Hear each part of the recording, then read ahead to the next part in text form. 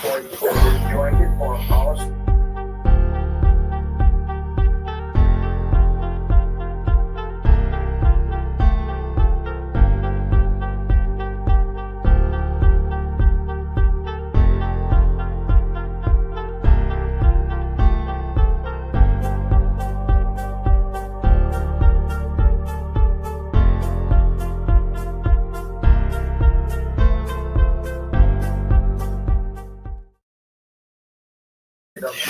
Hello, hello, hello. Welcome to another exciting edition of the Voice of the Colin Nation radio show. I am your benevolent dictator, the chief host with the most, the Colin Genesis, the leader of the Colin Nation movement right here. I believe this is going to be the next biggest thing in Black America, right? I'm basically determined, right? I don't know how it's going to be done. I'm not good at this. I'm really good at talk radio and stuff like that. That's what I can do, but I'm not really good at the whole thing. What's up, Marcus? What's going on, brother? I'm not really that good. Like I'm not a Tariq Nasheed or O'Shea Duke Jackson. I'm not a content creator. You know, I'm a realist. My goal is such thing that never happened in our history, right? I'm determined to outdo every last single Black nationalist organization and movement that ever existed. I'm trying to create the ultimate Black nationalist movement, right? I'm going all out thing. This is an all out war and whatnot. So get ready and whatnot. I'm coming for people's heads in this movement, right? I'm taking no prisoners. You know, so but tonight's show is building on what we was discussing last night about, and let me tell you something right now, just to start off right now. I respect Black women, right? I love Black women, but Colin Genesis, don't give a flying fuck about you ain't doing nothing. Okay, whatever, Aunt Nam. You know, somebody doesn't show his face, doesn't know who he is. You're probably like 500 pounds, Aunt Nam, sitting there eating briskets or whatever y'all eat in the UK and whatnot. You know, shut the hell up. You don't know shit about me. You know, you want to know, friggin' ask my cousin Marcus in the chat room. But anyway, the bottom line is, look, I love Black women, but when it comes to life and death situations and things of life, I will tell Black women, sit your ass down. Nobody's listening to you and whatnot. This is a time for men to step up and be men, you know? And that's what I'm about. I'm a man, and it's time for men to step up and start leading and being men. Instead of sitting around worried about things like this, you know? So worry about things like that, you know. So I don't care how I lost weight on Ozempic. Who cares? You know, I lost the weight, you know, so who cares?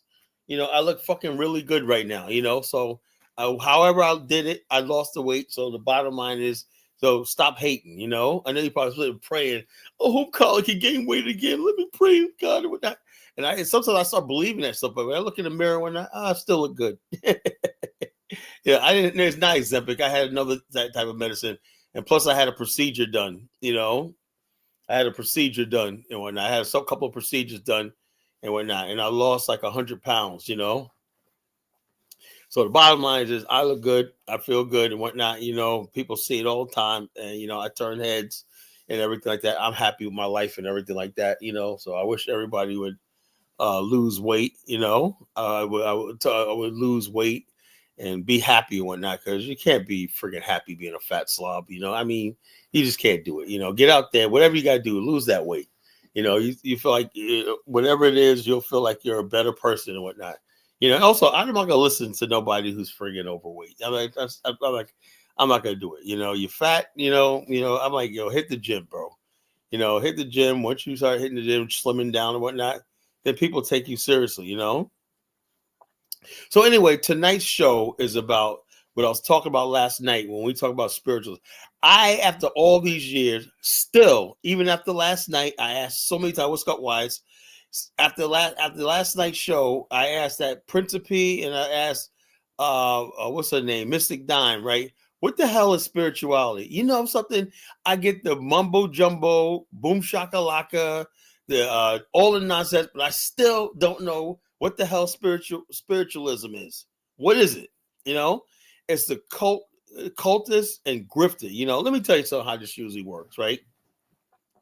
people basically well, yeah, no, I'm not calling everybody else fat and everything like that. No, it's I just said, look, I wish you like for your health, get better thing. I don't like making fun of nobody because I see the guy the other days. I'm like, that's still a human being. And I would never basically say that I say stuff on here, but I would never say in person because I know people have feelings or not. And so someone tells me, Kyle, I felt hurt by what you said because I'm fat, whatnot. If a fat sister calls in the show and says, Kyle, I will apologize, sister. I ask for your forgiveness. I get out of pocket sometimes and whatnot, but I don't mean to hurt anybody's feelings, So it is what it is, I'm a Nigerian. We are buff. Yeah. No, I think you got a lot of fat Nigerians out there too, bro. A lot of them. A lot of them, a lot of Nigerians are fat, don't even try that shit, man. All Nigerians are buff. Yeah, right.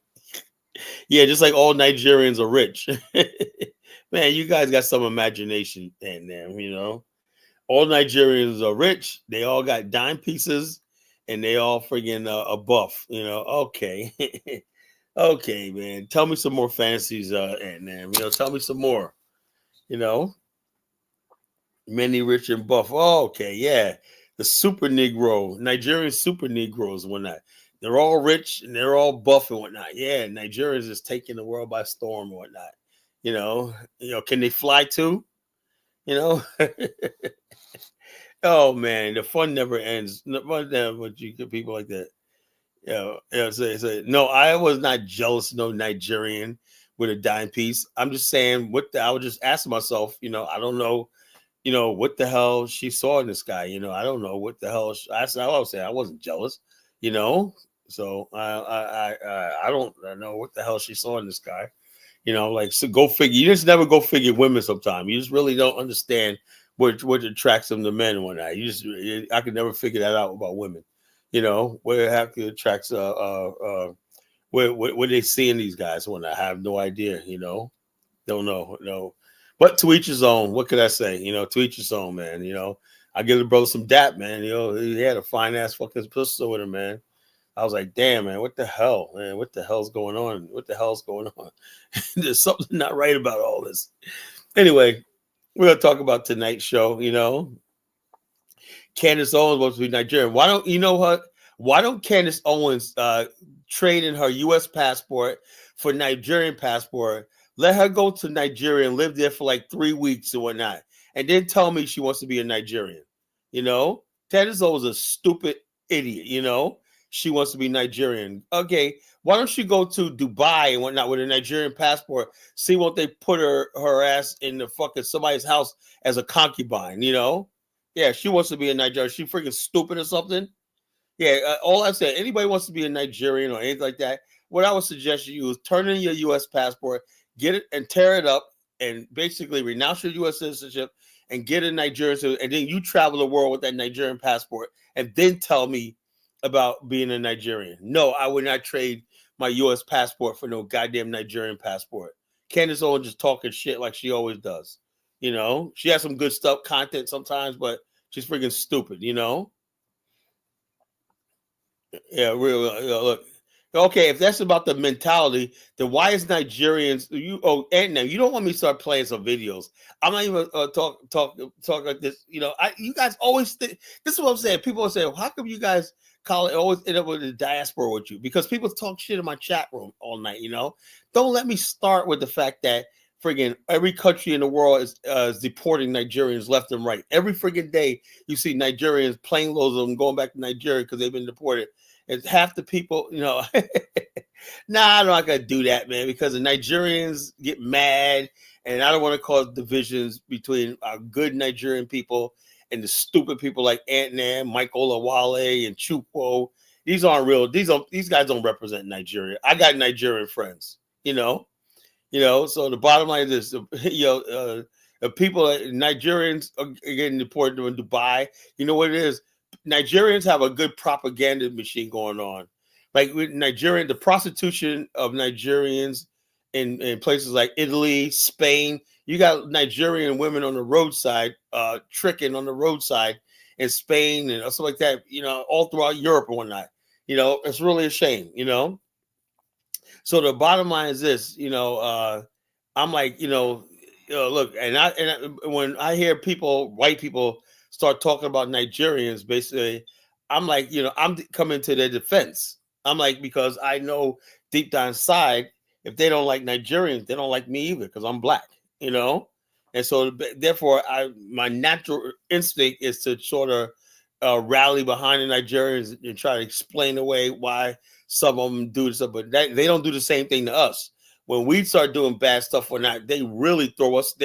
They're so quick to throw us under the bus to kiss up the white people or not. That's the problem. We never kiss up the white people to throw Nigerians under the bus.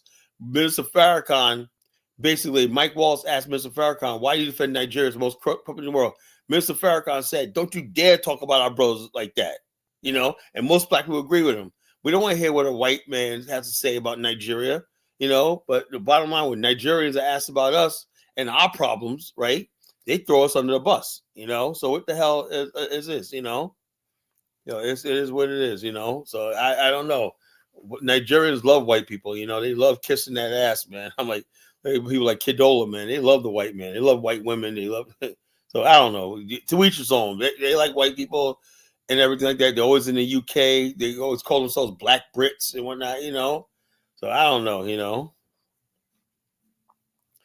I look, the bottom line is every group of people in America is committing crimes. Black people in America are no different than anybody else. We got criminals. We got problems in our community in America, right?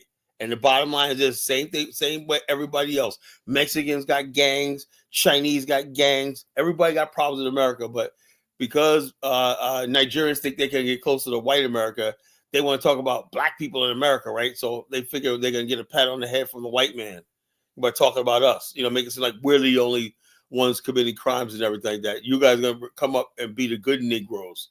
That's what your problem is. And back to the topic tonight, we're talking about the enemy within, the freaking gurus, cultists, spiritualists, and grifters, And what I mean by gurus is these people that in our community, right, that make a living basically getting people into different cults, different organizations and stuff like that. And they basically grift. Let me tell you something how the grift usually works, right?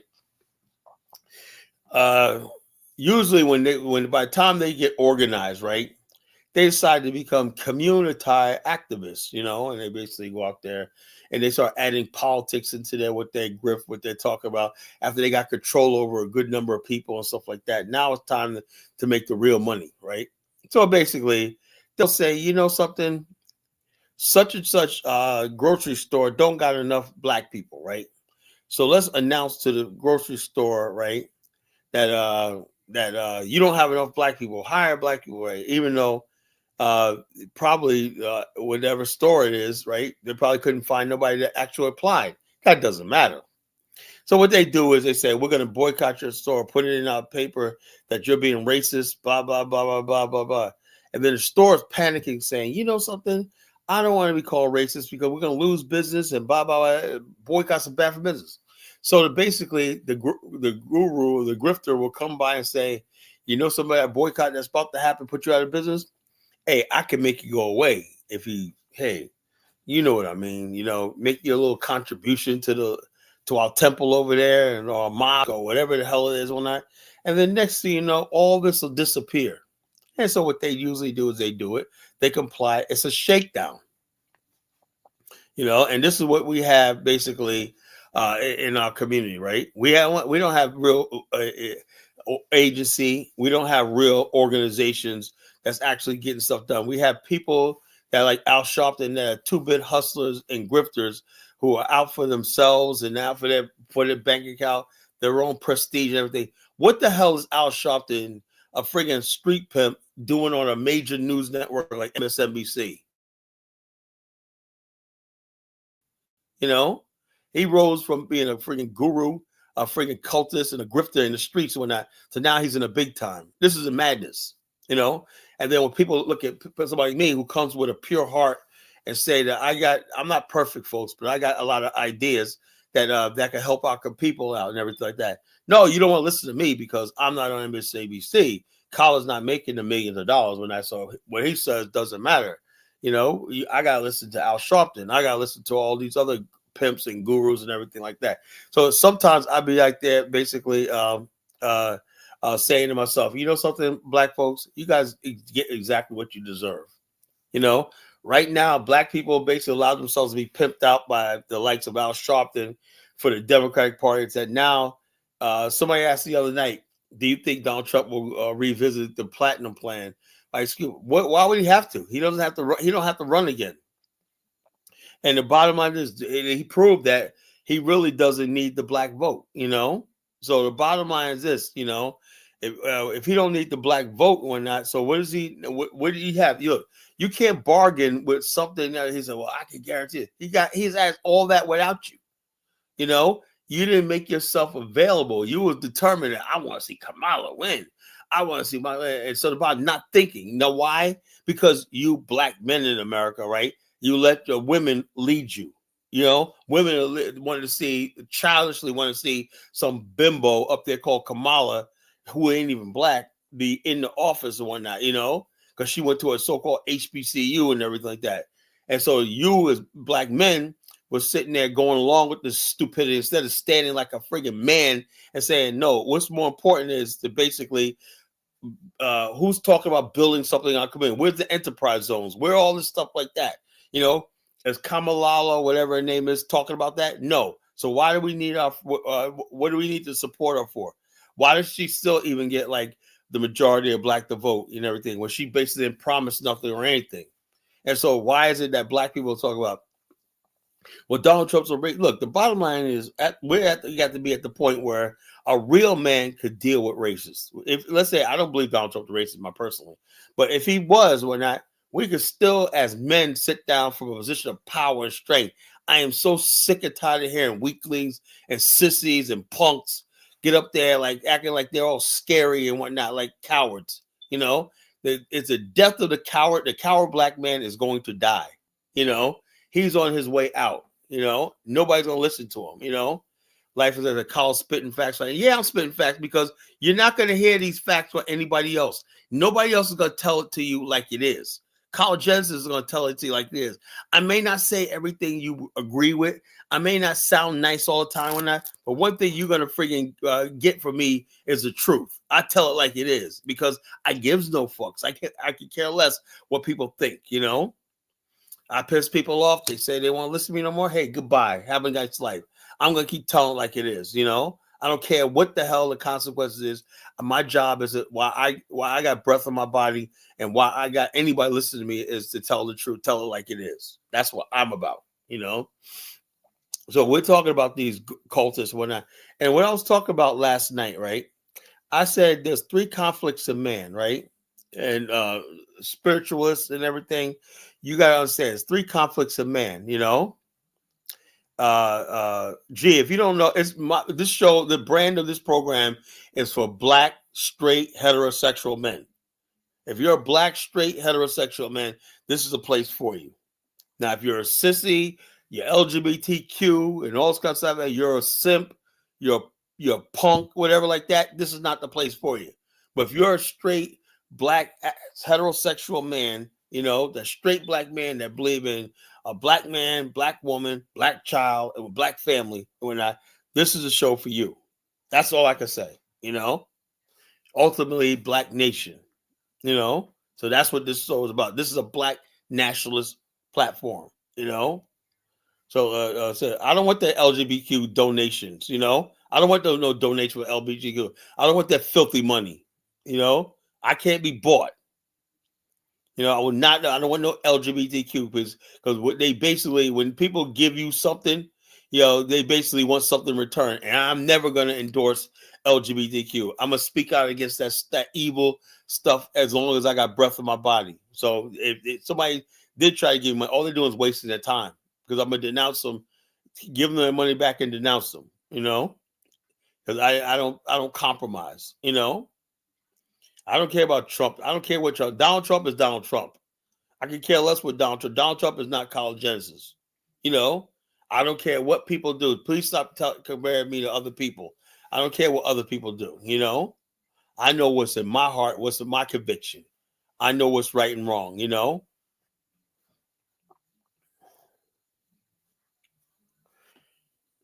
First of all, Chuko, I never said collar can. What does it say? It says, meanwhile, collar can was set a microaggression and blames the cracker, but then on slavery, it's the government. It isn't the government. The government. So you know, and Chuko, every time you guys talk about why you guys are backward and everything, it's what the government, the government, the government. Remember, do I have to play the government song by Tariq Nasheed? That's all you guys talk about, blaming the government, you know? But it's the government of America's job to stop the flow of drugs in this country, stop the flow of guns and everything like that. So who else can you blame it on, you know? That's the job of law enforcement. That's the job of policy institutions and stuff like that, and law enforcement institutions to stop the drugs. So who else is responsible for it? Why are we letting the government off the hook? Yeah, they are definitely responsible for the crack epidemic that happened. You know, of course it was. You know.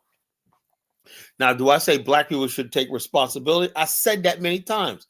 I said a good number of us fell into the trap of materialism and stuff like that because that's what was put before us. The materialism and all this stuff like this, you know. So the bottom line is this, and also when you say black single mothers, look, I know a lot of single mothers, right, that are making good money raising their kids by themselves, you know. So this idea, what you got against black single mothers is that you don't like black women, you know. That's all that is, you know. Leave them women alone; they're not bothering you, you know. Black single mothers, blah blah blah. And the bottom line is this, you know. Yes, we want to see more women married and stuff like that, but if the situation is they didn't get married, whatever like that, I'm not going to sit there and let you, Truquo, condemn my sisters, you know? Sometimes things just don't work out, man. We didn't build a sort of community where love and stuff like that should have took root and everything like that. We're not in our situation. See, you're not one of us. You don't understand that, you know? You don't understand that Black America is broken right now because we embraced America instead of ourselves. And we embrace this America to bring your black asses over here, you know? No, you don't like black women. That's why you always throwing them on the bus with this single motherhood. What the hell, which we call this nonsense? Why you always talking about black single mothers? You know? Why you always talking about black single mothers? Why you got so much disdain for a sister who may have made a mistake or maybe it didn't work out to her, the relationship didn't work out or not, you know? So yeah, it happens and whatnot, you know, it happens, you know, we have a lot of that in our community, you know, failed relationship, but you want to sit here and demonize these women like it's their fault and whatnot. Yeah, it's their fault and whatnot, but the bottom line, I'm still not going to sit there and demonize them. I'm not going to make that her child feel like he's less than because he doesn't have a father. It's like that kid's going to go through enough in life, being fatherless or whatnot. So why would I freaking get up here at that? When you say stuff like, this stuff like that, right? Imagine some kid that's maybe 15 years old listens to the show and his mother's a single mother. How do you think they would feel? You know, how would they would feel when you basically talk about single mothers and whatnot, where you go demonize them and single them out? You know, yeah, you know, and I agree with you. The people who attack poor people, man, are worst people in the freaking world. You know, when you pick on people who can't defend themselves, you are lower than dirt. You pick on somebody like me. You know, try picking on me. I'm way more successful than you'll ever be. You know, I'm established in America, right? I conquered this country. You know, so the bottom line, you can't pick on me like that. You know, I did all the right things in America, right? I'm an American success story. You know, but you want to pick on the friggin' people who can't defend themselves. You are lower than dirt, Chuquo.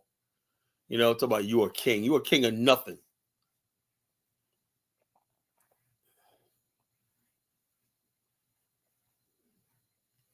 Yeah, two people are responsible for a child, right? You got some of these guys, right? I don't know what it is. You know, it just sometimes I feel bad because it didn't work. A lot of these women really, when they get pregnant by these guys and whatnot, they really thought this guy was the one. But a lot of females, you know, they make bad choices in men. You know, and that's what happened. You know, I thought he was the one, but they don't. And you let me tell you how women are, right? Once they have it fixated on that's the guy they want or not, that guy could be absolutely wrong for them. But that's just the way females are. That's the way human nature is. You know, once females are locked on a certain type of guy or a certain guy and everything, she'll pass by all the right guys, right, just to get to that one guy. You know, and that's just the way it is. It's something women can't even control. You know, they can't even control that, you know? And so the bottom line, this is what it is. So we got a situation in Black America and America in general, particularly in Black America, where women are making bad choices. You know, it's our culture, you know, it's something in our culture where women are choosing the wrong type of men, you know? So basically, I'm not gonna sit here and let people friggin' just demonize somebody for their mistake, you know, picking on people who can't defend themselves, you know, and people who attack people because they don't have what you have or whatever like that. Maybe they didn't get the break in life that you had and everything like that. So you won't think you're better than that's a fucking coward, you know, really, you know.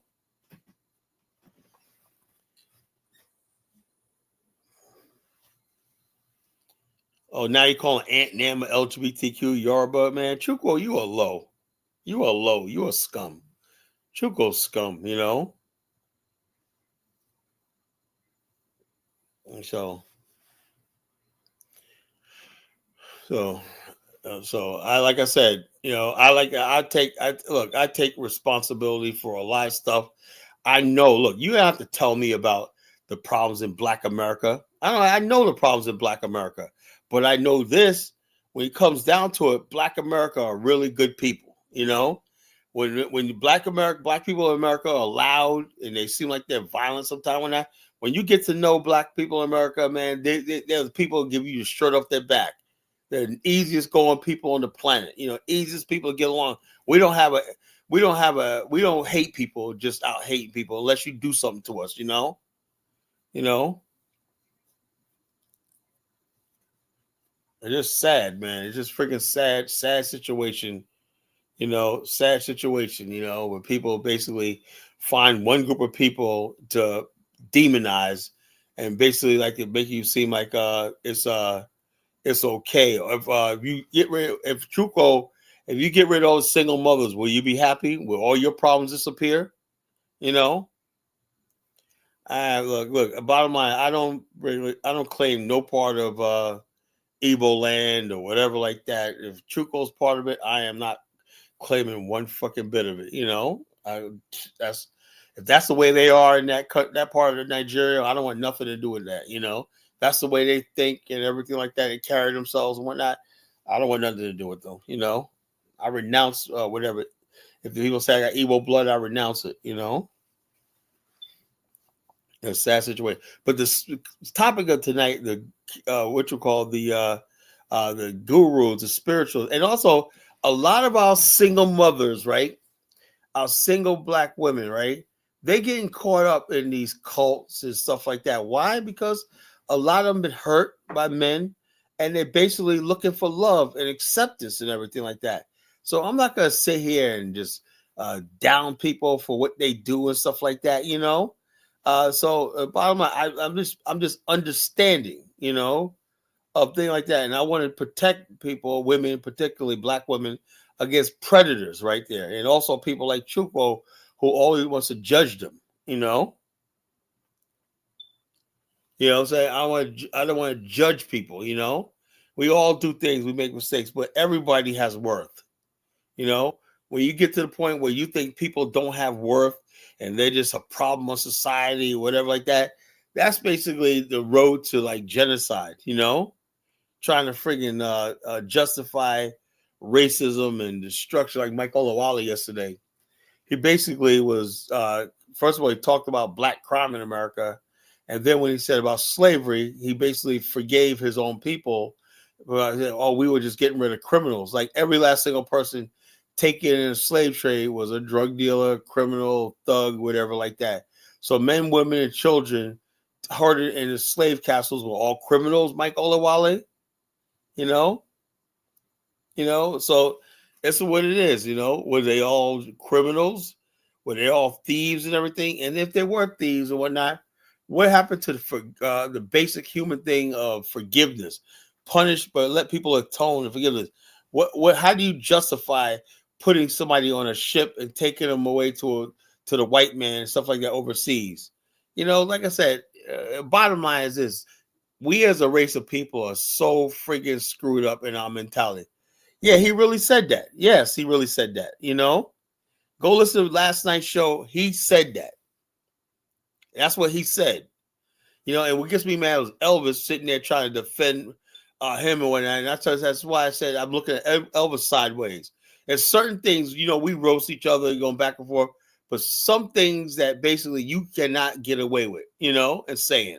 You cannot say stuff like you justifying slavery. You cannot do that,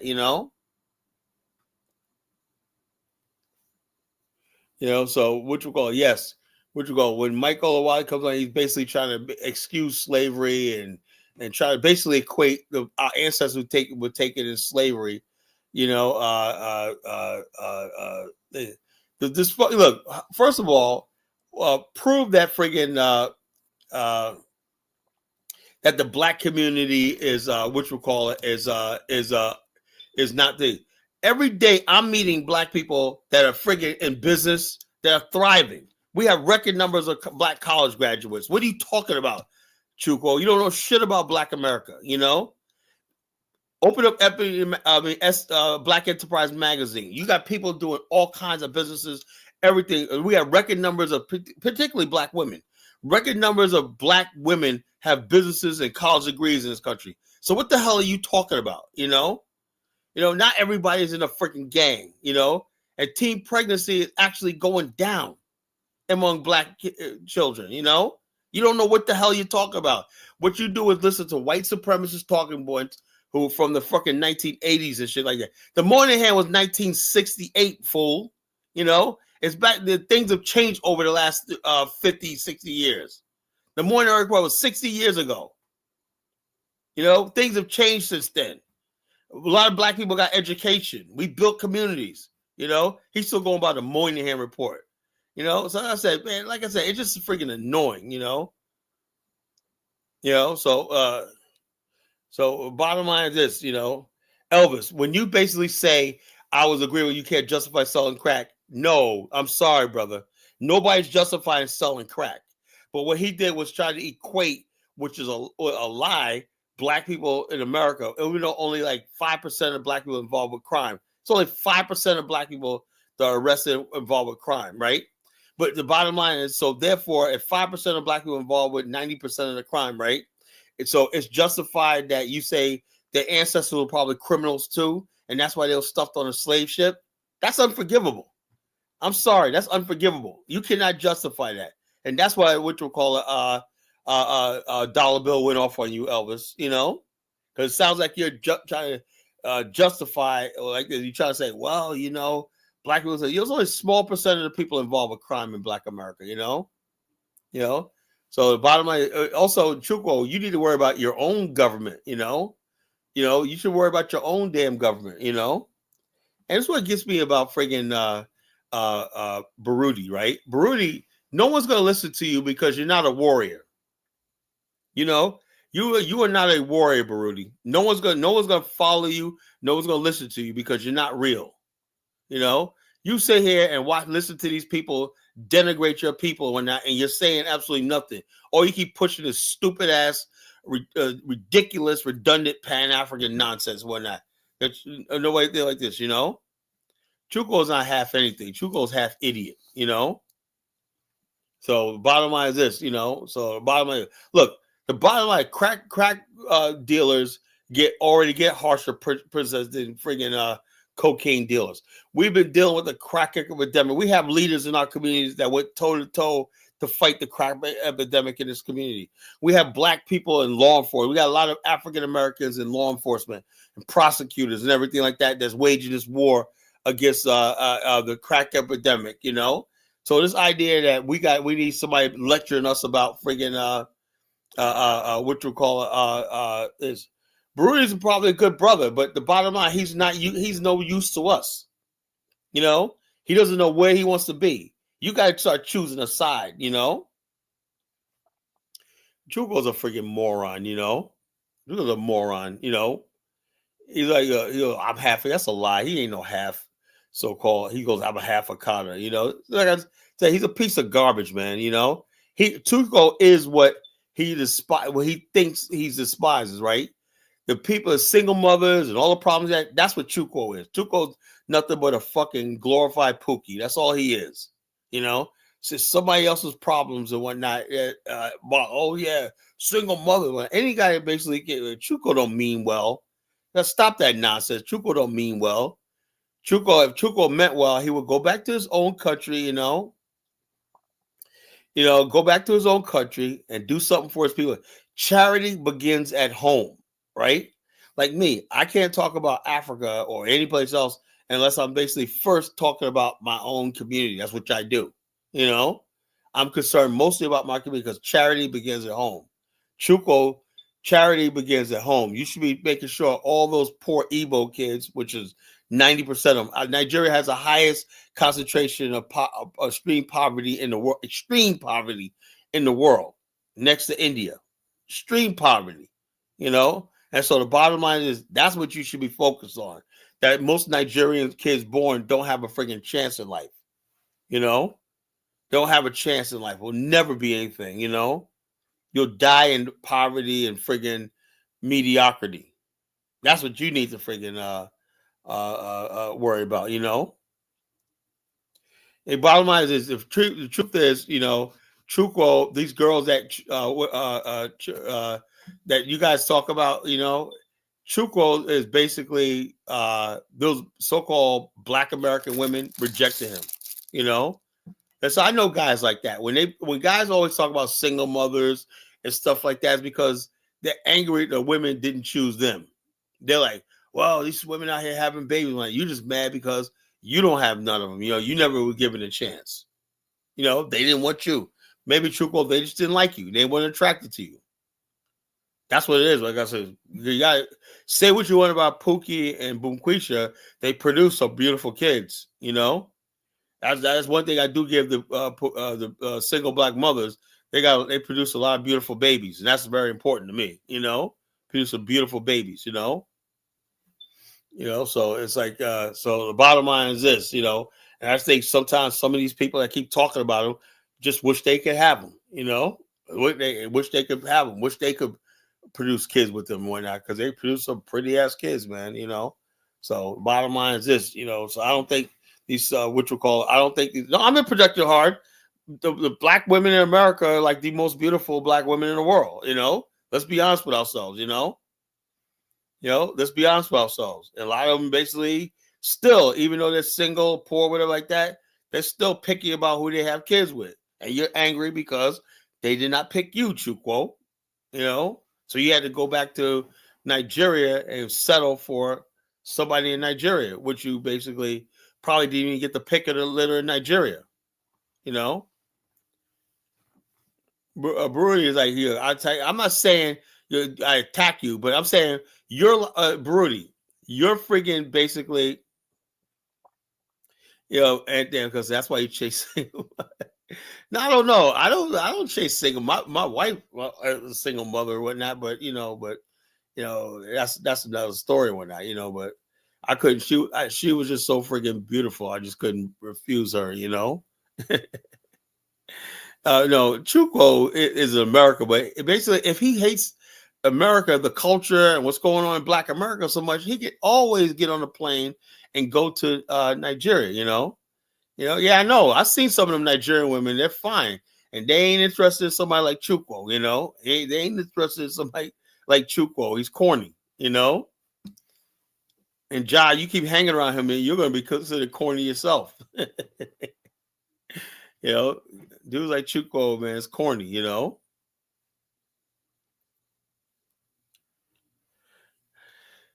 I'm upset with Black. I have no problem with Black women, bro. I am not Black women. I don't throw them on the bus or whatnot, under the bus or whatnot. I have no problem. Like, Yeah, I know. And yeah, they don't want to go for a bum like Chuko. They don't like him. So the bottom line is, so the bottom line is, look, if people keep saying like value the black. You look, everybody keeps talking about the black nuclear family, but the thing is, though, when we did have people who were talking about that, the Nation of Islam, and also like that, nobody supported them. You let the white people come by and destroy people like Malcolm X. You let people, the white man, destroy people like Bill Cosby, right? Maybe Dollar Bill was talking about Bill Cosby today. Eddie Griffith put out a video about Bill Cosby, and he said the white power structure for some reason did not like Bill Cosby. They didn't like him. Bill Cosby was not going on with their playbook. He was anti-LGBTQ, and he was not for letting white men date his daughters in any of his TV shows. He would not promote race mixing or interracial marriage. He wanted to preserve the integrity of the black family. Bill Cosby donated. No, Bill Cosby, no P Diddy. No, that's a lie. He wasn't like that. Yeah, he slept around stuff like that, but he was no P Diddy. P Diddy is a fucking complete degenerate. So anyway, when people say that about Bill Cosby, you never studied Bill Cosby. You don't know anything about him. So what you call it? So yeah, that comedian who said that, right? They put him up to that. I forgot the guy's name. It started with H or whatever. He basically started that nonsense or whatnot because they was basically saying, look, Bill Cosby got to go. Bill Cosby basically donated $100 million to black colleges. How much money did Chuko ever donate? Nothing. So you got Bill Cosby, $100 million. Chuko, Hannibal Buress, that's his name. Yeah, something like that. He's a freaking clown, so so the bottom line is, so what? So what? He slept with white women, so who cares? So Elvis, I'm not one of these stupid blacks or corny ass black racists right now, So the bottom line, I don't care if he slept with white. He's a fucking rich man. That's what they do. He can sleep with any. Bill Cosby can have any woman he wants to. Well, now that's what men like him do. It's not for me, but that's him. I still respect the fact that what he gave to me growing up as a kid, Bill Cosby was like a father figure. He gave me positive images where I would always respect Bill Cosby. He gave money to Spelman, a black female institution, right? And it was black women who turned their back on him. He put Felicia Rashad on, all those Cosby kids, Tempest Bledsoe, that girl Rudy from Huxtable, Teacher Knight Pullman. All these people, basically, Lisa Bonet, all these people would be nothing without Bill Cosby, I look up the TV characters. Prince, you don't know shit. When you get a freaking show with a fucking Haitian character, then talk to me, so it's like it is what it is.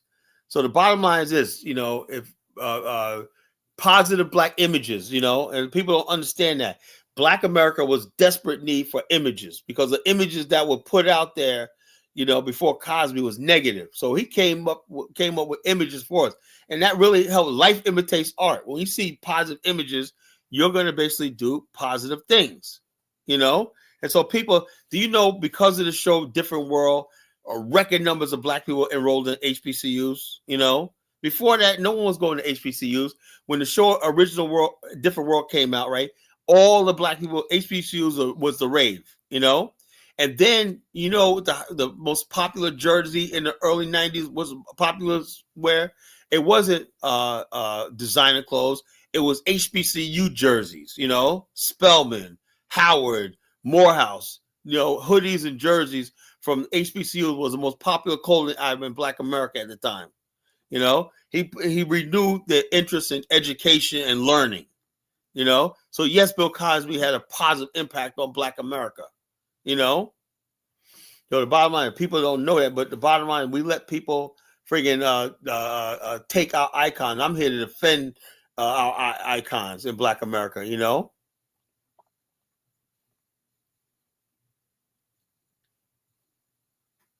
So,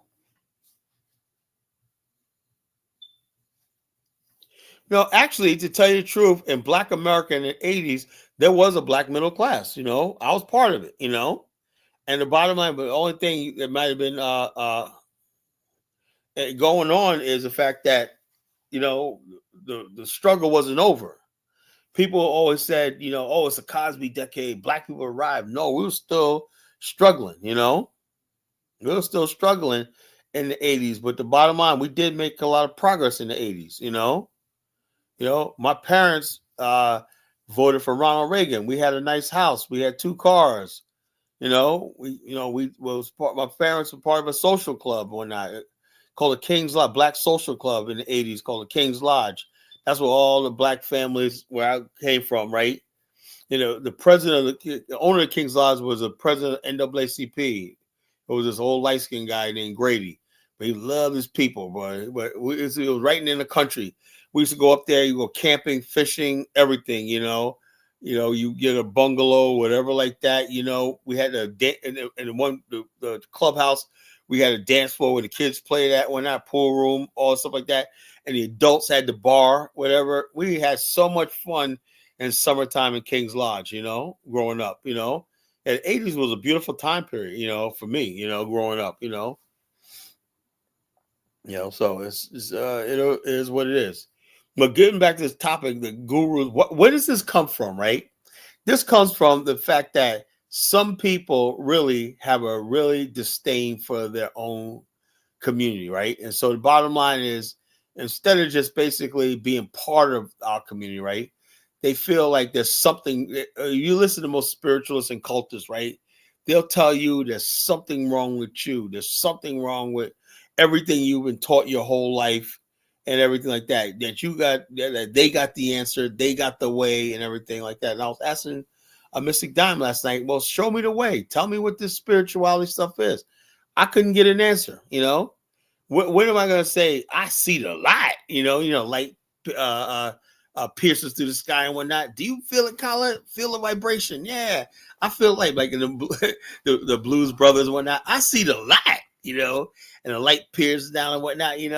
I feel it. I feel it. I'm sorry, I didn't get that piff of revelation last night from Mystic Dime. I still don't know what the hell spirituality is. It didn't hit me. So I'll put it again tonight. Someone please explain to me what spirituality means. What is spirituality? People say we gotta get into our spirituality. No, I think feel the vibration. Feel the vibration. Whoa. Every time somebody say I got raised my vibration level, Oh yeah, no, I'm not talking tough when Missy Dine's not around. I know she gonna listen to this show and she's gonna get at me, So the bottom line, no, I'm not apologetic. I just don't like arguing with women, And you notice that basically even Igbo land chick, I don't like fighting with women. I just don't. It's not my thing, Ant Nam Chuko's talking smack, man. He's saying, let me post his comment. This is what he said about you, Ant Nam. Can you see that comment? It says, Ant Nam is part of Ku Klux Trans. Wow. Ant Nam, you can't let that fly, bro,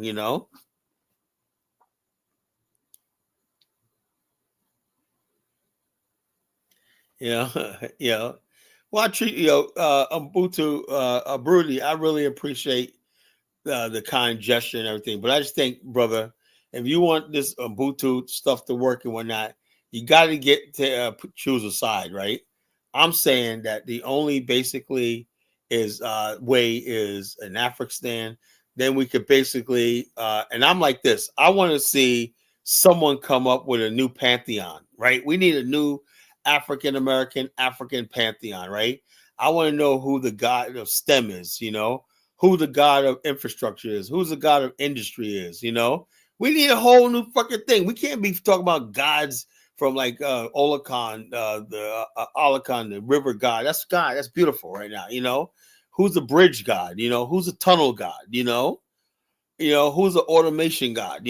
Come on. We got to upgrade our pantheon, to fit the times, As the Afghanistan. No, the Afghanistan is not a cult. It's a nation, It's not a cult. It's a nation, which we call Olakan is the archangel of the waters. Olakan, because I said if I have a son, I'm gonna name him Olakan. Olocun. Olocun. That's the god. That's the river and sea god. His symbol is mudfish on his waist. That's Olocun. That's the archangel of the waters and the sea, with the power of sea and river. The mighty Olocun.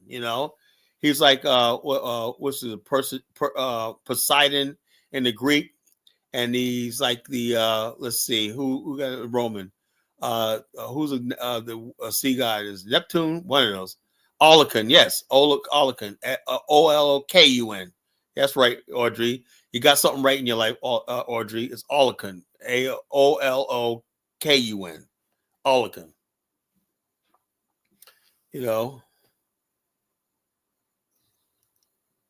Yamoya is a sea goddess. She's a goddess of beauty and fertility. That's a sea goddess. Yamoja. So we in America, right here in Virginia, we have a Umoja Day and we have a Yamoya Day. And so the bottom line is, people think black people in America don't know the African pantheon. That's a freaking lie. We know about the African gods. I'm saying? No, I'm not a Yoruba, but the bottom line, I do follow the Yoruba pantheon, the gods, and I incorporate that into some of my stuff that I'm trying to build as far as like the African and stuff like that, so like that, I would like to see movies made with the African pantheon and stuff like that, incorporate that in children's books and stuff like that, so. Oh yeah, okay, Aunt Nam. I'm jealous because I can't be one. Look, I love the Yoruba pantheon and everything like that, and I celebrate the Yoruba pantheon. But because you guys got people like Mike Olawale around, you piss me off. Get rid of Mike Olawale and whatnot, and then we could talk.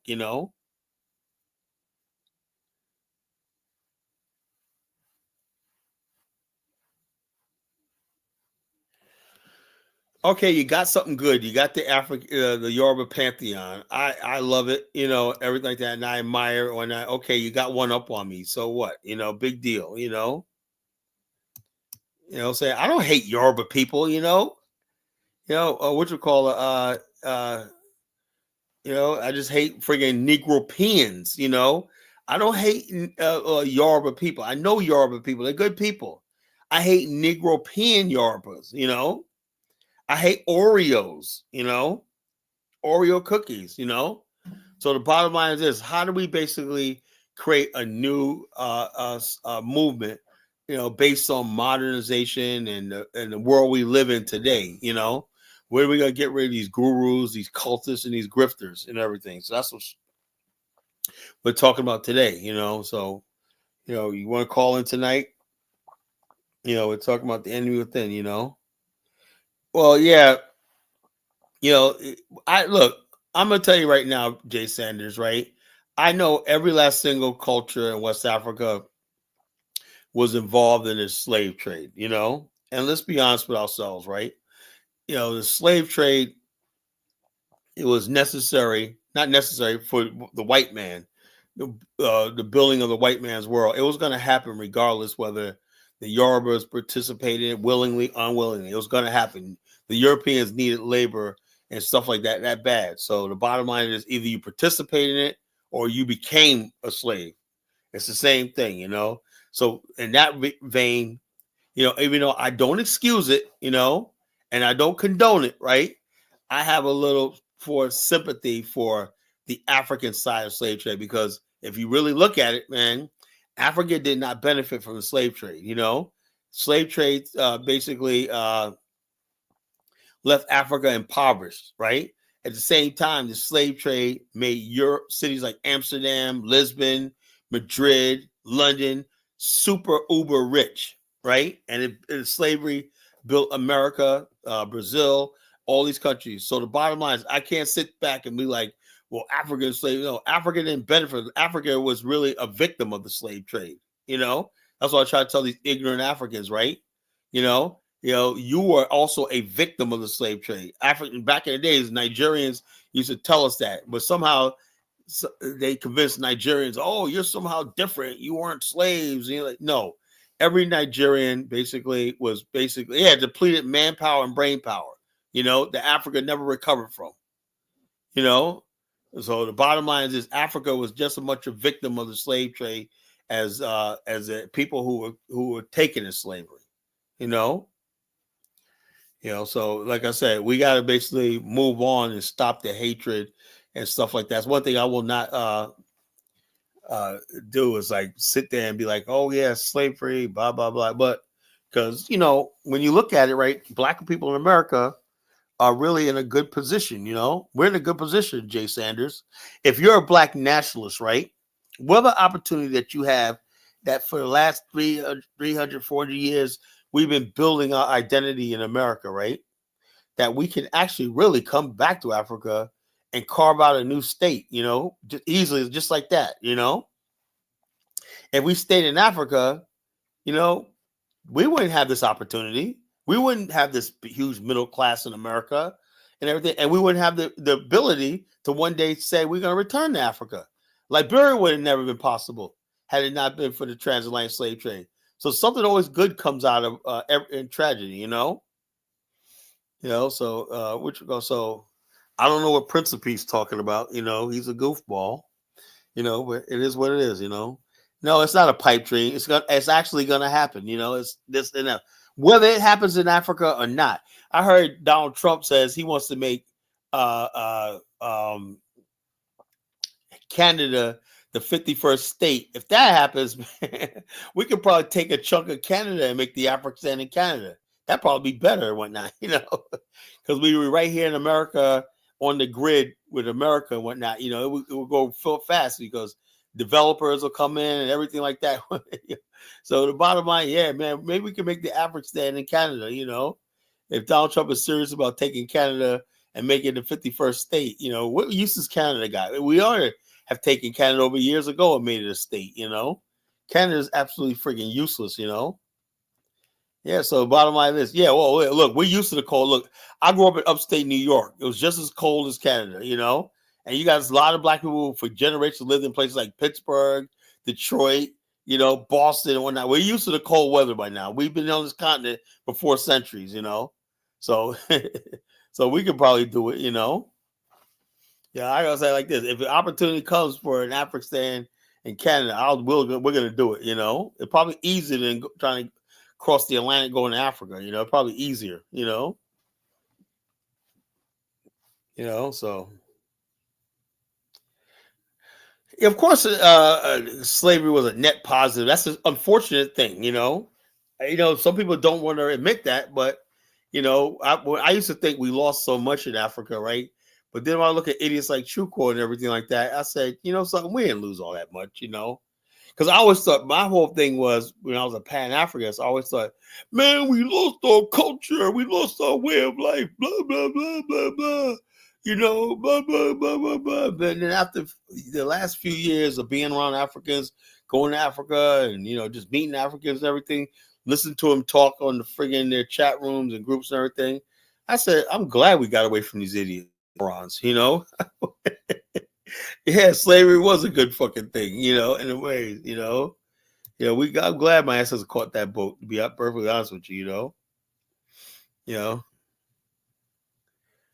It was a net positive, bro. You would not be on this thing right now, enjoying this freaking internet right now, Jay Sanders. Just admit it. Yeah, it was a net positive. When you look at all the negatives and everything like that, we're better off here. Look, we're better off here than Africa. That's unfortunate, Because what tells me is that slavery was actually the destruction of West Africa. The fact that Africa is in the condition it is right now showed you the damage slavery did to the continent. That's the truth. So this is what it. Yeah, so you didn't go through slavery. We're in the same internet. Bottom line, hey, look, I like the bottom line is this, Ant Nam. We're here in America. Probably, like I said, right now, it's probably the best place in the world to be right now, the United States. No other country in the world has the standard of living and everything like that we have here in America, So being here in America is like I said, well, I don't have like they're about to export like millions of freaking Mexicans, Haitians, and Africans in January, and whatnot. We got nothing to fucking worry about, you know. So I'm not worried about the knock on. Look, I lost. You know how many freaking one of my Liberian friends that are mad at me and whatnot because I said I voted for Donald Trump. They're mad at me. You know why? Because I didn't dawn on me, right? I said if you guys would have leveled with me, right, and I wouldn't have supported Trump. They said, well, Colin, you know a lot of us don't have our paperwork, right? I said I didn't know that. I said I had no idea there was so many.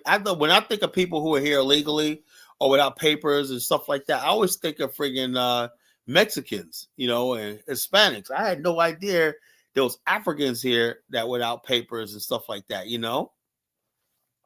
I had no idea, about that. I had no idea that there was Africans here and Caribbeans here that was going through immigration issues. I had no idea. So it's like this. So, all right, brother Ahmed, what's on your mind? Man, Mr. Collar, man, how you doing? I'm doing good, brother. Man, have been on your show for like almost a month. Hey, you was on here a couple of weeks ago, man. Yeah, you a couple weeks and ago. Elvis going at it. Yeah. I've heard some of y'all conversations, man, on these shows, man. I didn't finish the whole thing. I've heard about yesterday, I think about an hour and 30 minutes. The day before, I think the Thanksgiving one, or the day after Thanksgiving. Yeah. I heard about probably like 2 hours, and then the other one. Was that the one, the Pan Africans versus? Yeah, yeah. You like that one, right? That was one of my highest rated shows. You get this, that show in 3 days got 750 views, which is really good. It's gonna close on 1,000 views by the weekend, Yeah. And the bottom line, I only got 24 friggin' likes. I mean, that's the There's problem. something wrong with that. You guys, man, are friggin' getting a show, listening to the show, and you can't even hit the goddamn like button, man. There's something wrong, man. That's you can't. And then why don't you guys freaking hit the like button? You want to talk to me? Hit the damn like button. You tell Chuka to do that. But anyway, y'all did a show, man, a couple of days ago, right? Y'all was nailing it, and then all of a sudden it went to sideways, right? I think one of the people was talking about how the Indians was taking all over the IT jobs in Canada and this and that. Y'all started it real well, and then all of a sudden it's just drifts. It just drifted to something else. Meaning that like y'all ain't come up with like a way of attacking that. You know what I'm trying to say? And then y'all went through Ethiopians are not black, this and that, and then Haile Selassie was bad. I'm like, what's the point of that? Hey, Haile Selassie, I got no problem with Haile Selassie, man. But you see how the show in went America to, and whatnot, Yeah. Why do people now they don't like him? They don't like Paul Kagame. I don't know what the hell that's. You know what I'm trying to say? I'm talking about like how y'all had it real well, and then all of a sudden, how they approach the Indians and then the Chinese taking all these IT jobs in Canada, and some of them, this and that. It's like, where's the solution? And then all of a sudden, the shows just drift to like, oh, some of these people are not black, Indians are not black, this and that, and then Ethiopians are not black. I'm like, are you kidding me? How the hell you gonna say? Oh, you know who that was? That was Kidola. Yeah, I'm like, how the hell you gonna say Ethiopians are not black? And also, I was talking about was the fact that and then back Elvis when I was coming up, right, as in well. the 70s. Like, hold up, let me say this. In the 70s, I was telling Kidola that we had friggin' Indians in the black community, right? And they were just like, okay, you came from India, but you were black, you were dark, you were black, And so Kidola, no, they're not black. They don't like black people. I said, and also what's about Ethiopians too. I said, these people came into our community and just mixed with us and whatever like that. And Kidola, I said, Kidola, Black America has a different relationship with other races than you do. We basically bring in Puerto Ricans in our community, Filipinos, Indians, and all the people lived in black areas in America and basically assimilated with us. I get what you're saying, but like we didn't come up with no solution how to attack like these companies or these people that's taking all over these jobs and everything, right? Instead of we go back and forth, who's black, who's not black, who this and that. I'm like, that's not the point. At the end of the day, the point is create a system to attack other people. You know what I'm trying to say? Economic wise. Not Yeah, this yeah. person is Well, not the black. This thing is, person the is thing black. is, if I'm black like, it's people, if it childish. takes out, It's just if childish, black man. people in America and the It's been world, like just almost an don't, hour debating about Indians and not black, and then you got and there's somebody said Ethiopia's not black because of the hair. I'm like, that oh was my god. Kidola. That was Kidola. I'm like, are you kidding me? Kidola is a killer. Kidola is Some obsessed with Africans are color. different. You got the skinny ones. You got the ones that's like super dark. Right. You got the ones that's like super light. You got the ones that's like light, like the Fula people. You can find Fula that's super dark. You can find some of them like majority that's light, that's almost mixed. So like, Yeah, it was the yeah, bottom line. it's just, Black oh my god, America represents the whole spectrum of the black phenotype. You know, so that's why yeah. anybody can come into our community and fit in. We don't have a. I try to tell Kidola that we don't have a specific phenotype for Black America. Yeah, You yeah, know. but why stuck on this? Like, who's black, who's not? I'm like, come on. Well, that's when you hold on. That's Childish, man. when you get What? Nigerians. This is a different culture. What we define as black is different than what Kidola and Nigerians define as black. You know, we're different. You know, Yeah, and bottom but line, you got to respect our. Like I said, look, we have people in our community, like mixed race people, traditionally have always been seeing themselves as black. You know, in our look at the community. Sudanese people. The Sudanese people are like one of the tallest people in the world. Some of them they average about 6'8", average wise. Yeah, You know, the Sudanese, they're very dark as hell. yeah, they're very Yeah, they're black very dark skin. as You hell, and know, they're very tall. beautiful, So beautiful, yeah, so you beautiful have people though. different You know, types. Just like beautiful, just beautiful. I think, yo, look, let me tell you something, man. just like you go to Those tall Europe, right? Sudanese women, those black skin with black skin on eye, Oh, I'm that's telling you, man. fucking, I that's seen a beautiful to video me, on man. You YouTube, know? man, with a fat ass, man. She had a fat. I was like, my God, she had a beautiful curve and everything. Well, Man, now stop talking about the booty, bro. I like tall Hey, women, hey, man. I hey, don't hey! I care. like females, You know, man. I I'm like a females by nature. I'm a up top man. I'm not a ass man. You know, Yeah, so but you get the point, right? You get the point. yeah. Man, she had the whole thing. But it's just how people like, you Yeah. know what I'm gonna say? You have all type of Africans. Just like how you go to Europe, you got all type of white folks. You got the real white, and then you got the ones that like in between. Good evening, brothers and sisters. Yeah, What's but going why on, get Dollar stuck Bill? in What's going that? on, brother? Who's black I'm is not good. black. That's just stupid, man. Because Well, you know what the it is, topic. brother. Can I say Listen, I something was on like, that? oh my God. Can I say Y'all something started on that? real, and all of a sudden it This- just went Yeah, off. man. Let Bill talk, bro. I mean, I want My to say bad, something my about bad. them. Man, Dollar Bill, how you doing? I'm good, my brother. It's good talking to you. You know, this is what I was talking about at the end of the show yesterday. Africans, particularly Nigerians, have this paternalism and think that they hold the have the agency to tell who's African and who's not African, whose phenotype is acceptable. They also believe in a myth that if you're lighter skinned, that means you're less African. I happen to know several people who have over 90% of their DNA and they're light skinned people. And they can know that because when they have a child with a white woman, right, it's going to have a lot of African DNA in them. But this is a myth. And see, when I say these things to continental Africans, you know, I think they feel that this is something that they can hold on to. And it's a threat that they feel inside of themselves.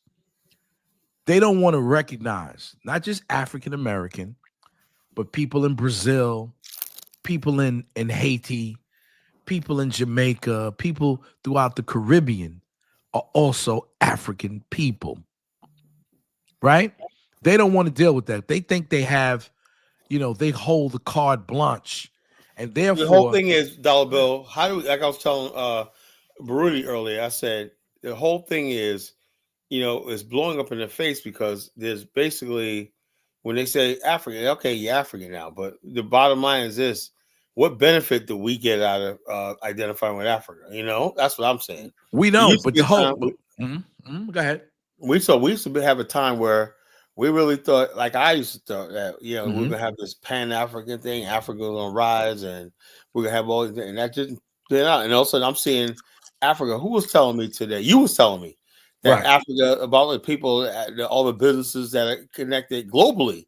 You know, you'd be surprised globally how much the global people from everywhere in the world got their hand in the African economy and whatnot. You know, there's no friggin' African. There's no Pan African like that. Pan African is nothing but lip service. You know, it's nothing. Well, but you know lip what it is? The society, right? This whole global world depends on the ignorance of Africa Yeah. because they Of cannot course. sustain themselves without stealing.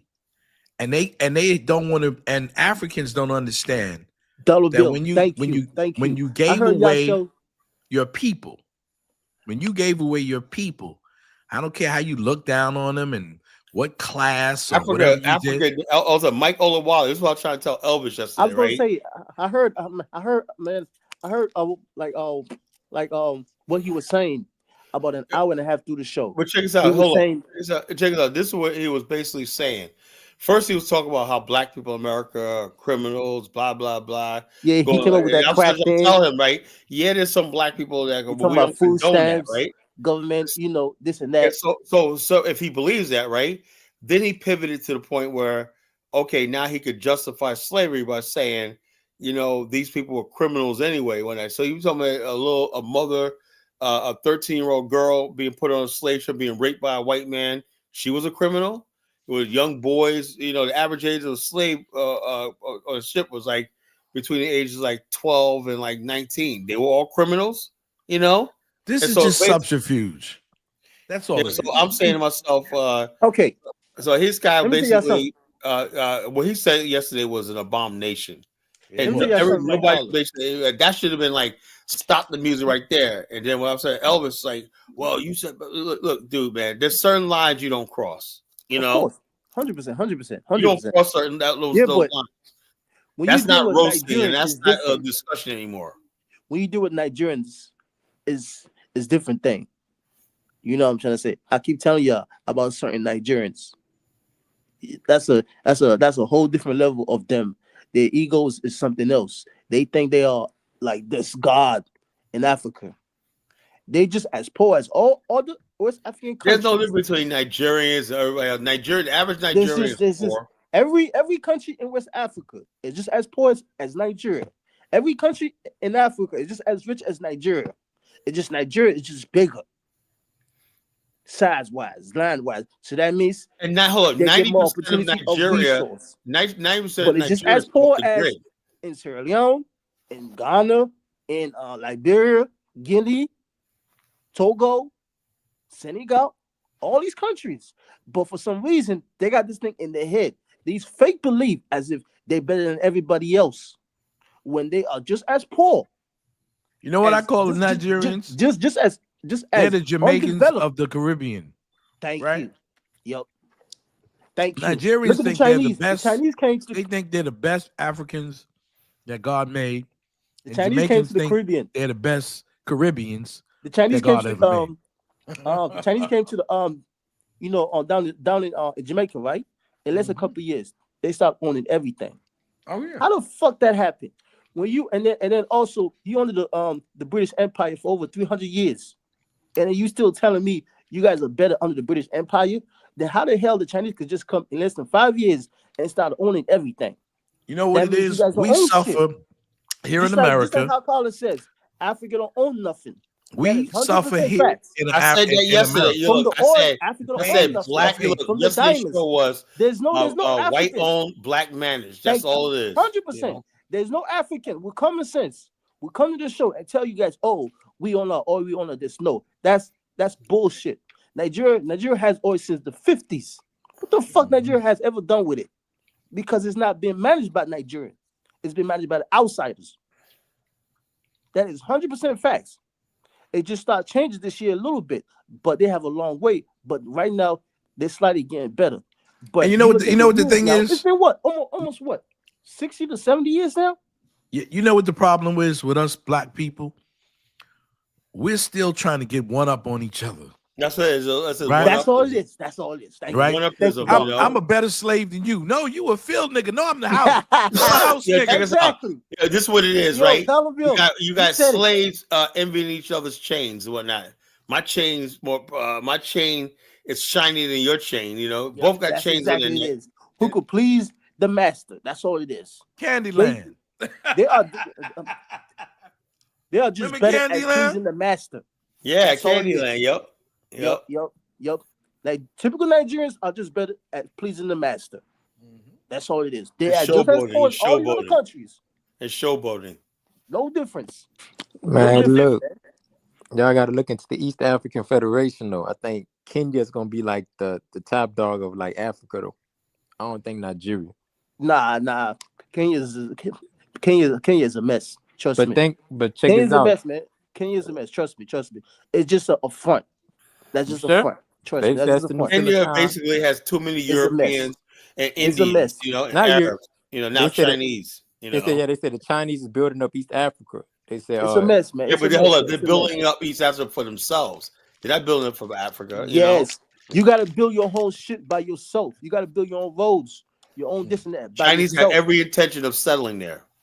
I don't know what my old heads. I was talking to something. They said this by Africa. He said either you got two choices. Either you're gonna get raped, I'm talking about Africa, or you gonna make love. And I feel like I don't know. I think it's too late. So they just chose to, It's sad, you know. That's really Go sad. with This is a whole. This is best the continent claim. You know, that's sad. That's really sad. You know. Man, Chuko is something else, man. Let's talk about Mr. Chuko. I like Chuko, man. You know, The let evil me tell I you don't like something. that motherfucker. He talking I about do. like At a first, man- I didn't a like man He him. comes going up into here. a family He comes up office, here typing no about African black women, countries single at the black same. women. Come I'm on, like, man. yo, look, Chuko, leave single black women alone. You know, You telling me you there's you no? don't pick on people who can't defend themselves. It's crazy how much money Nigeria can make. Chuko wants How us much- to give him how some much help. money- How rich He's Nigeria trying to appeal can be. to his African How Americanness. rich Nigeria He's can not be. winning. He's It's, not no it's African. crazy. It's I crazy, believe now man. he is. I don't It's believe it. I don't crazy. believe it. I don't It's believe crazy, man. Nigeria is super rich. I believe he's an Super, African super American, rich. half African American. I don't believe that. I do believe. At first, I didn't believe it, but I believe I don't he is. believe it. I don't believe No, I Chuko's believe that. anything. But I think Chuko's just I think he's a Negropean, whatever, like No, that, he's whatever not. he is. Or not. He's not. He's from the gutter. He's from the gutter. He's anchored. He's anchored in his Nah, father's. he's Nigerian. He's anchored in. He's Igbo. He's anchored in his father's reality, but he knows that his reality is not his father's reality. So what he has to do is, because of that self-hate that he feels deep inside of him, he has to come on these. But it has nothing to airways do feel with better. Black America. It has to do that he's a lame. You know, I can know dudes like that, Chuko. They're angry because they got rejected by women their whole life, and they're bitter. Man, That's what that is. Ooh, pissed me off, man. When I heard Mike talking all that madness about Nigerian oil, I was like, "Are you fucking?" Yo, the bottom line, everybody knows. And look, I'm playing a video, right? Look, Jason, I'm playing a video from Al Jazeera. That's not a white-owned thing like that. That's a thing Africans love so much. Al Jazeera. I've heard Yorubas, Igbos, Hausas telling me out their mouth, Nigeria does not control their oil. Just because your government is it looked like they ain't power, they ain't control of it. What Carlo was saying is, he was saying about the whole overall of it, the whole benefits of it does not benefit Nigeria. We know the oil is in Nigeria's ground. You know, the crude oil is in Nigeria's ground. We get that. But the crude oil goes to Europe and some other countries down in Africa. And Nigeria got to buy it back from and then Nigeria got to buy it back because they got to refine it. And then after that, they sell it to the people. You know, hold on. If they basically was able to refine their own oil and use it for domestic consumption and build industries and built a chemical petro industries around that, do you know Nigeria's dollar, the naira would be probably equal to the dollar? Since the 60s. How the hell you will come out here since the 60s, you telling me, oh, we control our oil? No, that's not what it means when they control something. When you control something, your oil is supposed to be refined in your own goddamn country. That's what you what have Carl domestic was saying. you always got to have a domestic market, a demand that you control. That's called a captive market. I'm like, man, and then this guy keep on going back and forth, and then he brought up the crack thing. You don't understand the crack thing. The crack thing was a setup. Remember, I'm gonna give you an example, right? Remember, I think what it was, 2010. Remember the what was it? These pills down in Ohio and then New Jersey, right? You had all these white kids taking all these pills, passing out. I think it was 2010 or 2012, something like that, right? The governor was that fat guy. What's his name? He passed a bill, right, to protect these rich white people and their kids, so that they won't go to jail. I forgot what it was. It was damn. It happened for like a couple years, but he passed a bill for sure that these kids won't go to jail. Now imagine that if this was black people, they would never do that. They make sure your ass go to jail for like 20 years for a simple crap. Yep. These are the things that people don't look at. The system is designed to make sure white people Look, win. check this out. Back in the days, they passed a constitutional amendment. The prohibition wasn't just a law; it was a friggin' what was it, 19th Amendment or something like that. They amended the Constitution to bar by law nationwide the production, sale of alcohol. Now, white people, right? If they were law-abiding like they claim they are, right? They say we're always criminal like that. Almost every sector of white America rebelled against the law. You know, we're doing moonshining and some of everything to defy the law. It was like an open thing. Police, courts, everything was involved in the illicit liquor trade in the United States, right? But they always come with this thing like black people are just such criminals and blah blah blah. I'm so sick and tired of that lie. You know, it's just dumb. How you like? This is the problem with some of these Africans, right? They thinking kissing white man ass in this country is gonna benefit them. How you gonna look at that and then believe that, right? When you look at the blacks up here, right? Look how they treat them for generations, right? Small amount of y'all think y'all will come up here, you know, white people gonna love y'all the same way as white people. That make no goddamn sense. The problem, like, my biggest fear, right? Check this out, right? Because eventually Africa is gonna get developed eventually. The issue is now how Africans in this country are not studying Black Americans, what happened to them, and then implement that system in Africa, making sure that when Africa become, developed the way it's supposed to be, we use that system and make sure white folks don't overtake Africa. That's why I always say, study Black Americans in this country and then go back home, implement that system against the white people. Because we know who control our resource. It's the white man. Now it's the Chinese man. Later on, it might be the Indian. They need to look at what happened to the Indians. No Africans is gonna come and tell you in America. We control our own resource. No, because Africa, if it doesn't straighten it out its situation, they're gonna be taken over and destroyed. Yeah. And Europeans are gonna come to Africa and colonialize them. It's not their own home. This time for good. But no, I don't think it's gonna be Europeans though. That's the thing. It's gonna be like the Russians, Chinese, like Chinese, Indians. I think but look, white people, they can't really survive like in tropical weather like that. You understand? Like I don't think that was in the Congo. They was in the Congo. They had the Congo. No, they wasn't in the Congo like that. No. What I'm saying, like colonize it again, modern wise. Like developed countries and all that. Say for instance, like in this look country, at the right? richest. Well, look at the guy who was the former richest white man and how he's in charge of all of these inoculations. Yeah, just like how they have the blacks up here making seem like they winning, but they actually don't own shit. You know what I'm trying to say? That's how I was just talking about that. Colin talked about that system they're gonna yesterday in Africa. You don't own these Africans thinking, oh, this is your land, you own everything, but in reality, you don't own shit. What I'm saying, like in develop, like when they actually develop the countries in Africa, that's my biggest problem. That's why I keep telling people up here, study Black Americans in this country. Because if you really study Black Americans in this country, you know that you should never trust a white man. Because he never. Don't tell Michael Mawali see you the same way. That we're going to give up his white people. I don't see you the same way. But check this Chinese out. don't see you the same way. How the hell you gonna come to this country and see all these difference? But brother, and you thinking you take them back home, they're gonna see you the same way in your own goddamn country. But check this out. You can study Africa too. Because the Arabs came to Africa and took over shit. That's what I said. Yeah, I said that too. Because I said that too. Yeah, all right, They behind. I said a lot of shit in West Africa. I'm not gonna fight Africans to call me African. Carla, man, you talk about the Lebanese people. They can have it. Oh my God. Yeah, the Oh Arab. my God, man, it bothers me so much, Lebanese man. take Yeah. Lebanese It bothers me basically. so much, Yeah, I don't. man. The Lebanese take like $30 billion a year from Out of West Africa Africa and deposit every year. in Lebanon, Yeah, I a don't. whole country with no natural resource, no nothing.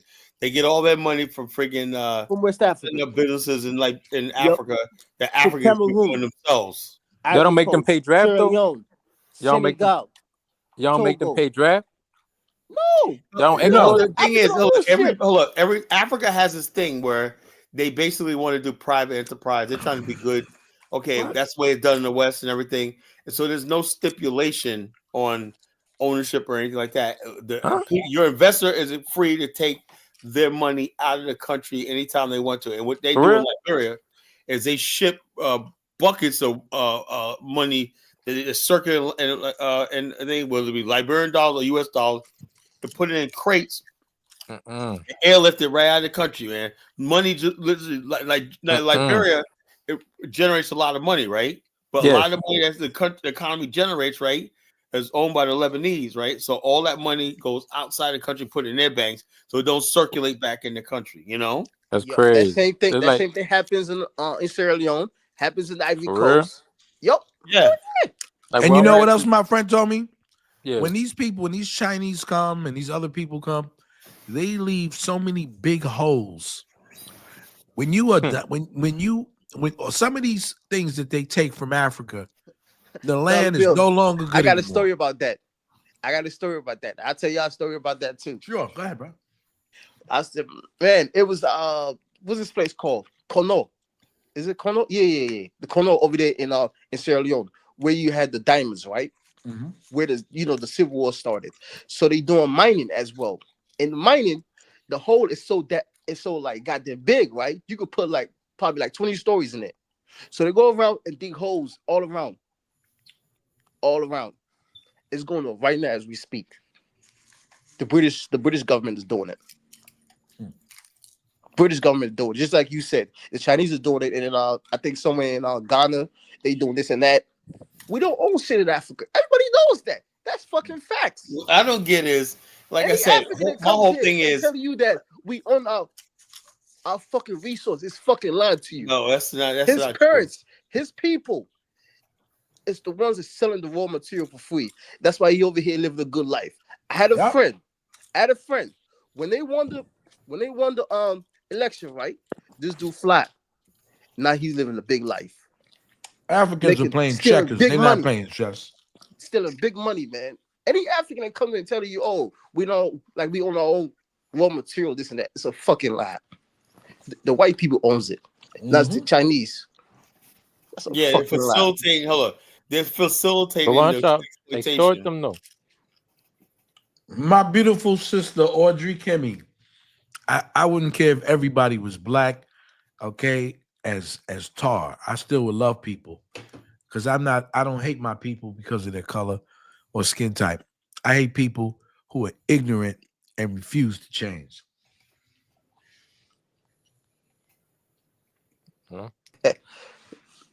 Hey, Elvis. Man, Elvis.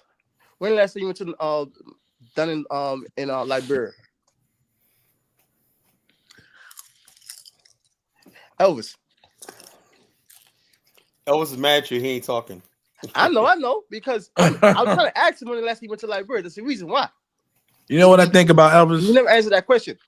Elvis is what they call a centurion.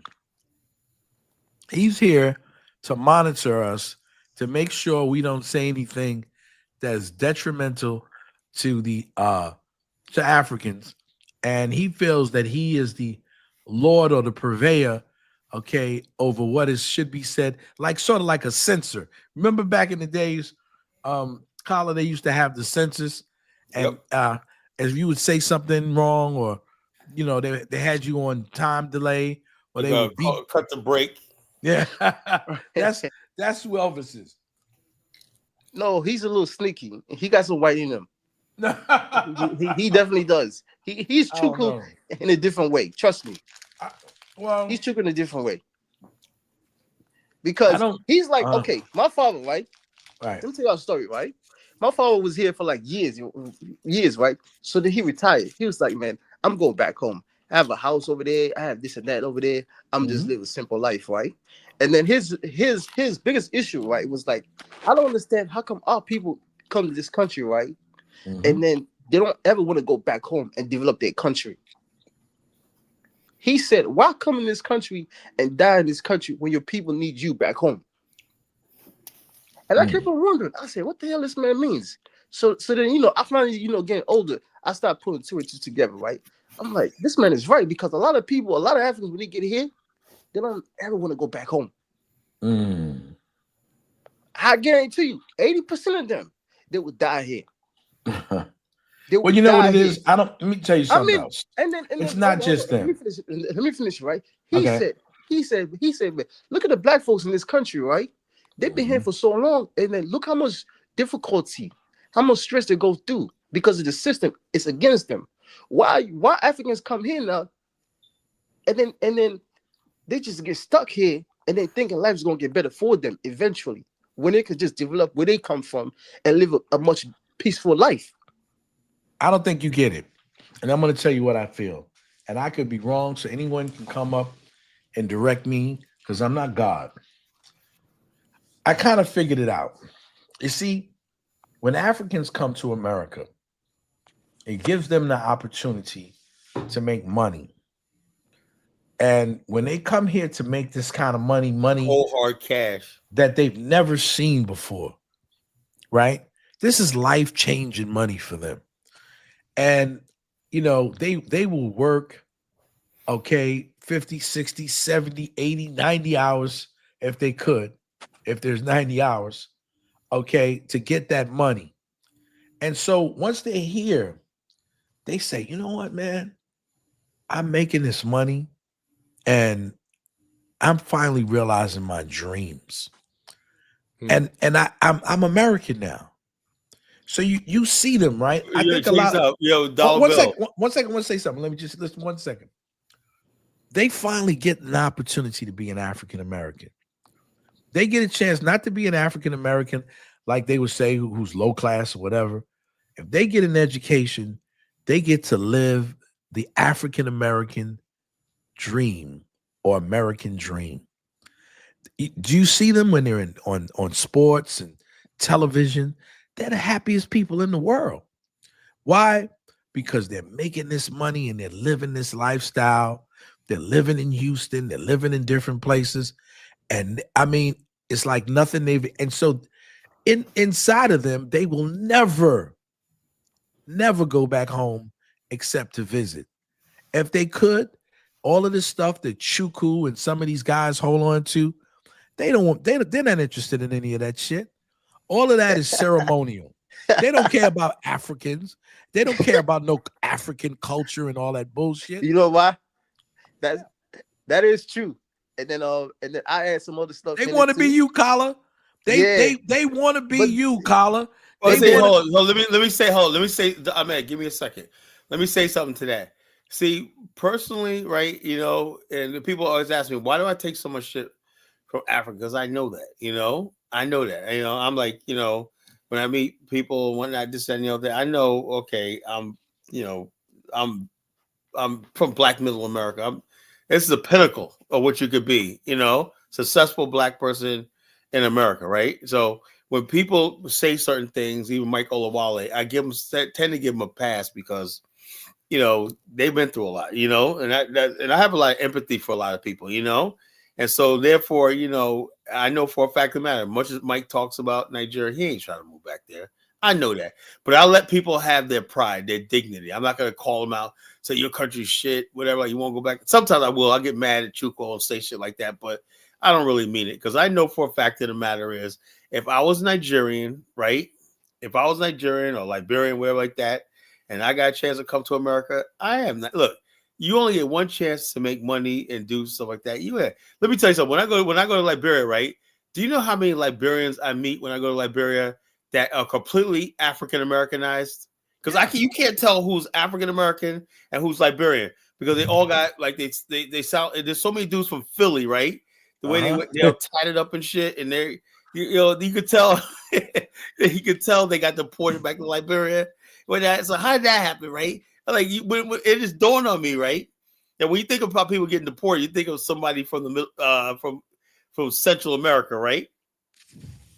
And when you see Liberians, they say, "Yeah, man, I was in Staten Island, man. Next, you know, I got some trouble and I got deported." I'm like, yeah. And so I'm saying to myself, dude, completely African Americanized, right? Completely, yo, man, you know, dapping you up and everything, you know. So they like, want to be African Americans, and we're not angry with you. Man. They really want to be African American. You go anytime you go to like the top club in Nigeria, and they got hookahs out, you know, the hookah things, you know, smoking their cigars, hookah, whatnot, you know, tatted up and whatnot. I'm like, shit, am I in Brooklyn or am I in fucking Africa? That's why I say that. I hung out 30 years ago with brothers from Nigeria. All of this bull crap that they talk on the internet is bull crap. 30 years ago, man, hitting the clubs with these brothers and hanging out, man, they were doing their thing. They were away from home, away from all of the responsibilities of being an African. You don't know how many times Africans have said to me, right? Oh man, I don't really want to go back home. I'm like, why you don't want to go home, man? You know, me at one time being such a real Pan-Africanist, you know, it was almost like sacrilegious when I was into this Pan-Africanism. Yeah, I was like, man, you don't want to be in your homeland, brother. If you want to stay in America, man, you got to be around these crackers, man. You got a homeland. That's what I'm saying, man. You know, and the bottom line is a dollar bill. See, it dawned on me when I went to Liberia. It's like, I said, man, because things were getting rough last time I was there, man. The heat, everything like that. I mean, everybody. I had to take care of a lot of people because people don't got jobs. And it was just like really rough, right? Everybody was like rough. And I said to myself, man, people work. I mean, Liberia's like the hardest working people on the fucking planet. I never see nobody fucking work that hard, you know, for just scraping by with nickels and dimes. And they said all they talk about is, man, I wish I can go to America. I wish I could go to America. And I said, yeah, you guys do good. You guys work this hard in America. You get someplace, you know. I said, Americans are lazy. I said, you guys come over here. And I mean that, you know. If you get some of these West Africans in America, they'll do well because they basically appreciate whatever they give you. Black people in America, for the most part, were spoiled. You know, that's what we're not bad people like Mike Olawale thinks. Well, you know what it is? You know what it is? They see us as an impediment to their development in this country. Because and people get angry when I say this, but you got to realize this, right? Nothing is more happier than an African with a job.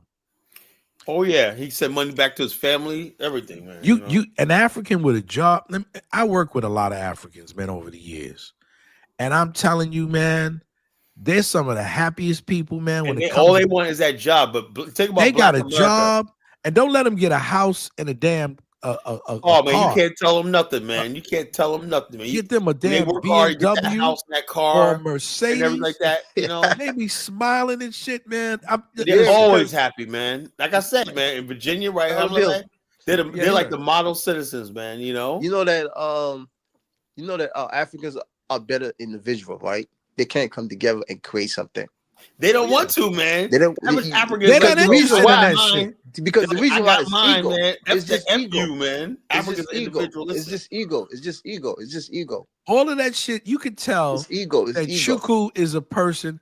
Listen, he doesn't realize. He reminds me of somebody. That the blessing that he has didn't come from him being an Igbo.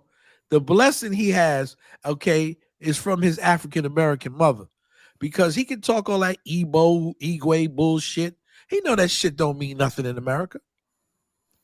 Okay, the only time it might mean something to him is on Thanksgiving or when he comes to these shows on social media. Okay, you know what? Igwe means king. I asked him, what is he king of? You know what he wants to be? An exotic Negro. That's what he wants to do. He's an exotic Negro. He want to stand out. Blow money away on stupid shit. I'm not like the regular Negroes. Blow money on stupid shit. I was a king. I'm not like these regular niggas.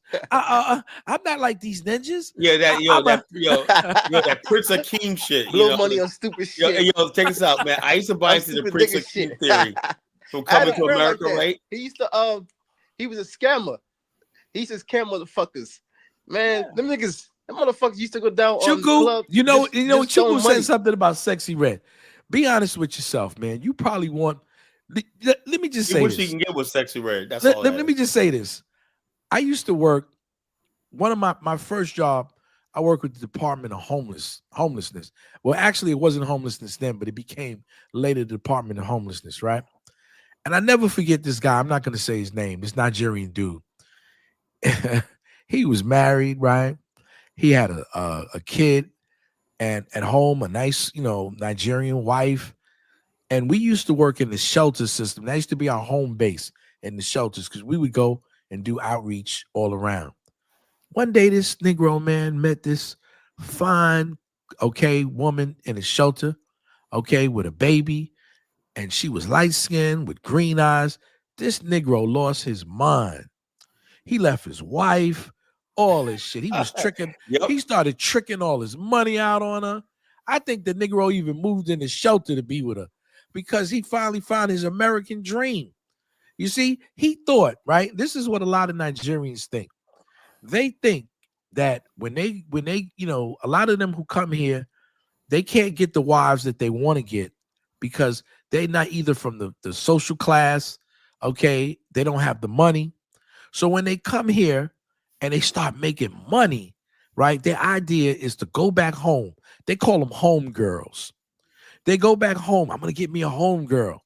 And they try to get the finest chick, the most educated chick that they can get their hands on, girls who wouldn't look at them twice if they were still in the village. So they get with this girl. In Liberia, they call it gabaple. They call it gabaple. So what they do is they start, the girl sometimes is 10, 15 years younger than them. And, so they just start paying her school fees and doing all kinds of things for her, bribing the family to get her. And they finally get her here and they marry her after they work 2 or 3 jobs and being a cab driver during the night and going to school all day long and finally get a job and working 2 or 3 jobs. And when they do it, they bring this beautiful home girl, right? And when they get here and they find out, when she gets here, she gets with other women. You ever see that movie, My Nigerian Nurse? Yeah. You ever see but I want to say for a second. When she gets with these other women who are already here, she realizes that she don't need this dude. She realizes when he start talking and saying things to her, she don't have to listen to him. She can call the police and throw his ass out. And that's what happens. And now he's disillusioned because you done spent all your money and all your time trying to get this home girl. You thought that, man, you had it made, but you didn't. That's all. Yeah, also, a lot of them blame African American women because they say they come here like a lot of it's true. A lot of African women basically come over here and they get with the sisterhood, and they start acting crazy. No, they don't get with African American women. There's enough African. No. There's enough African women here. Just American women in general. No, there's enough. There's enough African women here. Listen, let me just say this. Nah, some of them don't want it. No. Let me just say this. You see why Chuko's mother is No, I'm not gonna talk about his mother. It's a Black American. Listen, let me just say this. Ask Chuko why his father. No, I don't want. Let's not talk about his mom. No, don't mention Chuko's mother. I already said it, Elvis. I don't need you to be my censor.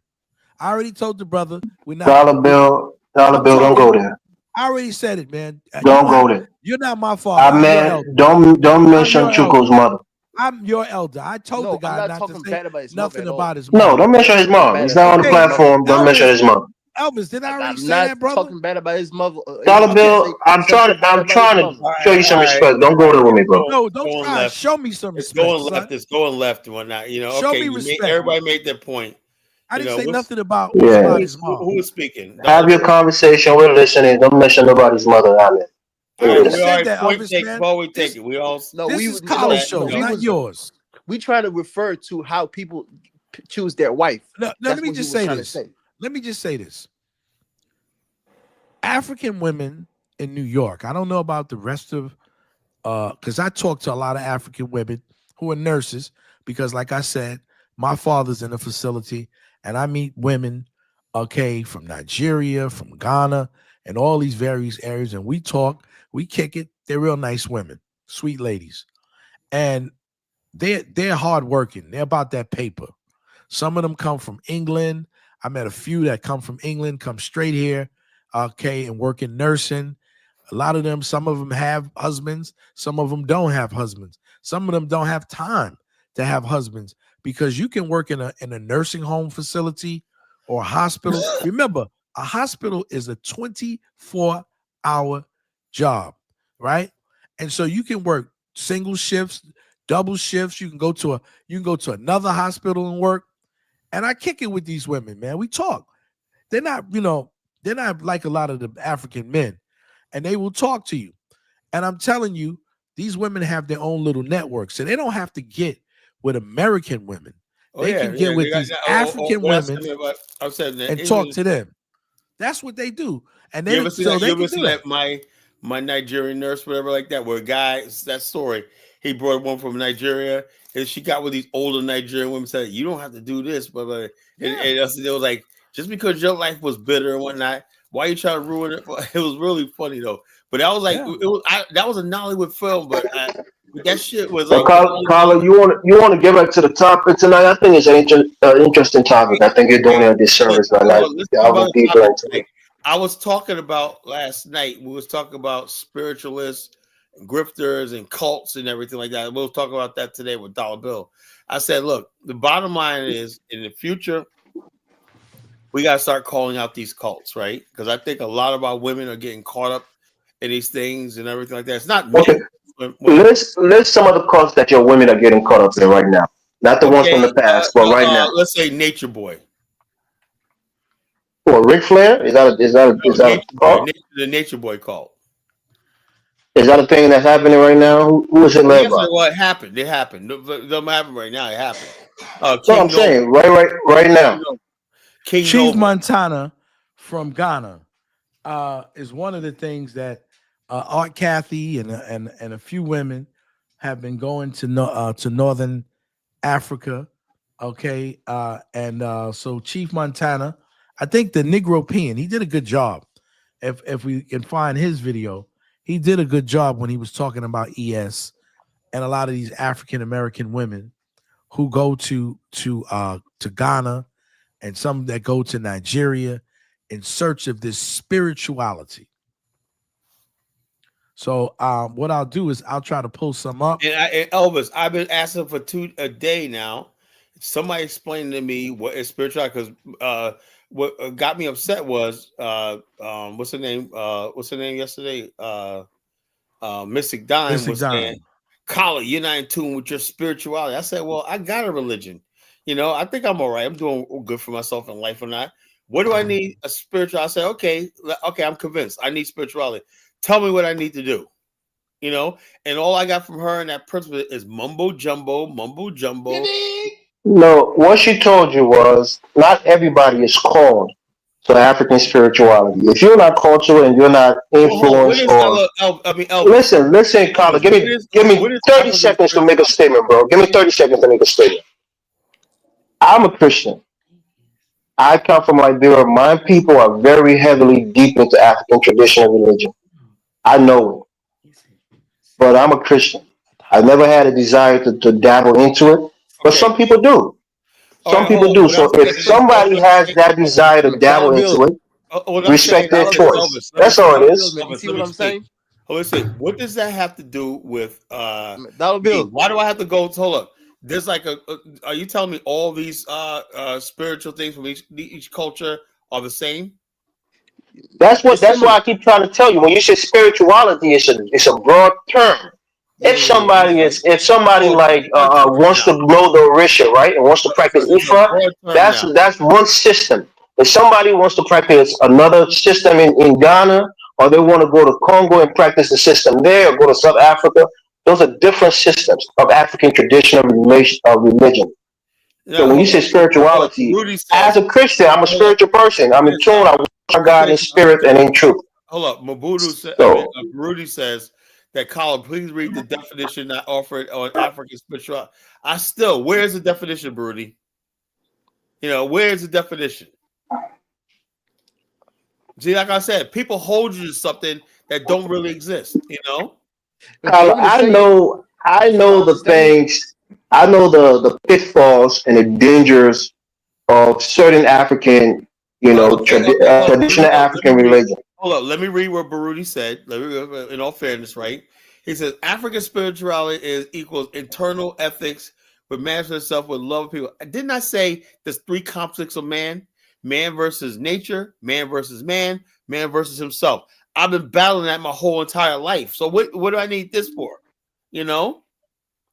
And so partial Ubuntu mindset instead of arrogance. What is it? What? I don't get it. I said people do that every day. When you get up in the morning to go to work and discipline yourself to go to work, build a business, pay your bills, everything like that, stay out of trouble and everything like that, take care of your family. Is that not spirituality? Tyler, do you No, know no, that it's different. It's different. It's American different. It's women different. were going to India to listen to these gurus like Osho and Sadhguru and these kinds of people who profess to be gurus? They have millions, if not tens of millions, of people who follow them. White people go there, black people, Asians who are following that religion or that spirituality. So people are attracted to certain ideologies or so if you're not attracted to it, that's fine. That's absolutely fine. But the point is, just respect it. Don't make fun of it. Can I? Don't Well, try to I'm not making fun. Look, give them some kind of Elvis, psychoanalysis of Elvis, why they're I'm going not there. making They must be I'm disturbed making fun You or of know what it bothered. is, Don't do that. Elvis. It's Elvis, can I disrespectful. say something to you, brother? Can I say something to you with all due respect? I'm not trying to fight with you, but I think you need to change your tone. Seriously, I think you need to change your tone toward Kala, and you definitely need to change your tone toward me because you're saying you're being respectful, but you're not. And so it's not just what you say; Dollar Bill, don't tell it's me to how you change my say it. tone. I'm being as No, respectful as I can no, towards you. no, Don't no, even no. don't even go there with me. You No, you are you're gonna mad be, disrespectful to Africans on this platform, you are and gonna be I'm just no. trying I'm not to mad be cordial disrespectful. with you. So I'm don't not tell me to mad. change my tone. What the No, hell do you mean change my tone? What do you mean by that? I'm telling you, your tone is disrespectful. And What the hell do you I'm mean just in your telling tone? the You tone is talk off shit one. about people I'm, calling I'm monkeys and not. all of that bullshit, and you telling You me told my people you're gonna tone, That eat my was them. months tone is ago. disrespectful, You Dollar Bill? you told people you're Elvis, gonna that was put months ketchup ago. on a woman. Elvis, You Say it again, told a that was Colin. woman. months ago. You told a woman you're gonna put No, ketchup no, but what on is her. he talking about my tone? What the hell is he talking about my tone? I'm talking Hold Am on. I insulting you? Am I even being yes, you're saying denigrated Elvis, towards anybody on the platform? I'm Elvis, saying can you give me a second, right? What I would say, right, is like I said, I listen to you on other platforms and everything. I think what he's saying is the hyper aggressive way you're coming at. I agree, you have an opinion. You don't have to agree with me, right? But the hyper aggressive way, and I'm saying to myself, like I said last night, when I don't think I was saying anything disrespectful to Mystic Don. You know, I'm just saying I strongly disagree with the fact that when people say, in order for me to feel about myself, like there's something wrong with me, I don't feel there's anything wrong with me. You know, I like I said, whatever I have in America, whatever I grew up in, I think I'm good with that, right? But someone tells me, Kala, you won't be happy until you go to some part of Ghana and you got to sleep in a mud hut and get. Nobody is telling you that, Colin. That's what I'm listen. You saying. asked her, I'll you be asked there. her a question, I'll and be she there was in trying to 20. tell you what her I'll be there in spirituality is. 2026. I'll be there in That's all. 2026. And if you feel some type of way and you want to get it on, we'll just throw hands because you ain't gonna punk me, Hey, man. hey, hey, hey, Or, hey. take the bass Nah, out nah, your nah. Listen, voice. listen, And listen, if you man. feel some African type of way, spirituality is we don't have different. to argue. It's I'm different, coming different. to It's your different. land. It's You feel different. some type of way. You want to throw hands. It's I'll different, show man. you You got, how hey, old you man gotta I mean, think I about don't it. even put understand what young Dollar Bill's Hey, man. coming Kyle, let from me say tonight. this for I came on the let No, me say this I'm real platform. quick. telling you. I didn't even I'm telling engage you. you. Let me I say was something talking real to quick. Ahmed. You jump into it. No, I was talking I'm to Ahmed. responding to You jumped. Kyla. You I was jump into it and talking. tell me to watch my I tone. no. What are you I talking said about my tone? I'm telling you, you're not gonna punk me with the bullshit. When you Dollar out there with, Bill, if you want do to you think see I'm me, trying to punk you? I'm just giving if you you my want to see analysis. I'm me, giving you my if opinion. you That's want to all. I'm throw not trying to fucking punk hands, anybody. we can I throw want to be hands. as nice We as can be possible on this men, and we platform. can get it on. I've tried to reform Yo, myself. You understand what I'm That's saying? all. We can get it on. I'm not a woman. I ain't scared of you biting me or eating Carla, me. let me I'll say deal something, with you, right? nigga. All right, hold up. Say All right, something. all right. No, Ahmed, the whole thing Ahmed. is you when you're on Liberia's show, you're not talking to the host the way you talking to Kala. Kala's not trying to antagonize you. All I said to you, my brother, is could you chill out on your tone? It's hyper aggressive. You're not the king of me. I'm an African American. If I want to talk about anyway, let the people get up and deal with me. But if you feel some type of way, my brother, I'll be in your land. You feel froggish, and you figure you can take me. We'll do a fair one. I But that's mean, all Dollar this Bill, you're a 60-year-old man sounding like a and I'll whoop 19-year-old your kid. ass. And I I'll mean, whoop I don't your even ass. understand that rhetoric Because that you're that's trying how to men spit. deal. Because you're not gonna browbeat me and try to talk to me like I'm your bitch. I wasn't Talk even to me talking with to you. I was respect, talking to nigga. Kyla. What are you I'm talking trying to about? talk to you with You're the respect. one that's talking about my tune. I'm I was talking to addressing you. Kyla. Why are you getting offended, bro? Your You tone just is want to not have a right. conflict. No, I don't I'm want no trying not to have a conflict. conflict with you. I don't want to argue with you, brother. I will Okay, then. be So here what's this in conversation about? 2026. Stop trying to diss me about how old I am. I'll give you old Right, man because ass you whooping. try to I'll challenge me give to a you an fist fight old man at your ass age, whipping. Dollar Bill. Yes, at my age, I'll bust your Oh ass. man. I will bust your young ass because you not. Pause. You are not. Put a big pause on that, I Dollar will Bill. bust you Put from a the big top pause on of that. your head because you're That's not the gonna New talk York to man me. talking. You're not gonna talk to me like I'm a bitch ass nigga. You ain't 46, Dollar Bill, York. nigga. why Don't play the games with are me. you cold this way? Don't I play didn't the say Elvis, man, games let with anything it me, to you go, to bro. make you man. feel like a Fuck Dollar your bitch Bill. ass hoe. nigga. I didn't say Man, anything to Dollar you, Fuck Bill, Dollar let you it with Bill. go, man. Let respect. it go. I'm gonna Let it go. talk to Let you it with go, man. respect. Dollar Bill. But there's a point when a man's gonna be a fucking man. So if you want to get it on, Dollar motherfucker, Bill, I'll be there when you need me. relax. Relax, Dollar Bill. Man, Carla. Relax. You know what I'm saying? I mean, I don't know what's wrong with you. Well, Like I well, was telling okay. you, Well, Kyla, The old okay. stuff, bro. you have Carla. a good topic tonight. If you You gotta delve deep into it, you gotta understand it could this, be a Carla. What productive I'm saying, what conversation. I'm saying about the topic is tonight is because what I'm saying now is I see is happening to a lot of our women. You know, they get into these spiritual, and I'm basically saying to myself, why is this going on? I talk about the history of these things, right? We've had these things. We had a guy named Father Divine out in Long Island, right? In Islip, Long Island, right out in Central Islip, and Father Divine. He had a big cult following. We had a guy Sweet named Daddy Daddy Grace. Grace. Yep. Daddy Grace. Remember Daddy Grace? Sweet Daddy Grace, they call Sweet him. Daddy Grace. I remember did you Dollar Bill when you was like in elementary school, did you do Daddy Grace songs on the school bus? No, I didn't, but I used to go. You know, Daddy Grace still has a church in Harlem, and he has Yeah. some of the best soul food you want to get. And they said, yo, he had a temple in Norfolk, Virginia. I had a couple of clients of mine, right? They said, oh, yeah, we're Daddy Grace. I said, what? They had a nice house out in Chesapeake, right? They said, yeah, he was right there in Norfolk, right?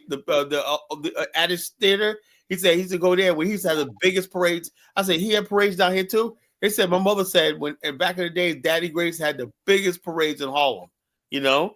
They go out Daddy there, he Grace would used throw to money on own people and stuff property like this. in Manhattan that black people in America still can't own. He owned I'm going to put it up later. That But Freddie's Fashion Mart. That Freddie Fashion Mart. can I? What I did, Collar, for fair use, even though I don't like the Negro peeing, he did an excellent job. And if you can review it, I don't know if you can get it today, but I put in the back chat exactly what you're talking about. Lately, I don't know what it is. My bandwidth has been messing up when playing videos. That's him. Chief Montana. That's him. Yes, that's the people that you're talking about. It's a young dude, man.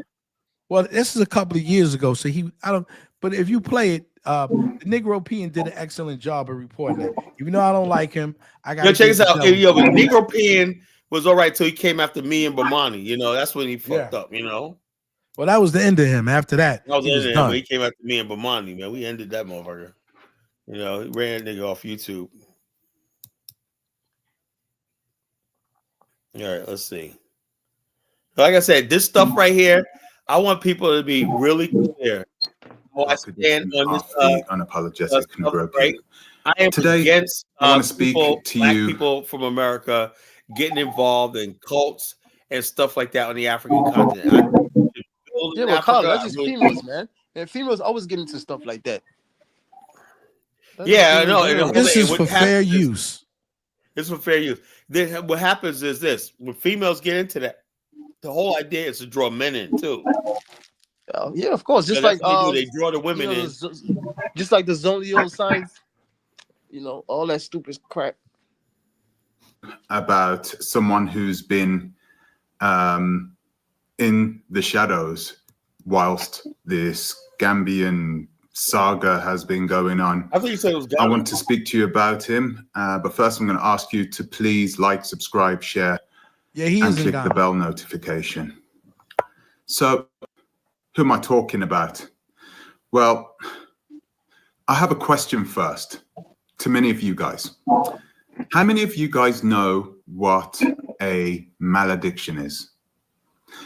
If you have been to any sort of Christian church whilst you were younger, then and if you bothered to pay attention during the early Sunday morning service, you might have heard the word brought up. A malediction, for all intents and purposes, is the opposite of a blessing. So it's known in popular culture as a curse. Now, I haven't heard this word in a very long time. Some 30 years since I used to go to church with my mother and my family. So I was really surprised to hear this word again when it was brought up in a conversation I had. You see, last week I made a call expecting to speak to a gentleman that many of us have been speaking about in the comments section. I didn't know much about him, so I wanted to get to know more about him before I even involved him in what's happening over there in the Gambia. I didn't think he would be involved with anything back in the Gambia until somebody, I'm not even going to mention who it is, but somebody brought up his name in a telephone conversation. Yes, this gentleman goes by the name of Chief Montana. Now, I don't know his real name. If anybody knows his real name, please put it in the comment section below. I'd really like to know who he really is. I'd like to know more about his background, because I know he resides in the Atlanta area. That's what it says on his website, but who knows? He could be from New Jersey for all we know. So yeah, if you know more about him, please let me know in the comment section. If you know more about his history. But I've done quite a bit of reading up about the things he has done and the things that he's doing right now. And that's what I'm going to go through with you right now. Before I even start, I'm going to tell you that I didn't speak to Chief Montana, but I did speak to one of his associates. And I spoke to him about the work Chief Montana did. And it was very surprising what he told me. I'm going to go over the things that he spoke to me about a little later on in the video. But first of all, I'm going to take you through what he officially says he does on his website. I'm on chiefmontana.com and I'm in the section called About. So I'm going to read about him right now. So it says Chief Montana.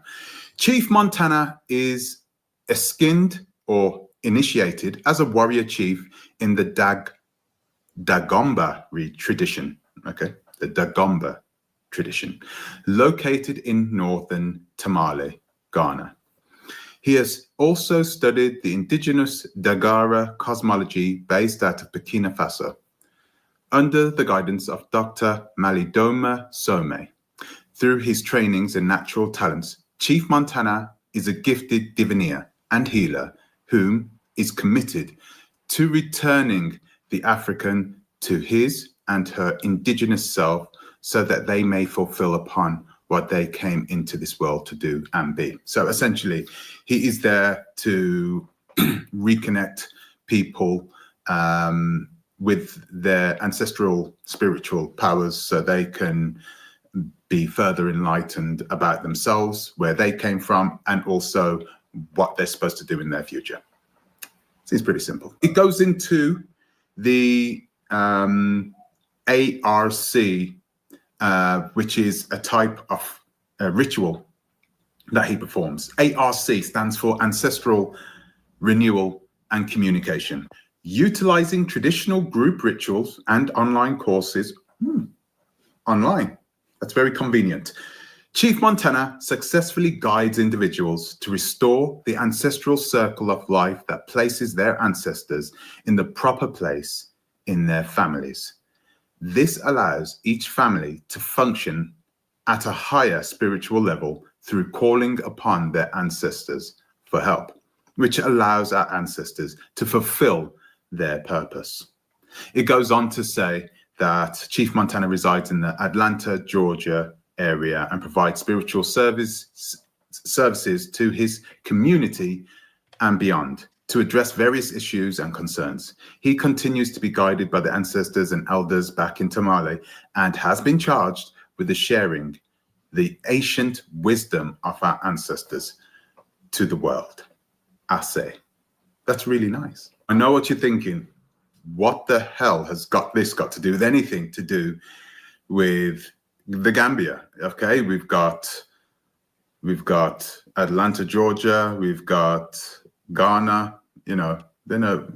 These are places that are nowhere near the Gambia or nowhere near the people that have anything to do with the Gambia, right? Well, okay, not particularly right. Okay, so let me go into this, but some of you won't be surprised with what I'm about to say.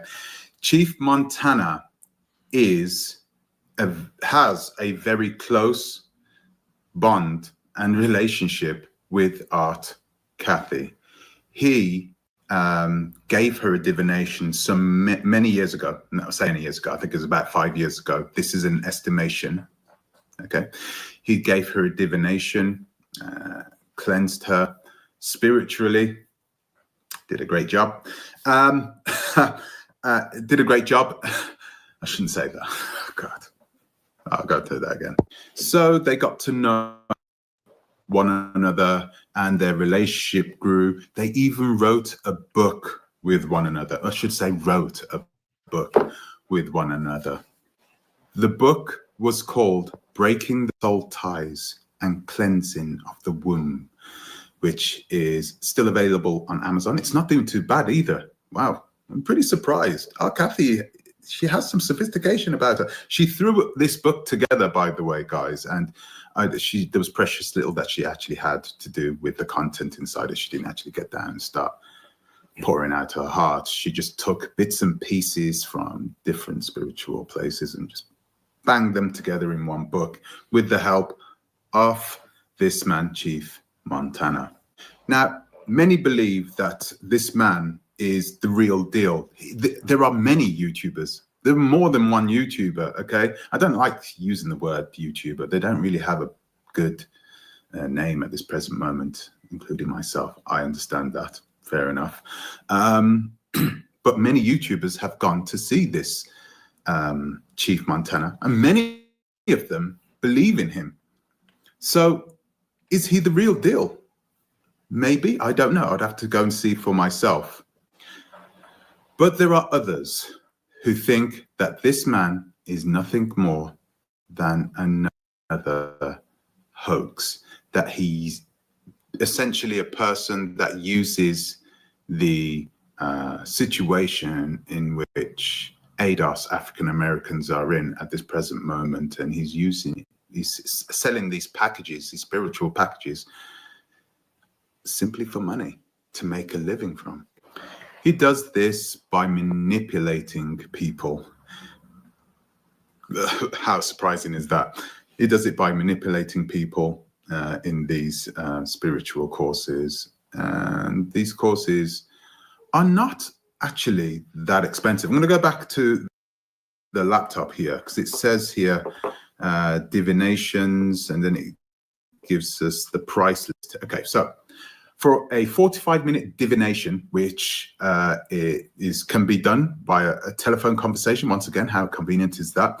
Chief Montana, to get answers to your questions about your spiritual path, current family and relationship questions, your spiritual health and ancestors are around you, and more. Okay, so it says something like that, and that is $100 plus a 3.5% administration fee.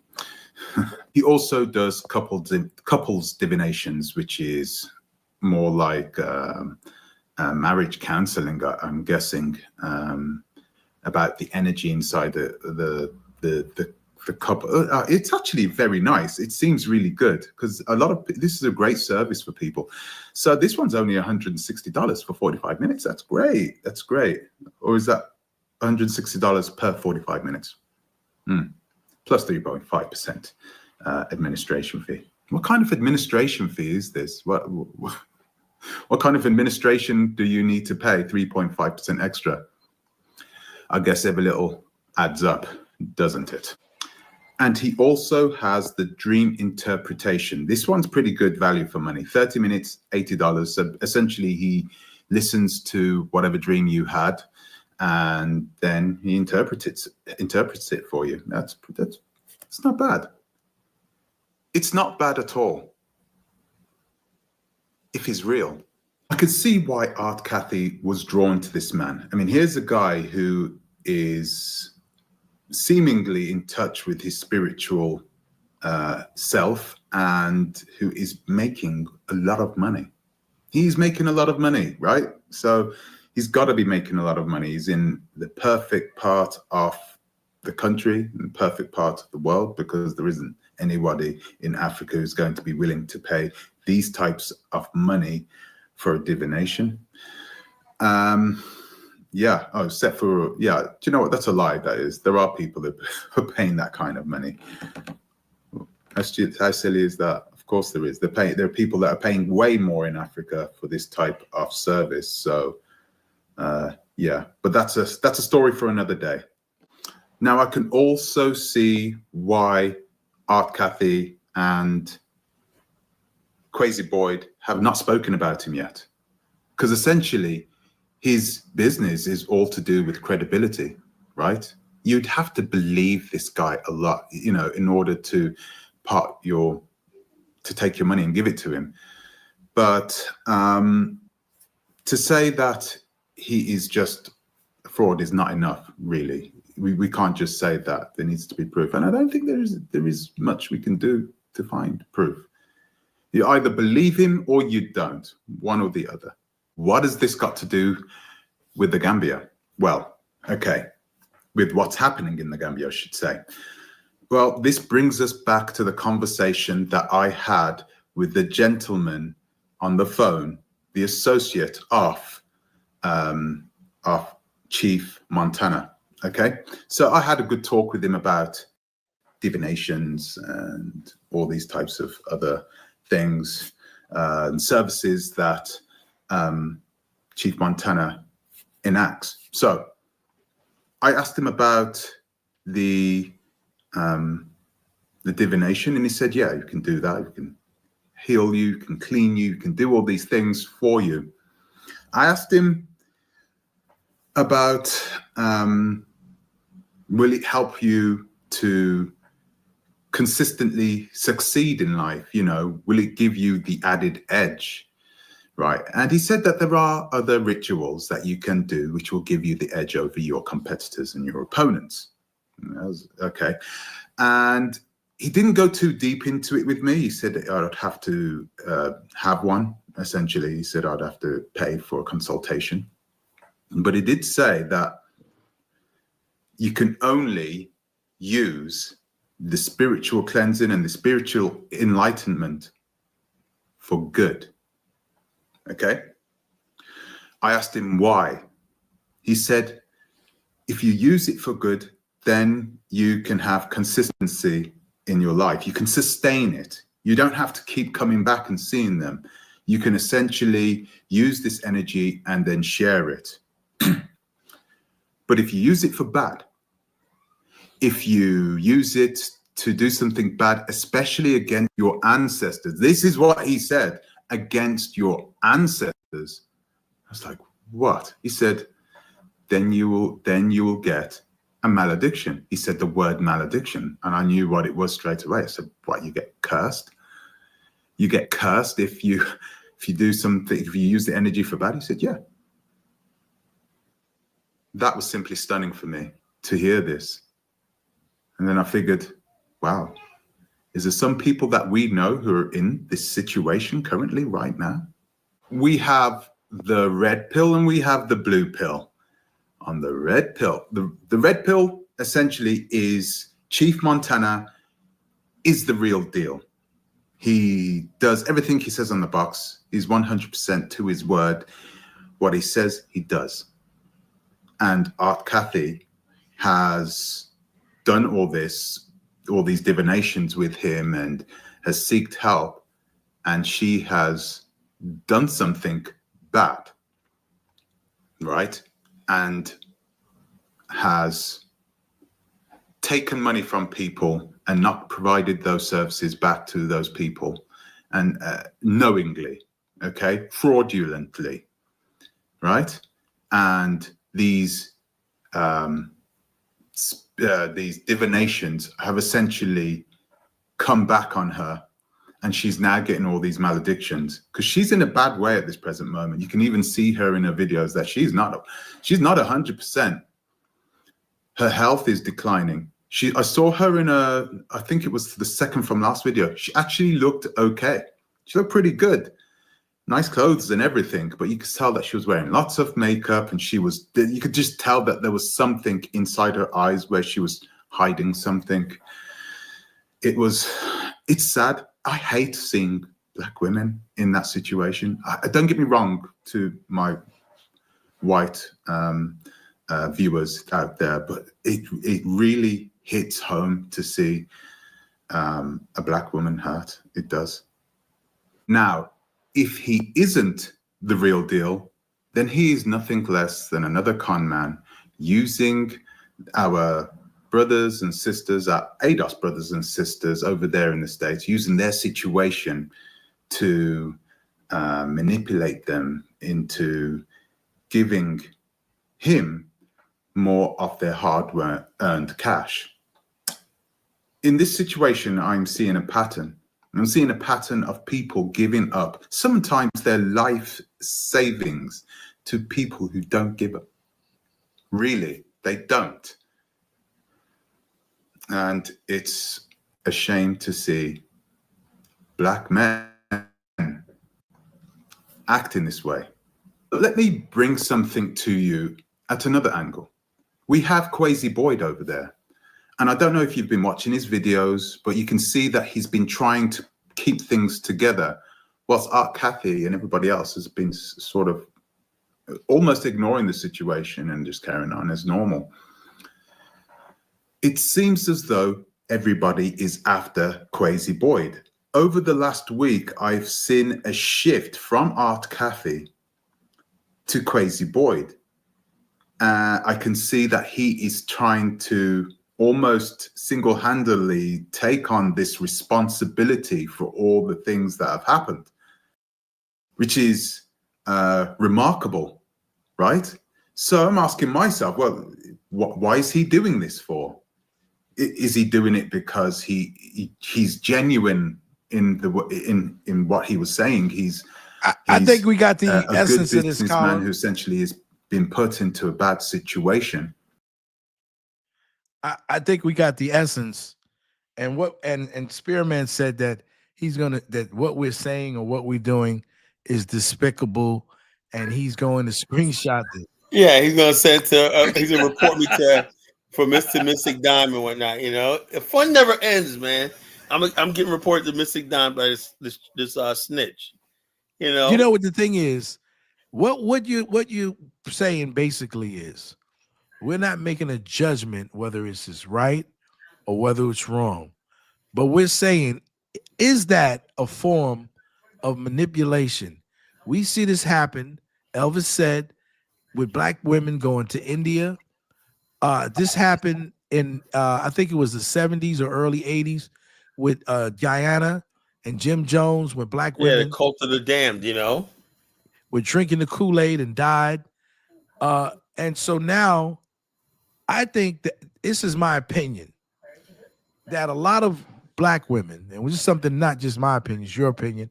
We had this discussion that a lot of Black women are being co-opted, even on the spiritual thing in Africa. So when I made a statement yesterday, all hell broke loose. When I said I'm not going to do certain things, and I wasn't talking about religion. I was just talking about accommodations. I was not judging anyone to say or looking down on anyone. I was just saying there's certain accommodations that I probably would have done if I was 20 or 30 years old that I'm not going to do at my age. Okay. And I don't understand what erupted, but the whole thing is, are people being given spirituality or are they being corrupted? Because there was a somebody in the back chat said that Mike Omawali is a Babalawo. Did you read that? Oh, really? Yeah, I heard something like that. You know, that was Audrey said that. I wish she would come up and edify that. Yeah. So my whole thing is about this stuff like that. Notice how it all comes out of Atlanta. It comes by the disaffected black women who are disaffected by the dating scene. They're really convinced that so many black men are on the down low, whatever like that, you know. And so you got these women out there, they've been told to get their degrees and all stuff like that. They're lonely and everything like that. And women always need to feel like they're important and they're loved. And also, like, remember there was an episode where people always ask me, laugh when I reference TV shows. I know the mentality of most people, all they can do is talk to you. I can't reference books, so I know a lot of people don't freaking read, you know. But no, has some mixing down. She wants to come up. Yo, check us out. It's on now. We're in trouble. It's on now. But check us out. Those episode Three's Company. Remember that one where Chrissy joins a cult? Remember that? Yeah, I remember. Remember that? And the guy then when the guy was finally a little Robin McGee, so saying he tried to hit on her and take her money, whatever. And all of a sudden Jack is like, he wasn't fooled by him one bit. He goes, "What are you trying to do? Messing people's head up, whatever." Like he goes, "Who's she gonna believe? Your truth or mine?" You know, that means he knows he got her, you know?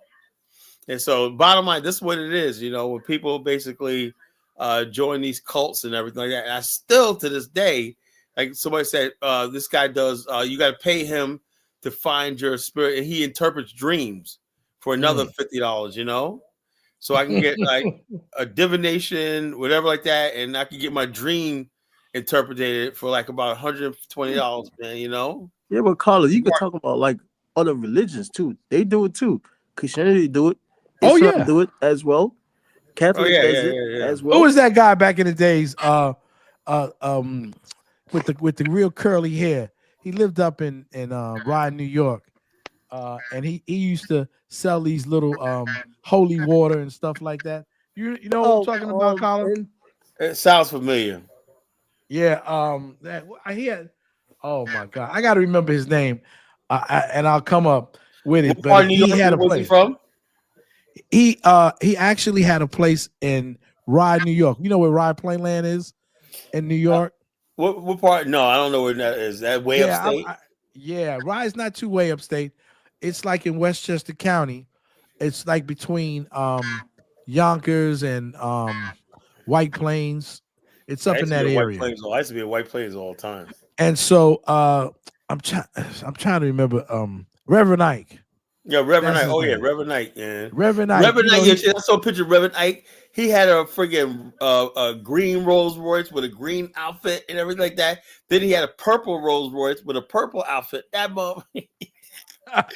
Yo, man. Yeah, even though I remember like some friggin' cultists and these people basically like love giving him money, man. He like he had some real pimpitude.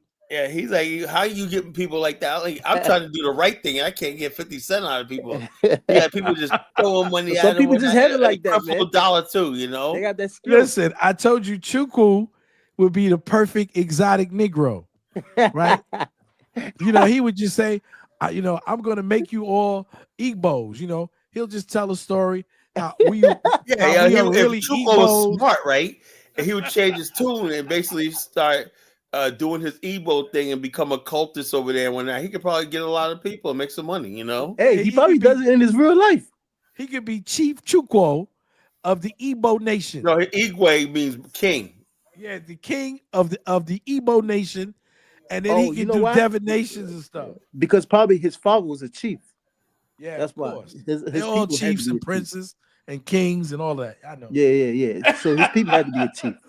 Yeah, Audrey goes, I heard Atlanta's the headquarters of gay black men. That's another lie that by that hippopotamus Oprah put out, you know, about gay black men all over the place and whatnot, you know.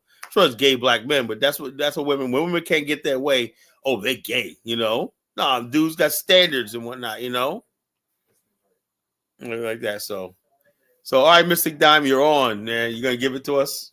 How dare we? No, I'm not going Okay. to do that. Okay. Quite, So what's on your mind tonight, sister? quite honestly, I feel like this might be my last time on your platform. Why? I Why? We feel like enjoy this. you. I I'll tell feel like Dalbo this. today, man. I May I enjoy finish? having Mystic Dime. What May was I I saying finish? about her today, May I Phil? finish, Carla? I don't have time for your gaslighting. May I finish?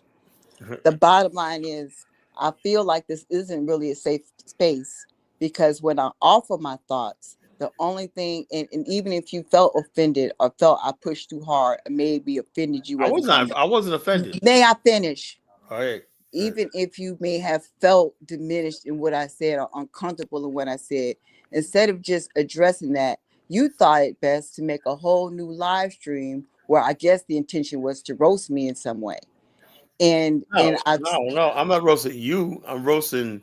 I've been meaning to do this topic for a long time. Matter of fact, I did a topic like this before. You know, about spiritualists, cultists, gurus, and whatnot a long time ago. You know, when I was on Blog Talk Radio. You know, I did this topic before. You know, and basically, I've been talking about this stuff like that for years. You know, basically, it's not just what you're doing.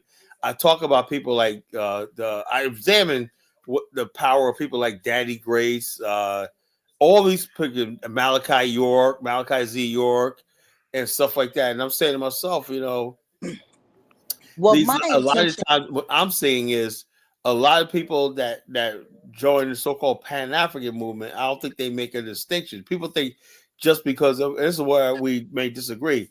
People think just because you go to Africa, right, that you're participating in some Pan-African revolutionary movement, you know. And I really, my personal opinion, I don't think any of that stuff has to do with revolution, you know, or anything progressive. You know, that's just my opinion. You know, I think it's a distraction from real work that could be being done. You know, I think it's a waste of time. It's like, that's just my opinion. You know, now, if somebody shows me different, right? And I've been waiting for somebody to show me proof of different. Well, I think that's it right there, Colin. My intention is not to convert you. It's not to convert you at all. My intention is you can think whatever you want to believe. You can, that's your opinion. You can believe whatever you like to believe.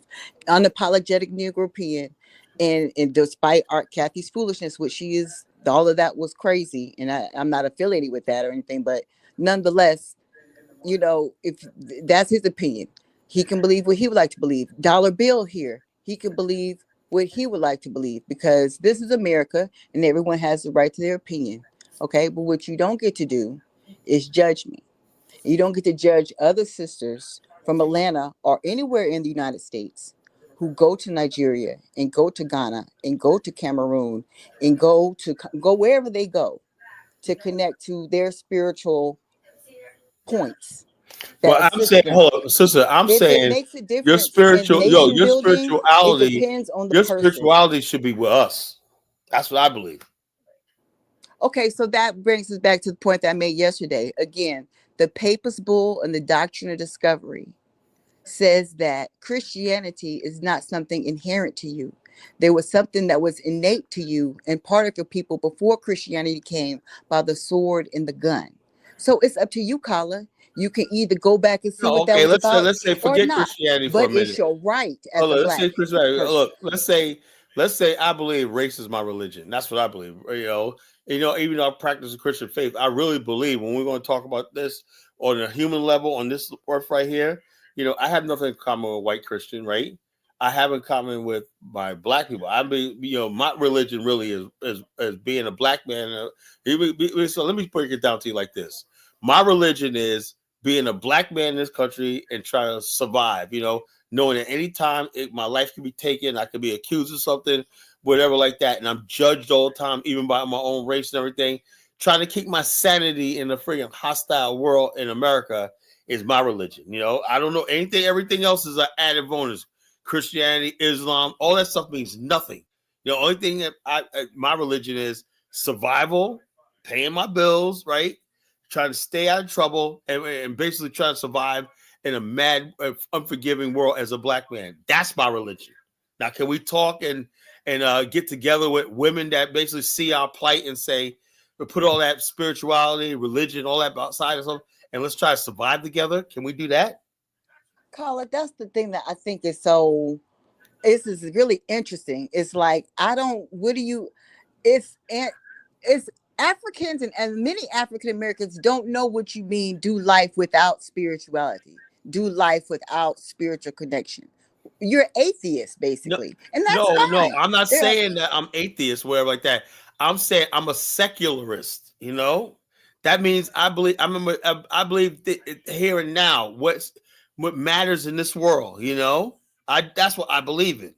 And so every time somebody tells me about, like I said, even though I'm a Christian, I profess to be Christian, I hate when somebody starts talking about life and they start bringing the Bible in. I get the same way about people start quoting the Bible to me, right? I'm like, look, I live in the real world, right? Please don't quote scripture to me. You know, it's the same thing. It's not nothing against what you're doing. And I'm like that with any sort of religion. I don't like people preaching Islam to me. I don't like preaching. The only thing I freaking listen to every once in a while is 5% stuff, because that could jive with what I am as a black man in America. That 5% stuff, you know, that's the only thing I really jive with, right. you know, on that level. You know, other thing Well- that I'll go to church, you know, like I go like that. But in the real life, day to day, me surviving, when I'm walking around in this world and whatnot, I am not thinking about no spirituality. I'm not thinking about religion or not. You I don't have know to, at all Carla. times This is I'm a black America. man. Look, my religion is being a black man and surviving in racist white America. That's what my religion is. You know, Yeah. I understand. This is America. that's why I am a black Everybody gets to nationalist. do what works for them. That's why I don't Yeah. understand the premise of this whole platform this evening. No. I thought we I'm saying, look, established. I'm saying that I am a black nationalist. That's my religion. You know, if we want to get down to that's my religion. Okay, Kim Jong-un. I understand. It's just serious. And that's my hope. That's my reality, right?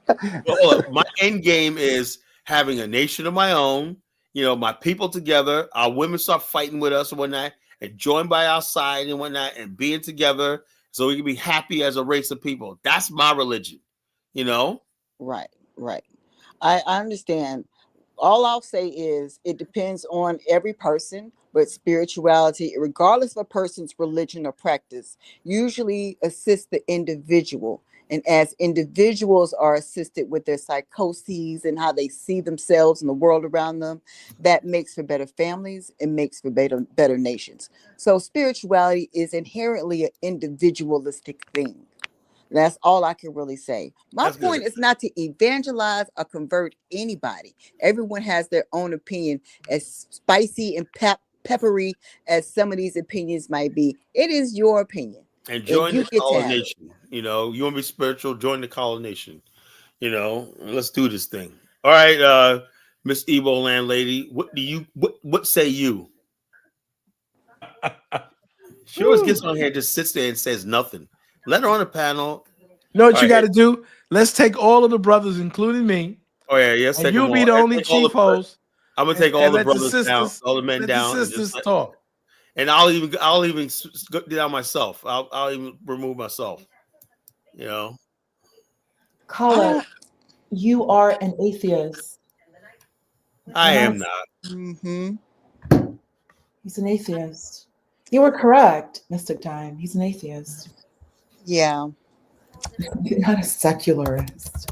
And you, in all honesty, Carla, what it really is, what you really want is Marxism. Yeah.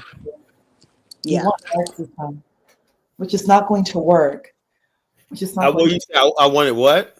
You want Marxism. That's what No, you really I don't want Marxism, right? What I want is, like I said, look, if I had my perfect world, right, I believe there should be rich people or whatever like that, but I will never strive for a system where one group of people have everything and other people got to struggle and be suffer. I think there got to be some sort of parity where not people get handouts, right?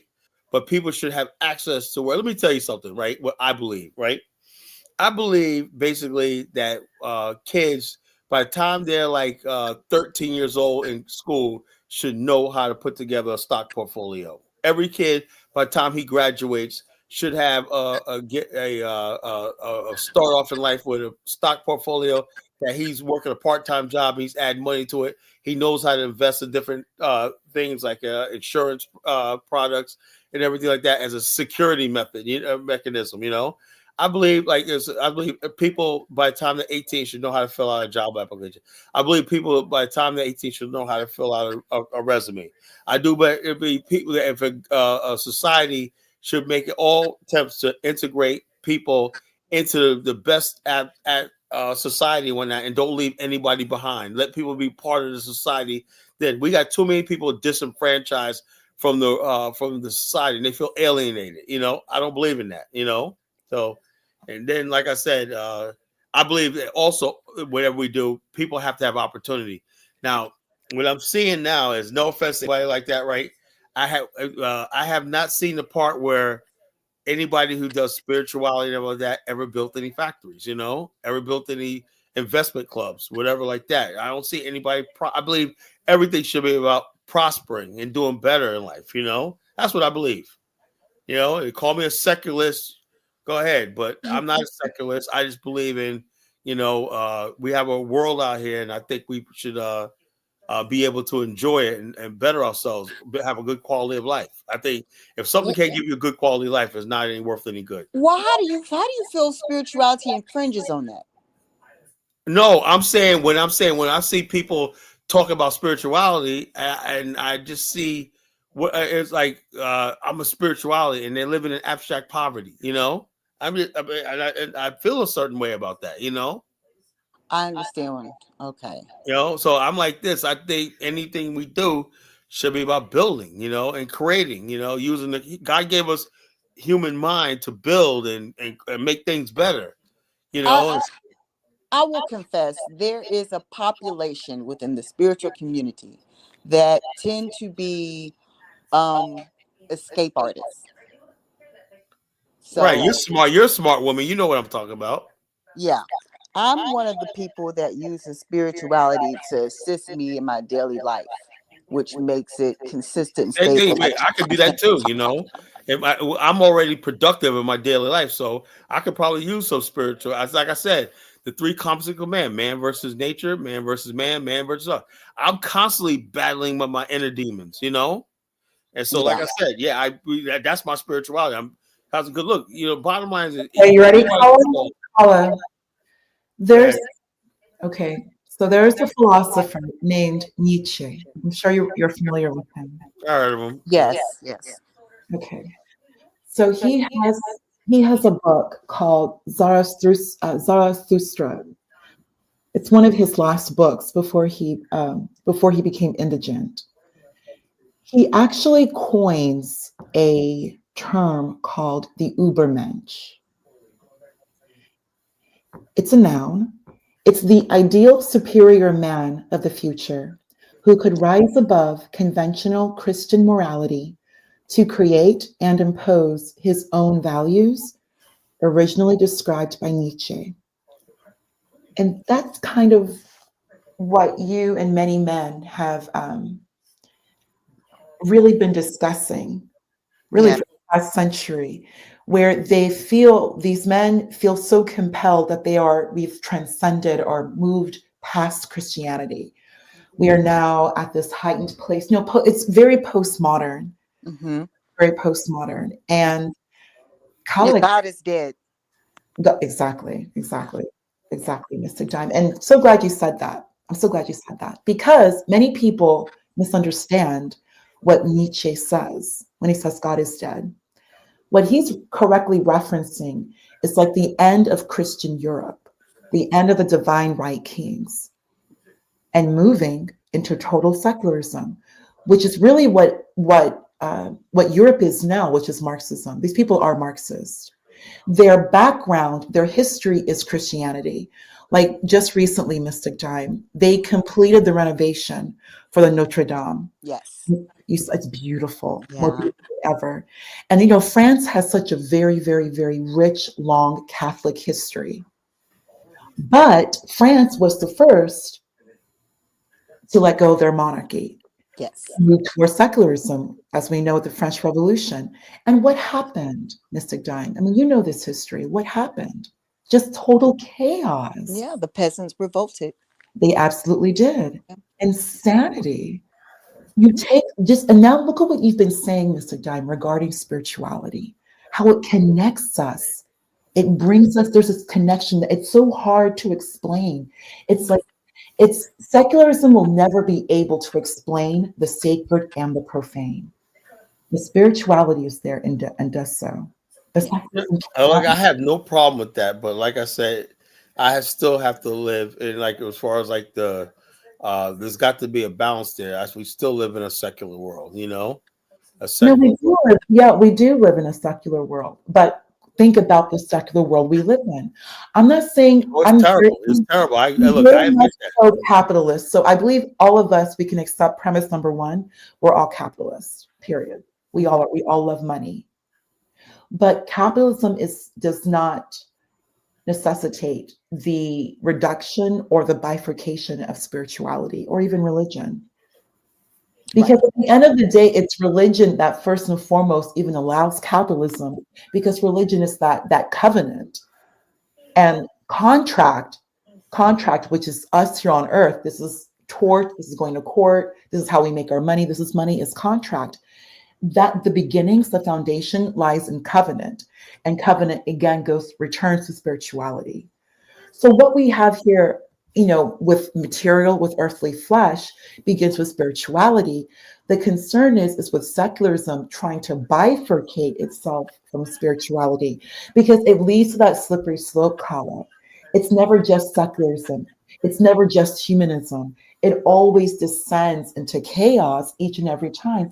And I'm saying this because we've That's looked. because, but you know why? Because one single word is called gain. As long as there's gain in the man's heart, right? And the Right. person basically can't live in balance and harmony and peace, it's always going to be like that. And look, every time, let me tell you something. Every time I see anybody talking, a politician, one that, the first thing I always look at is gain. What do you have to gain? They'll send you see him talk, okay, blah blah blah. But the fact of the matter, this person has something to gain out of what he's saying. You rarely have a person. Now, spirituality create people with a pure heart that do stuff for the right things and everything like that. I'm all for it.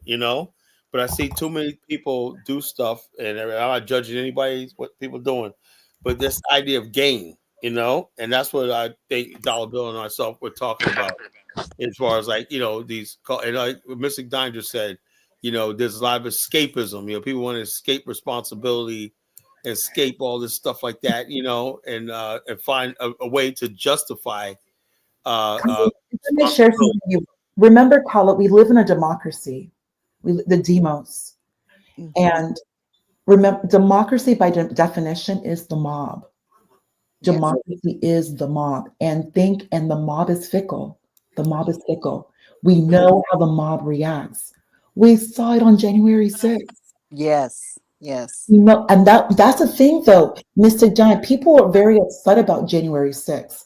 To me, that's democracy in action. You want Yeah. democracy. You keep playing around, the people are going to do what they're going to do. And we think about it if you remember, this is the United States. When the North left the South to leave Black people to their own devices with these racist people, it was only a matter of time before they bum rushed the Capitol. And remember, they bum rushed the Capitol, not the White House. There's a difference. The Capitol belongs to the people.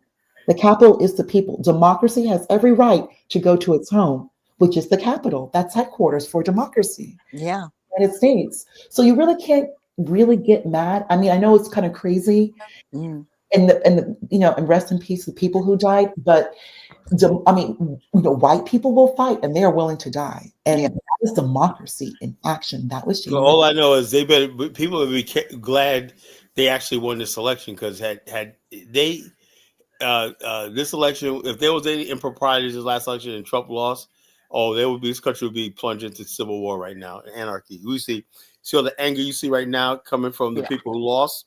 Yeah. Imagine that by 100, and with guns coming out right now. That's Oh, what you're up against. yeah. Yeah. That's Yes. what you're up. That's what you're up against in America. That's why I said, I did a show the other day. Said, "Render unto Caesar that which is Caesar's." That's like I'm telling Black people, okay, it's time to stop this fight. You Okay, know, Carla, can I share something? Okay, I know your live chat's on it. I like think I'm a know-it-all or whatever, but that phrase, give what's the Caesar, render what's the Caesar. That particular phrase, that's very important. That particular phrase, people sometimes get that confused. What in the Gospel of Matthew, what they were referencing is that the Pharisees were coming out and they were trying to trick Jesus and tell him, hey, do you worship Rome or do you worship, worship Yahweh? Like, who do you choose? You yeah. can't worship both. And he's like, you know what? If you want to, if you want to worship Rome, worship God, give your all, give everything to Caesar. If you really want to be saved by God, you want to believe in God, then give everything to God, all of yourself, and give what's to Caesar. Render to Caesar what is Caesar's, which is his money.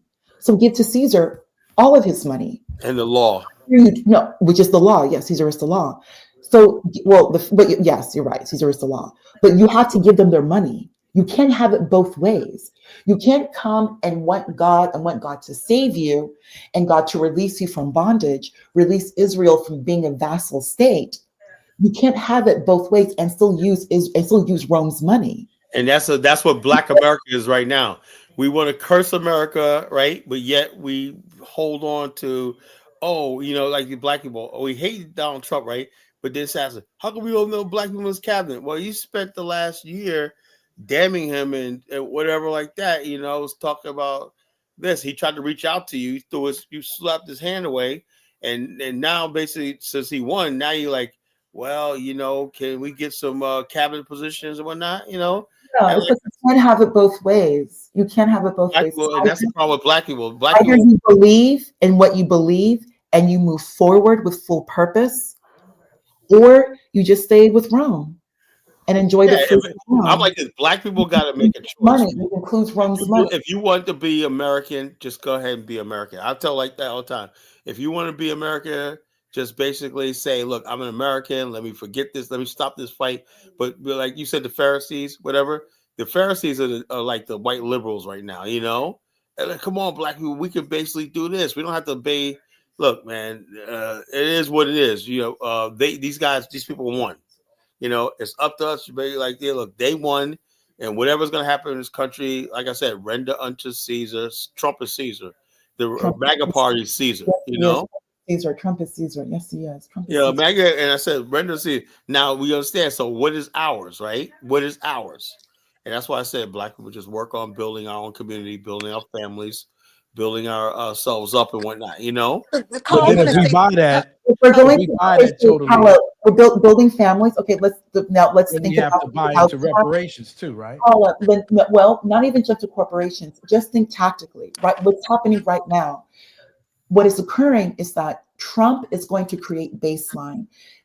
First off, this illegal issue, he is correct. It is very inappropriate to have these types of people or anyone in this country for what this country is, and you're not identified. You cannot roam because it's creating a level of black market and crime that is never being reported. Number one, America basically spent 170 billion, $80 billion on illegal aliens. I think it's more than that. I think it's more than that. I'm probably more, but that's what they admit to. I want to share something with you, Khalid. So when I was a child, I remember when I was in school, and there was a little girl, a little white girl, of course, and we used to do like current events and news every Friday. So we would push our chairs back, and this little girl, she brought up illegal immigration in class.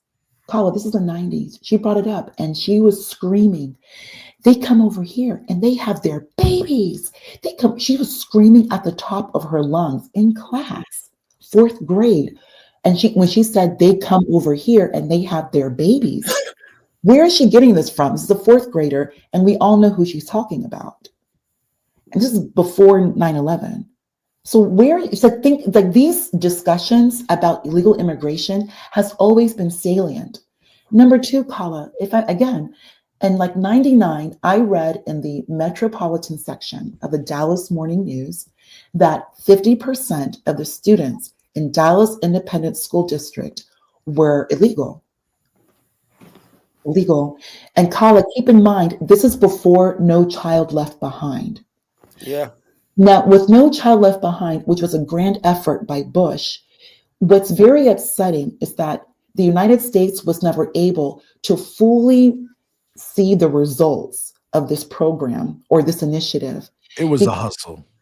Well, I know. Well, I wouldn't say that. So just to share with everyone, No Child It Left was a Behind. hustle. No Child was just test scores for basically federal funding. So you're having these school districts, the better the scores, the more federal funding you're going to receive. So it's not just property taxes, it is federal bucks that is paying for these schools. Of course. So what's happening now, when you're bringing this illegal population who call it, they are not assimilating. They're not. We can talk back and forth about African immigrants, but this other group, they're not. They're not.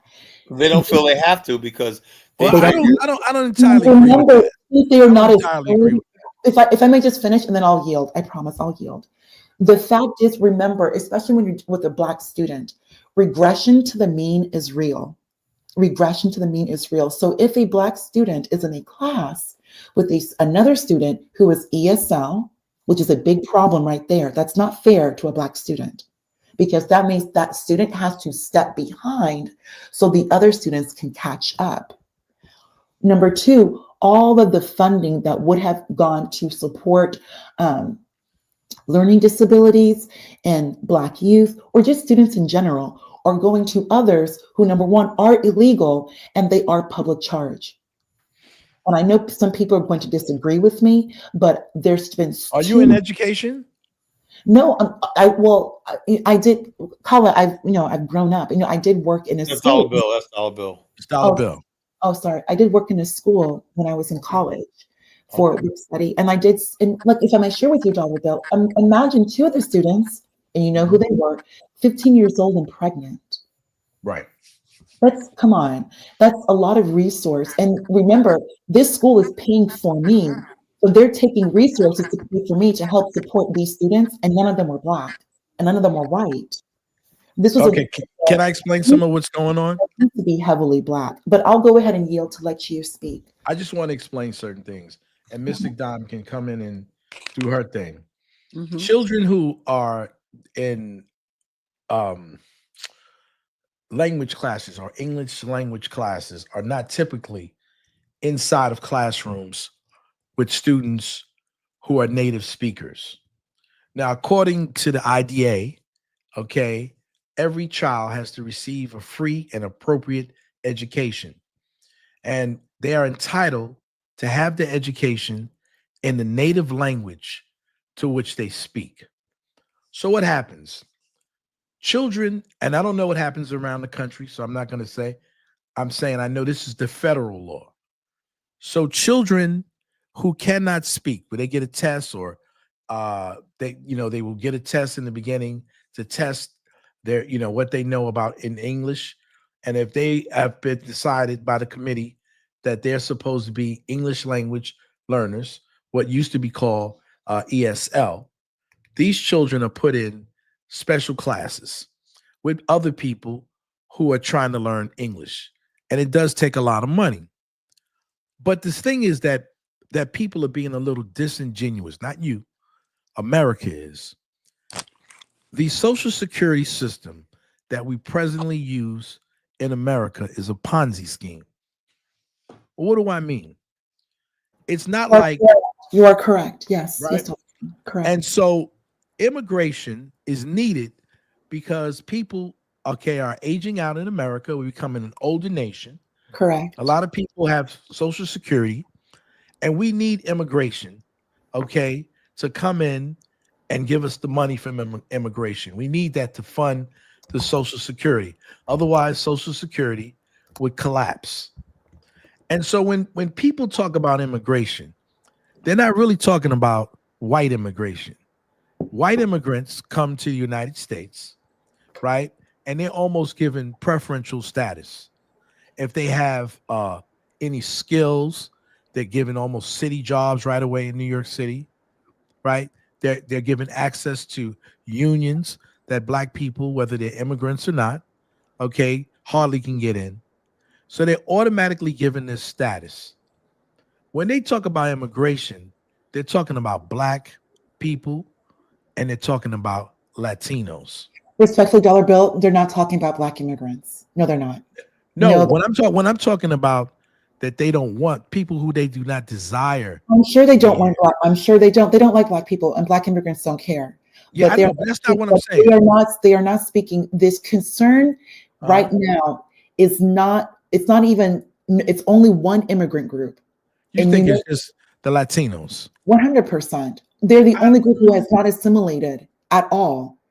Dollar Bill, I kind of disagree with you.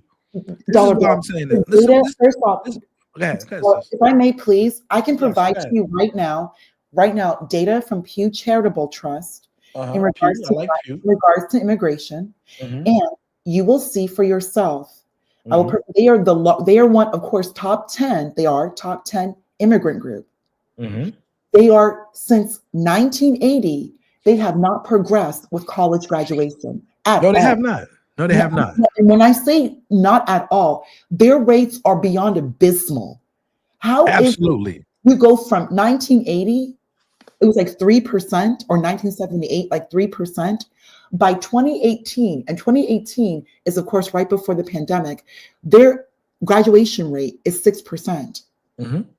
The Dominicans, the ones who are the Afro, you know how they treat them. They're at least Right. 15%, and they were at 7, but now they're at 15. So at 1980, about 7% for Dominicans. Yes. 2018, about 15%. So graduation rate, and when we're discussing Extremely low. which low, but still better than these Mexicans, and when we're discussing immigrants, there is a necessity to graduate college. We don't need this. This discussion is irrelevant to Black America and White America because those are original Americans. But just discussing the immigrant group, the necessity to assimilate into this country, to provide skills and to be productive. And we also have to discuss the democracy. For everybody on this call, when you're thinking about immigration, as an original American, regardless of how I feel about Black America is original America. This is their country. It is their country. So yes, they can make their commentary about who they want in and not, and who can be in and not this democracy. They absolutely can. When you have a group that is, I know this sounds bad, but when you are just depleting resources and you are not putting enough in, there has to be active discussion. And without a doubt. And every aspect, when we look at education, the healthcare system has been reduced. Look at what has happened to healthcare.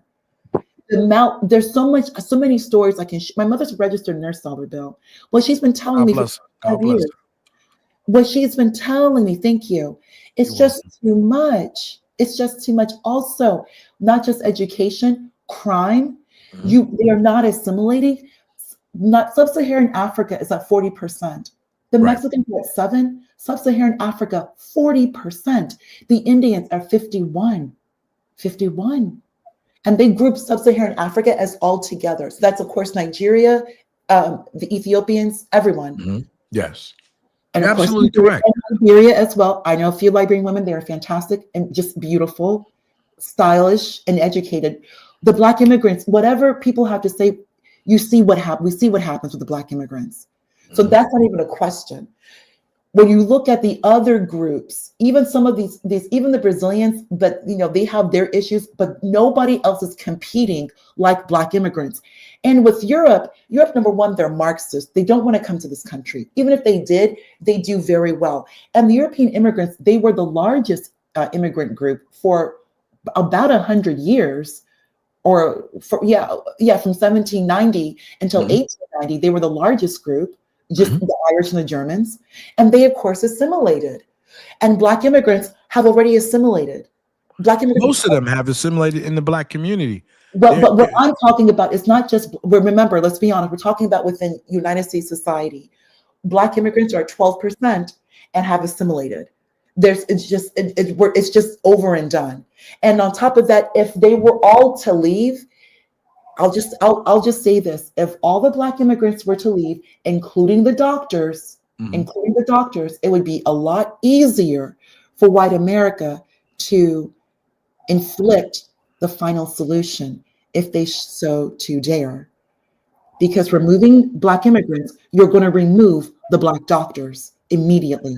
I don't think that's entirely true. I don't think there are more Black immigrant doctors. Oh, yes, there are. Yes, I there don't are. think so. Yes. And I'm going to 60% of all Black doctors are Nigerian.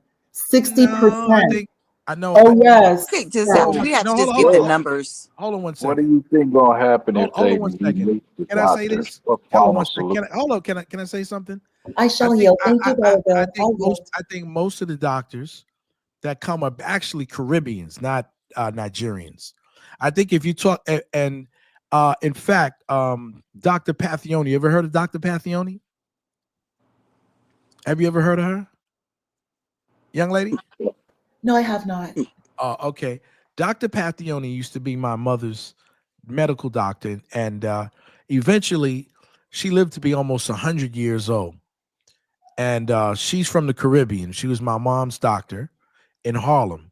Later, she became the chief of Harlem Hospital. And her father was a doctor. And she would regularly have people from the Caribbean and from the South come and stay with her in her brownstone.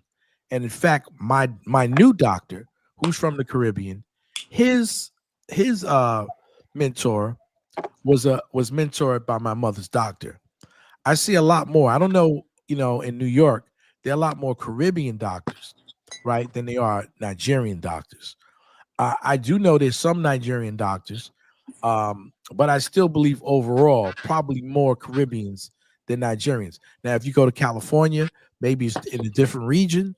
Okay, you would say that. I don't know. I can't tell you the numbers, but I know African Americans have their own medical school, Mahari. Okay, and they have their own medical schools. Maybe they're not producing as many as they used to, but there's still quite a few African American doctors in this country. Quite a few African American Hold on. We have a lawyers. Virginia dollar bill. We have this company that used to be around. I used to work for called Virginia Premier, right? Yeah. And that was basically started by Black African American female doctors, right? But they didn't do too well, man. They ran into the ground. Their sister gals was doing their thing, but they had a good thing. They had transport, ambulatory system, everything. I have a friend that's a hospital pediatrician. There are quite a few. Now, what I'm going to do, what I'd like to do, Kala, and we discussed that with Elvis one day. I'm going to bring up some doctors that I know, some African American doctors, maybe even some Caribbean doctors. We got tons of them here in Virginia. No, I got some of them that are friends of mine. So what happens is I do understand what you said, and I do agree that these individuals have integrated not just into American society, but they've integrated into African American society, right? I know we don't want to say that, but it's true. For years, they've gone to the colleges and universities, even the medical schools that Black people have in America. Because they're established, they integrate. It makes it easy. Having Black America here makes it easy for them to basically be part. Even if they keep their mouth shut, they get like that. But I don't want to get in there. I'm trying not to get into conflict tonight, right? So what I'm saying is, hold on. When you look at somebody, every time I see a Hispanic person, right, and this is bad on my part, right, I automatically, assume that he's here illegally, right? And then we hear his voice. Oh, he speaks perfectly English, right? And that's prejudice on my part, But when you see an African immigrant, you don't know if he's African American or whatever, for the most part, that's how Africans are able to get along here, Well, between the second and third generation, they have completely assimilated into African American culture. Whether whether people want to identify with they don't that have to identify with Black America. It's just the fact. The fact that they're living here in America, people automatically assume that they want to. That's how it makes, and they speak English. Right, speak English. They don't want to speak English. They've assimilated into the community, right, and they've established themselves because we have institutions here, and also we have institutions that other places don't have in Nigeria and in the Caribbean. We've got the colleges, we got the institutions here. Okay, which and we still put out doctors. very And important. the majority of lawyers are The African Hispanic American. people, the Hispanic people in America, right? Their identity is around their language, you know, and Well, that basically that's not entirely true. What they're trying to do, this is what Latinos are trying to do, and this is what I've been trying to talk to Black people. And when I said it's not Pan-Africanism, it's survivalism. They have actually put together, okay, their identity. They're trying to intertwine their identity around, okay, their language. yeah. Mexicans and Puerto Ricans are not the nothing same in common. people, Got right? nothing in common. Now, my only thing that I would say to the sister is there is a break between, and this is why you had so many Latinos supporting Donald Trump, because there are people who don't want to assimilate and there are people who do want to assimilate. And white people, okay, do not produce enough offspring. So they need these buffer classes of The spicy whites. Yeah, of white people. Why do I say that? When in New York City, you could be a Puerto Rican, you can be a Dominican, okay, and you're a minority. But if you go to Montana or somewhere else, you can just change your name, right? If you look white, you can be white. And so the other people who want to assimilate into whiteness, right? They don't want to be intertwined with the other people that she's talking about. The people who refuse, okay, to assimilate into white society. The people who want to stand on the margins and the criminality, and they want to stick their heels in to the la raza, which means their race, right? These individuals are not going, okay, to change, but there's a growing wave of Latinos. There's sort of like a split now with Latinos. Oh yeah, they're gonna be deporting each other. You watch. Well, they are. This was a testament that 60% of the men decided to vote, okay, with the MAGA group. They are saying we want to be full Americans, which means we want to be white people, right? And these other people who are coming from other parts of the world, like Venezuela, and some from certain parts of Mexico, are giving us a bad name. You know, what people don't really realize is that the diaspora is also in Latin America and Central America. And so the experiment to get rid of the Blackness or the Africanness of the people was originated in a place called Argentina. And they purposely imported so many Europeans, okay, to that country. And Now it's made only sure, they made sure black 3%. people didn't breed. Yeah, only 3%. The same thing happened, okay, they just admitted it, and you were talking about that the other night, in Israel. How these Ethiopian, okay, Jews, or the Falasha, which they call themselves. They sterilize them. Yes. So this is why I'm always saying we don't have to be the same people, but we have to come to some type of consensus, because it's a matter of survival, right? And if we do, it's not Pan-Africanism, it's pan-survival. When you talk about the Asian people, okay, irregardless of where they come from, can identify themselves as Asians, South Asians, East Asians, okay, Chinese, Filipinos. They're different people, right? But they all have one similarity. They're Asian people. And some can even tell you that even though I'm Korean, I can trace my ancestry back to China. Even though I'm Filipino, I can trace my ancestry back to China, right? So they have this pan-Asianness. We were talking about a pan-Africanist situation for the survival of our people. When we first heard about people coming from other parts of the Black world, we embraced that. Not the uneducated people, not the ignorant people, right? But the educated people embraced that because we knew we were small in numbers. So we wanted to increase in our numbers. Now, the Caribbean stood that, right? And they began, okay, to go to our churches, to go to our schools, and to integrate themselves. It takes the African from the continent, okay, between 1 and 3 generations to assimilate into American culture. And I yield. Yeah, you're right. You're absolutely right about that. Like I was saying, somebody said the other day, Carl, you said Caribbeans were. I said, yeah. Traditionally, our educated class in Black America, right, were the Caribbeans. You know, the Prince Halls and the Madam Stephanie St. Clair. She was from the Virgin Islands. You know, and stuff like that. They always represented the elite. They came from the educated class from the islands. Most people The came elite in the North, not in the South. that was in the North. Yeah, They were the elite because people don't realize. I'm sorry to say that the average, if you are a New Yorker and you cannot trace your ancestry, okay, to the Great Migration, you're a Caribbean. yeah. And I show people and tell them this.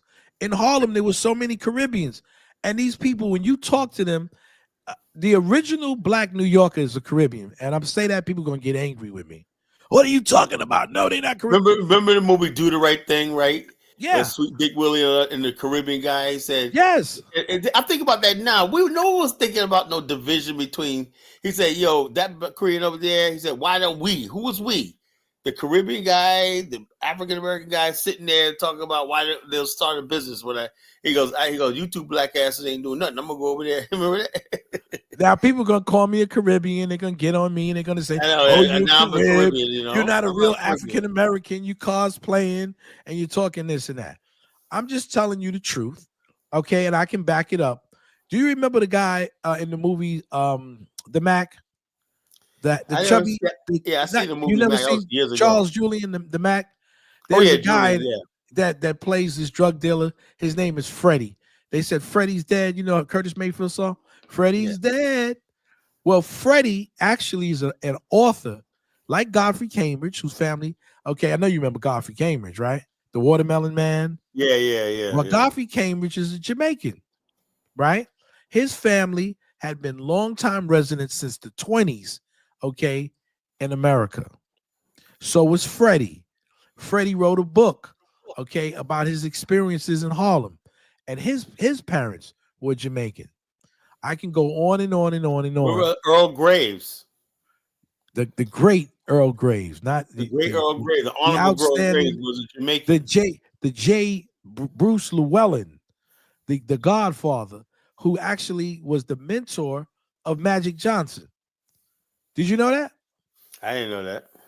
J. Bruce Llewellyn is a descendant of Jamaicans. He was him and Earl Graves were friends.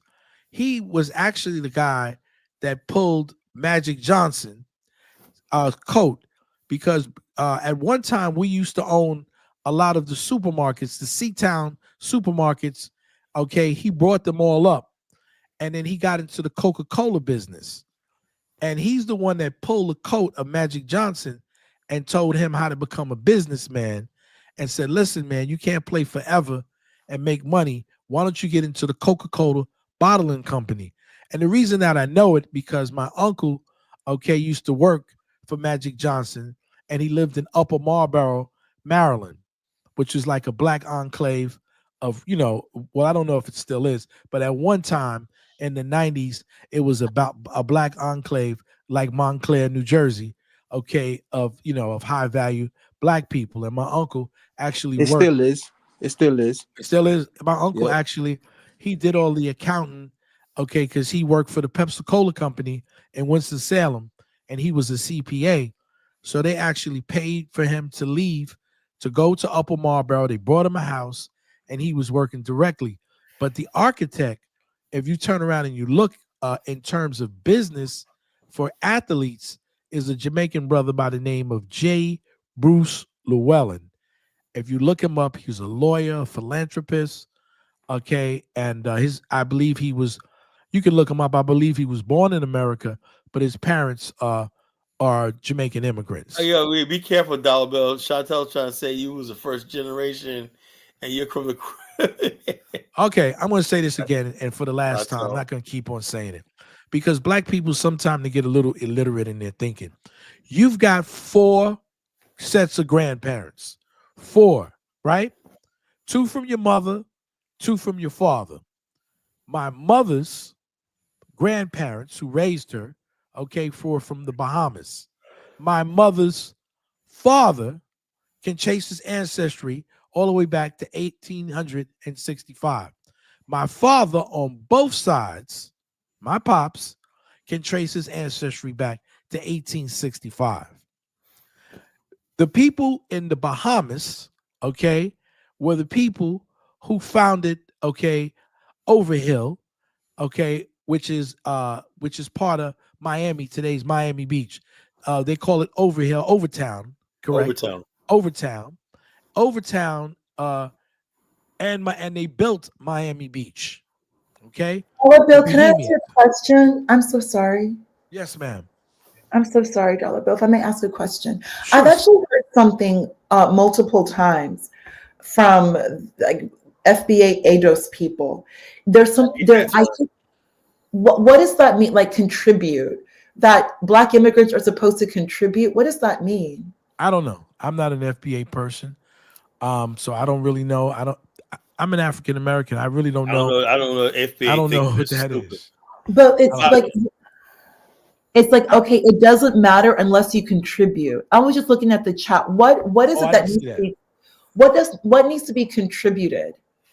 I have Contribute towards Black success in America.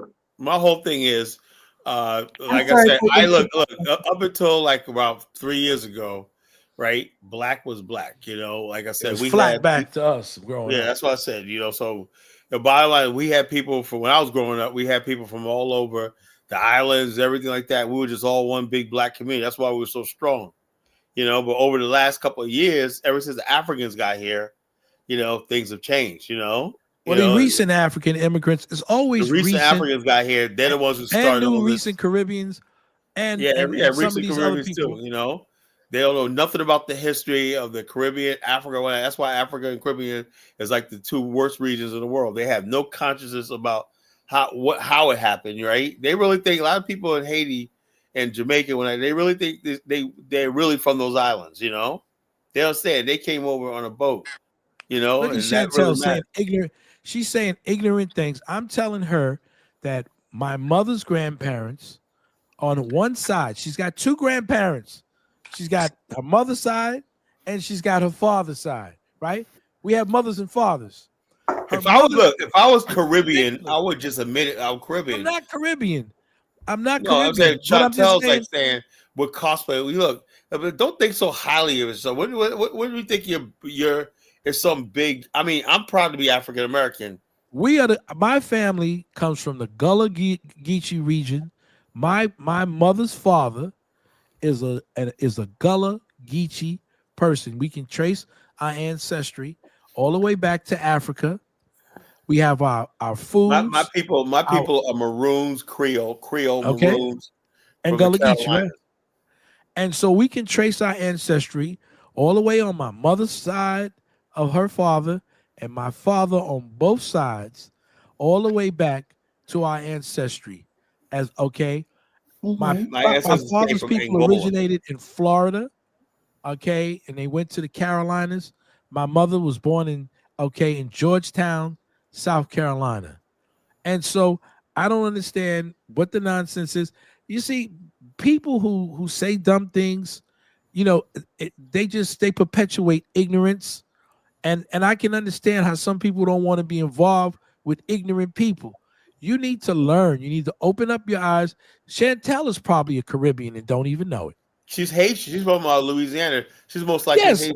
Exactly. Didn't we said that the first time? That more than likely she can. And she looks Haitian in the face. She does look like she's from Haiti, but she wants to espouse all this nonsense. I don't understand, but I digress. But here, I guess maybe I know things are going to be different with men and with women. Like the whole gender war really is, kind of unnecessary because each group has much to learn and grow. So for myself, yes. Well, let me just say this. Yes, Mr. Yeah. As far as the gender war goes, to be as neutral as possible. It only happens when there's an insult thrown, and then an insult shall be given, Right. and that goes for both Mr. Don, sides of the Mr. Don, let me fence. ask you a question, right? Do you have you ever heard of a woman named Gloria Steinem? Gloria Steinem.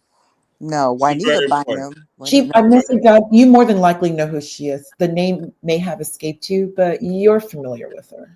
But Gloria Steinem, right, did something, right? Back in, let me tell you, me and Dollar will talk about this, right?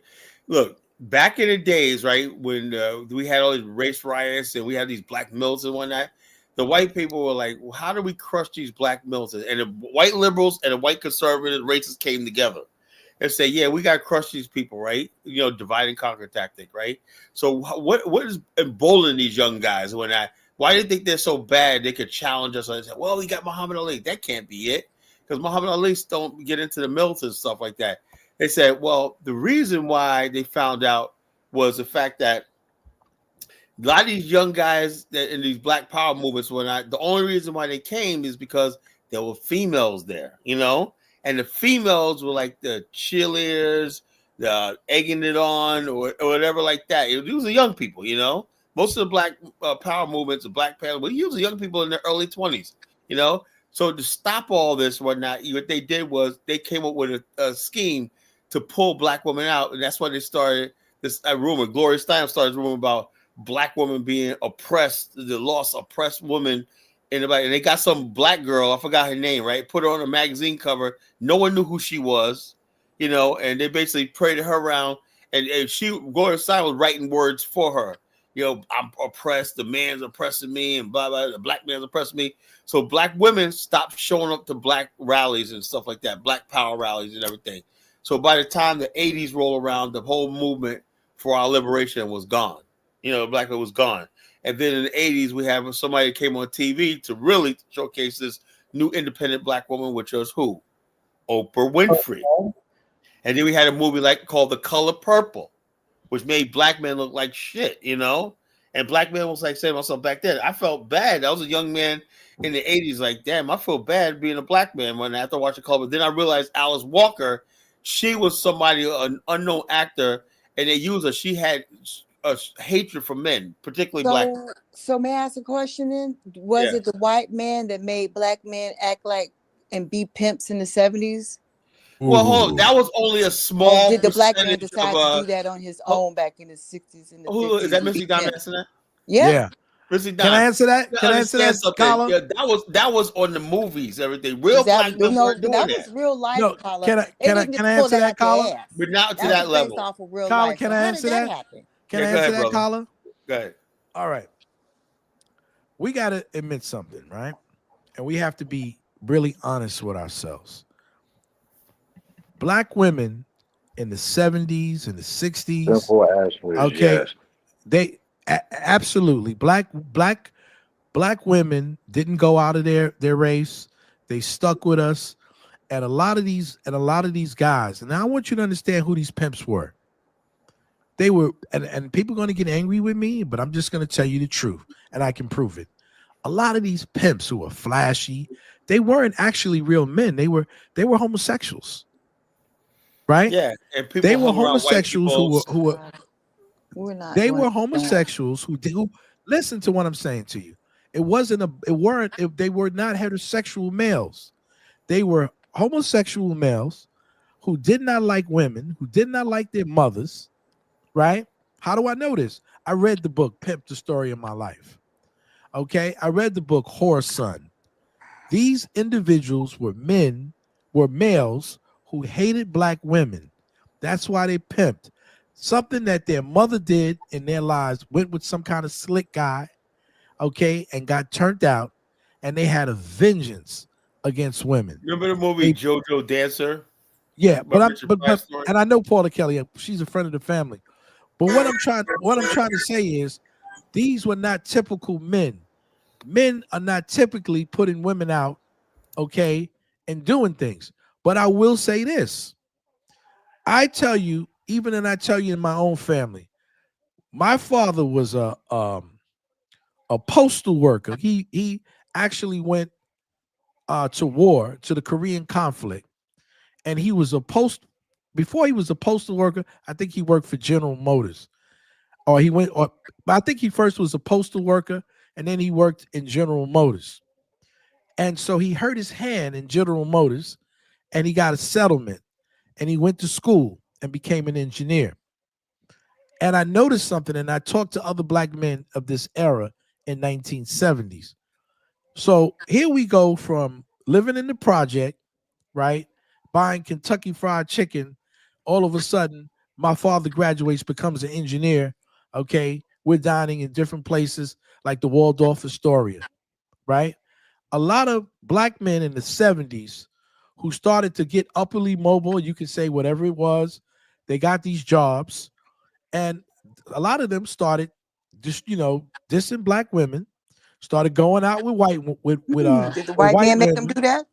No, Hey, they did not. hell, I'm just telling you what it is. I'm not But trying to we're tell you what's still on right. the point of what this platform is about. And Carla's original question: did the white man make the black man do that? No, these men did this on their own. Yeah, I That's the agree with point. you. I'm telling you, the black women was No, sticking with dollar these brothers. bill. The white Listen, man did make them do it because they the no, one the that white man had didn't those do it. fucking Let me brothels and shit. just say this. Okay. The white man put the white woman on the pedestal. And the black man, once he began to get a certain kind of money in his, he felt that he wanted to get what the white man, put up on the pedestal. And so these brothers, as soon as they got into these corporations, they couldn't wait to get rid of a sister They didn't get their and hand on the white woman. get their hand on white women. We got to tell the truth for what it is. It is the But truth. can And we- also, that's why I respect Bill Cosby. Even though he fuck away people on the side, but he married a black woman and he never promoted that publicly, So it was our fault. Our sisters were down for us. Our They sisters were. didn't care how much money we made. They didn't Our care that sisters we were worked with losers. us. They didn't care. My mother worked 2 jobs and let my father go to school. Okay. So our black sister, she held down 2 jobs. She took care of her family. My mom never drank. She never smoked. She wasn't no hoe. Okay. You're right. Yo, check this out, man. Like I said, I gotta give it up a hand to the sisters from back in Our the day. sisters held us down. They held us down, bro. They held the community down. We were the ones that decided that they were no longer good enough for us. You okay? Well, Right? this is the point that I would like to make also. In the case That's of why they the go into these media, in the spiritual case cults and of everything. media in movies, which was the original point, I would say, artists, directors, writers, screenplay writers, they take, as you know, Kala, they take liberty in finding interesting stories that happen in real life as inspiration for art. So the story of The Color Purple, that was based off of how things really were. Yeah, but Not that lady all hated black us. men Alice were, Walker mister, hated black but men. mister definitely existed. Exploitation. Kala, It's about Let me ask you a question. telling the Kala, story of all Hold up. Let me types ask of you a people in question. America. Okay, let's say that. No, how does you get Steven Spielberg, director of Jaws, E.T., everything, director of Color? What was so compelling that somebody like Steven Spielberg put his name on something like that? If there Kala, was no ulterior motive. the direction of the movie, which was well done. He specialized. This is what What was the purpose of the movie, though? Kala, this is Then they made another one that flopped like 2 years ago. Another one that flopped. Kala, when it comes to this movie, The Color Purple, where I went to school, I went to a school which was I was the only black girl in class, this particular class. Someone mentioned to watch the movie, and through 1 week, I watched this movie with my class. At the end of the movie, all the girls cried. Remember when she comes home? We were the bad guy. Well, No, Kala, it's not Hold on, personal. Kyla. it's not the bad guy. Because Someone the who brought them perception of back the from movie is men, one thing. it Kala, hurt, and those were Kala, the loudest. he was the one who brought them back from Africa. Remember? He Yes. had paperwork. We have to admit as black men, He's the one who had the paperwork to even make it clear they were actually. Now let me just can I say The this? movie was nothing but projecting stereotypes. Okay. No, It was a stereotype. Jonathan, Because if you hold on now, Jonathan. because You're if not we gonna get look me back yet. at the Because I live in Mr. Georgia Dime, and I'm Mr. familiar Dime, with how niggas are in if you South look Carolina. back at That very at the much movies did that they happen. made back Mr. Very then much was a about black real people, character. Mr. Dime, Do not disrespect the Mr. memory of Dime, women who Mr. was Dime, slapped upside the Mr. head Dime, and Mr. got Dime, raped constantly. Don't Mr. do that Dime, because the rape Mr. was Dime. real. Was it in mass, honey? It happened, Jonathan. You know what it was? Bad shit happens everywhere. Jonathan, let me just say this. You don't take a tiny little sample size and then blow that shit up like it's the norm. Let me just say what it is. In those days, No, hold on, Dollar Bill. You talked enough. Hold on, brother. Hold on, brother. And white Hold on, women Dollar Bill, didn't and have then you can any talk power. afterwards, bro. Okay. If you look at those movies back in the days, especially movies about black people were supposed to represent black people in real life back in those days. You ever notice that all the black women tend to be sexual or what's that, lesbian? So y'all were lesbian back then. No, because in the movie they project black men as bad rapists, sell their kids, beat them. But in the movie they also project y'all black women as lesbians. Okay, Were y'all lesbians like that? They protect the black women as helpless victims. You know, I ain't like that. Helpless victim. Hold on, that ain't true, Colin. Helpless victims. If you talk about the color purple, helpless victims, lesbians, except one woman, angry, mad, beating on the black dude. You talking about Oprah? Huh? Yep. Listen. Now, if you want to, that's just one movie. Let's go to the next movie. If y'all ever seen the movie about Josephine Baker, yeah, or the singer, right? Lesbian, kiss another woman, getting touched on by a mama. That's the projection of black women back then. Yeah. Are y'all saying that was true? What's that movie? Lee Daniels, or Precious? Because I can keep naming all the movies that this. Okay, but can I say something? You saying it's true? Can I say something? Y'all lesbians like that? Excuse me. Can I say this? Lie. Can I say something? Hold on. Let me just say this. Back in those days, it wasn't just black women who didn't have any power. And a lot of black men who were doing some of the things that they were doing, they were following what they had already learned from white men, especially coming out of slavery. And I'm not making an excuse for it. It is true. Listen, my family's from the South. I'm not going to sit up here. There were these men. Now, I want you to look at this guy, Mister. He had his own successful what? He had a farm. He raised these children. And I'm going to tell you, as a person whose grandparents, okay, came from the South, my father's family, okay, I remember when I met my grandpops, man, I was like 6 years old because I lived in the North, and all of my cousins, because my father came from a family of like 13 kids by one woman. Women didn't have any type of power. My grandmom must have spent most of her life pregnant. There was no television, okay, but he held the family together. He had a lot of land, okay, to leave to his children.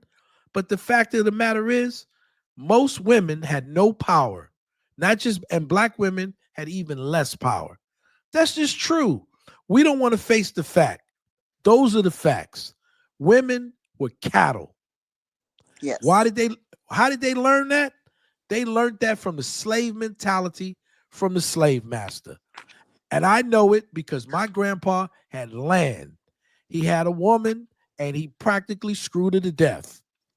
And this is what women were. Let's stop it. Let's stop lying for people.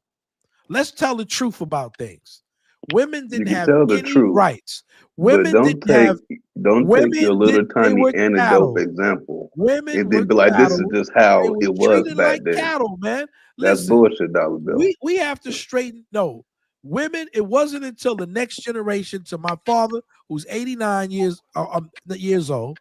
My mother, when he met my mother in the 50s, my mother was not putting up with that kind of nonsense that his mother put up with. Okay. She had my mother graduated from high school at the age of 16 years old. She had an education. She went to college. She was not going to go for that nonsense. So But that's she was power. still Hold on, loyal Dollar Bill. Hold to on, her Dollar man. Bill. You talk about your mother. Now you No, and I'm your talking about my sexually. father's mother, my grandmother, my So grandfather. I couldn't even look. I could not even look. Collar, I don't know if you experienced this from people in the South, but people coming out of slavery had a slave mentality. I couldn't even look my grandpa in the eye. He saw that as a symbol of disrespect. Let me You ask you said, this, Dollar yes, Bill. sir, no, ma'am, and you did not look in a grown person's face. This is the truth. And that's that how got it something was to do with slavery, or you as a kid? No, it has to do with a slave mentality that people got coming I've out of the South I've been from to white other people. countries where they do the same exact shit. I It don't know doesn't about have other anything to do countries. with slavery. I, oh, Exactly. So you can't I'm just make it talking seem like about. it's a slavery I'm, issue. I'm talking about my grandmother. Her mother was probably born a slave. She was probably a slave. I Do think you she had think like black 40 women kids. have power now, No, today? that's not what I'm saying. What I'm No, that was saying to just you, a question. That was just a question. yeah, I think black women have a whole lot more power than they've had. Now, I don't think that they use it correctly. I don't think that I think that we should communicate better with one another, but we cannot sit back and say that these women, okay, who have to go to white men, okay, to get a job, that have to go to white men to get an education, who are probably more freer, okay, being around white society than black society, because I come from people who are landowners. I come from people who came from slavery, okay, who were sharecroppers and later owned their own farms. And those children and those women were property, just like it is in certain parts of Africa. Tell the truth. They were Yeah, property. let's tell the truth. Was it the You're not people my that age. made them like property, Okay. or was it the law of the time? No, the people that they learned from, those individuals, when they were property, they emulated that same type Dollar of Bill, behavior. was it the law of the time? Yeah, it was. Because Women, white women were treated exactly the same exactly. way. And I said that. I didn't come in here and But you're say, making it sound like it was no, just an I'm not. evil black men thing. No, I'm saying Get all it together, women. bro. I know, no, brother. I know what I said. I said all women were treated like property, and black women were probably treated less. This is why my mother, when she got to a certain age, I think 16 or 17, after graduating, she came to New York. She didn't want no parts of that nonsense. She came to New York. She met my father, okay, in the 50s in Harlem. She was already a working person, self-determined. Okay, she met my father. They fell in love, and they had us. So this is what I'm talking about. She wanted no parts of being a piece of cattle like these women were treated. Let's stop the nonsense. The women were treated like cattle. The children were treated like cattle. This is the slave mentality that we learned from the slave master. What's the major difference between now and then, Dollar Bill? Well, I'm just saying is the major difference should be that we need to learn, okay, we have to orientate ourselves in a different manner. We need to talk to each other. We need to learn how to respect one another, okay? And this way, I think that we cannot reach our full potential until we have ourselves to So ourselves. so We're she's really a still not reactionary, free. It's we're just an reactionary illusion, people. right? Huh? I said she's still not free. It's just an illusion, right? It is an illusion. We're not free. And listen, let me just say this. White people aren't free either. Why do you So think you see so many white people flocking to Africa? They're flocking to Africa because for the first time, everything they talk about, less government and all of that stuff that they want here in America, they find that freedom in Africa. They're not free. A lot of white did people you say drop out of white people society. flock to Africa for freedom? Yes. Yes. If I'm wrong, somebody prove me wrong. That's an White, interesting point. Yeah, I see what you're saying. I let's see. just tell the truth. Freedom to do what? Freedom to He's what, right. Dollar Freedom, Bill? The freedom to No, do nah, whatever they don't want cut to that do. nonsense out. The freedom to do whatever they want to do. For the What do freedom they want to do in Africa, to Dollar engage, Bill? Dollar in free Bill. enterprise.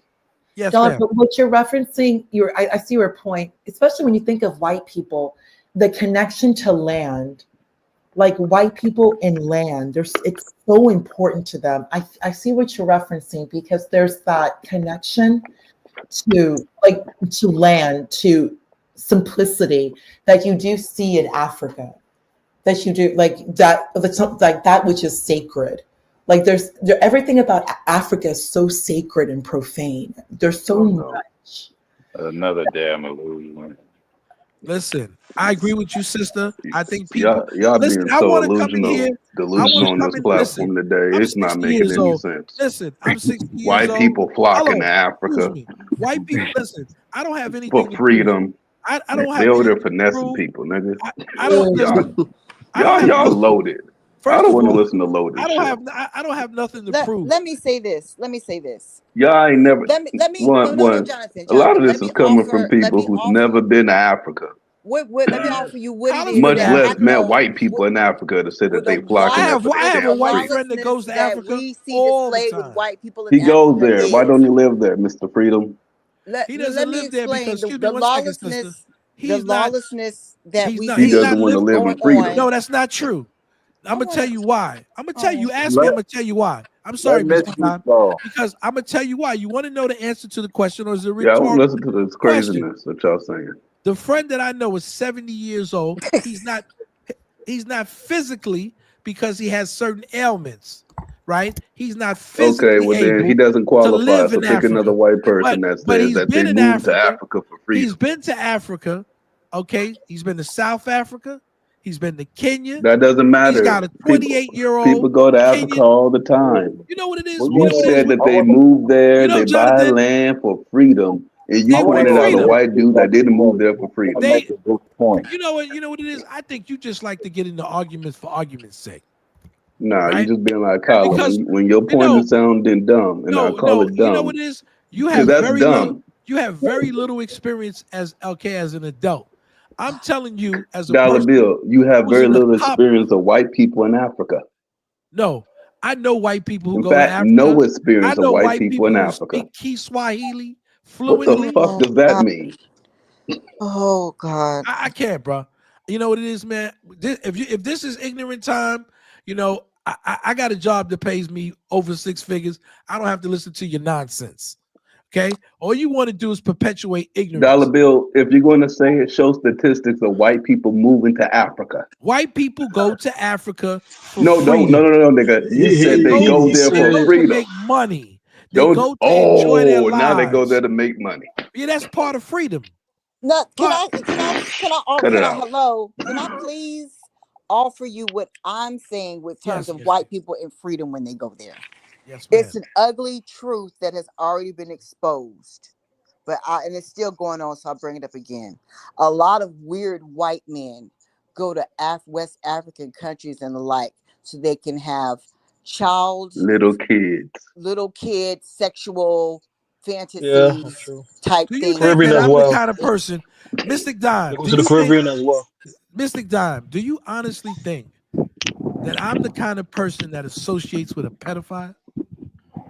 I hope not. Seen it myself with Kamasi, that part. That's not what I'm saying. Since When I I seen tell it with you, my own two when eyes. I tell you that the person I'm talking about is a person who was educated in Fordham University. I don't deal with lightweight people. I'm telling you, this guy has been going back and forth. I was angry and jealous because I've been talking about Africa for years and have never been. He's been to Africa 5 or 6 times. And when I talk to him about certain things about Africa and we have a discussion, you know, one day, you know what, Kala? I'm going to bring him on one day. The Okay, point is white man's I'm gonna bring him freedom on in one day. Africa. And I just said it's because of the sexual lawlessness he gets to extract. Oh, can I say something after? But Mr. Can I say something after that? That's Mr. an element. That's an element. Oh, can I say I would something real quick? agree with you on that part. You think But they're everybody's not going to moving some there, place for sex? like You Dollar think Bill people said. can't have sex in America? You don't think that there's No, but enough that's sexual? that's an element for some though, because even some of that happens in the Caribbean. But Listen, also, there's a property element, there's a freedom element, there's a natural habitat exactly. element as well. So These there's white other elements that exist. My fault. listen, white people. This is a funny thing, and I like.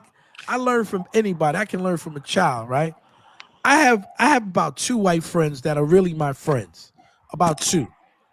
And they travel all over the world. And I like to listen to what they talk about because, if you've ever been to a white institution, a white college, or I you have. know how white people, when they talk to each other, right? You know how they pull each other to the side and they engage in certain conversations.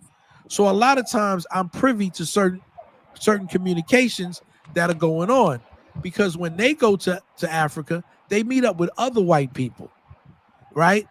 And so I learn a lot because they tell me about their experiences. The most traveled white person in the world are Germans. Do people know that? Yes, Germans, actually, I do. They spend the most on tourism. yes, Germans travel all over the world. The first time I went on a cruise to the Bahamas, little 18-year-old girls were going on a cruise. Their parents just sent them. Like 18 years old, they're grown women to them. And they just let them explore all over, right? So when they meet other people in different areas, they hook up with these people and they befriend them. Some of them are married to local girls, whether it's in the Caribbean, whether it's in Africa. Some of them have second families. Okay, they might have a white wife and kids. Okay, in England or Germany, and have in Kenya they might have a black woman who acts like their pseudo wife with a bunch of kids. So I learn a lot about certain situations, okay, from people. And I know that people enjoy certain freedoms that when I say freedoms and liberties that they don't have here in the United States unless they were super rich.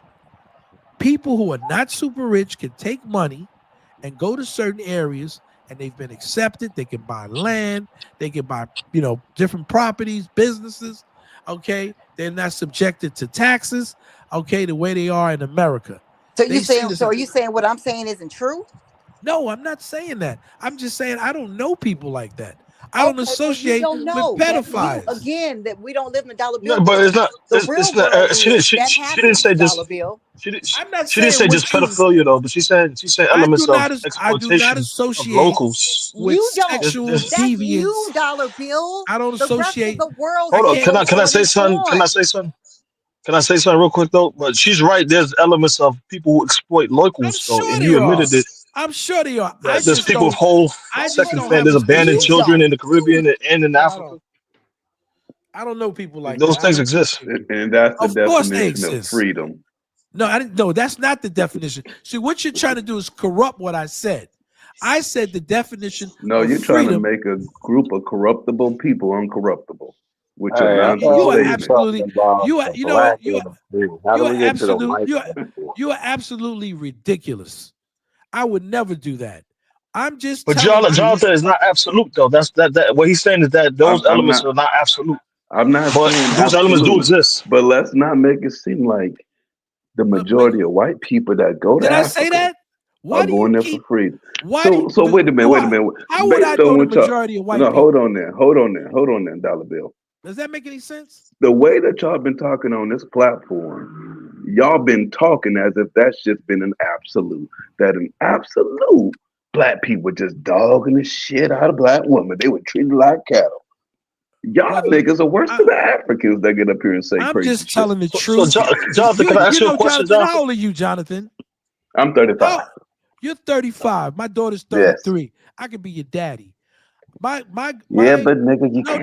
no, Oh excuse my me. God. See, this is what I'm saying. Listen. You see what I'm saying? And You see, so into a blessing of a degree, Dollar Bill. when I tell you something, Your experience, excuse me, as when I much as you could say that you've excuse been on me, this earth for a long time, Yeah, your but hold up, experience is Jonathan, you can't limited to where discount. you've been. Hold up, you you can't cannot dismiss discount. me. You can't not discount age and experience and whatnot. You gotta give respect to that. Yeah, You we know, got to give respect to it. I have an Within its 89-year-old. geographical Excuse regions, your me. experience I ain't the have experience of and people over we're here. talking doesn't about matter. People come across information people and stuff like that, you know, all the time, man. They absorb a dollar bill is a very educated person. So Lived experience is also It's yeah, very lived experience is also very important. You know, yes, Jonathan has lived experience experience is very, that very being on important. the continent. But it's And not as Roger deep as is a y'all dollar making bill, it he has today. experience. but So he doesn't thing know what is, white people do in Africa when they do that's it. not absolute. That's not really absolute either, you know. Because a lot of times I know people that go to the continent and everything, and they still clueless about the Africa. You know, they've been there 10 times and whatnot, and they're just like clueless. You know, if you don't know what you're really, And they I don't wasn't really telling like them that. about You know? Africa. I was explaining a period of time in America in the South, a time to which you weren't born, a time that I was privy, okay, to know my grandfather. I know my father, who's 89 years old, who raised me, who's going to be 90 years old, okay, in April. I am privy to certain information in my family, in my elders, because I know them. This is not an offense to other people. It's a fact. So when I talk about things that I know about, okay, I'm telling you from my experience. I go back on ancestry.com and I can verify that my grandmother's mother was born in slavery in 1865. She had 40 children. What? My grandmother had, see, you laughing because you're ignorant and you Well, don't yeah, know 40 nothing. children, 40, nigga. 40 Yeah. Go biological ahead. children, dollar bill. Lie to Yeah. us, dollar bill. Do you know what a You slave? might need to See, run from this is what I'm talking about. ancestry.com. You know Well, what? check this out. Hold up. You My Negroes great are stupid. grandfather, hold up. My great grandfather, my Stupid. father's grandfather was born a slave. You know, Wait, hold on. Do you think that So women? was mine, Let me but they just didn't say this pop to out you. nowhere near 40 Let me just children. say this to you. Hold on. Not we all know. 30. Hold on. Hell, Look, This is my my family. You grandmother, y'all don't just know mother's winging family it. had 30 Let, kids and let whatnot. me You know, That say would so this. mean she was having kids in her 60s You when know she was what? pregnant every year when Elvis, she hit puberty. That's Elvis, what my I'm. brother, Elvis, Or they were Elvis. having kids by other Excuse me. people. Excuse me. No. Listen, you're a let Dollar Bill disrespectful talk. little urchin. Listen and shut up. I'm talking about my family. You don't even know your pops. Okay? Don't Damn, come and dollar talk about bill. my family. I I gotta give it to actually you. do. I That's gotta give it to you raw. Ain't that You don't even crazy? know your daddy. I know my daddy and my My granddaddy. daddy's name is And I can Newman go back, Stewart. Lives in excuse San me, Francisco. and Dollar I bill, can that and I might can be like Ooh. a Dollar go. bill, you might small be And trying if to range. your wing it daddy, and you ain't hey, winging it listen, good enough. and your daddy's probably my age, right? And so I know my daddy, and he's still alive. And I knew my And you grandfather. He only died. know and you Excuse only me. know I'm what you talking about my know and what family. you I'm see. not talking. I'm That talking. does No, not no. represent All Black right, I'm y'all America. talking see, about. let's Man, see you do a you know what peace it is. treaty, man. You know Chill what it out. is, brother. We Don't can be. do a peace Don't hate treaty as on long as me. you say this Don't hate on me, experience is brother, because I come this from educated experience people. is I my come from experience, landowners. I know my my Can dad. family's I ask a I'm question? married in experience, Black and leave it Caucus. at that. I graduated from college. Hold on, Don't man. hate on it, brother. Now, Can I ask a question? hold Hold on, on. Hate hold on on, it, Before hold you on. brother. say Let something, Big Black, Black. Hold up. Give Big Black the floor. Go ahead, Big Black. Don't hate on me. There's a lot of different experiences, right? When you're talking about family going up family trees, you had a lot of marriages. Also, you know, the more you go back, right, and you had marriages where, you know, You where ever the been married, grandmother, Big Black? yeah, yeah, You been thank you, married? yeah. Your parents were You know what I married? mean? I won't get all into that. I won't No, get all of I'm that. telling you. I'm No, giving no, you no, my. no, No, I'm just no, telling you. no. What I'm I'm saying, listen, excuse me. listen. Listen.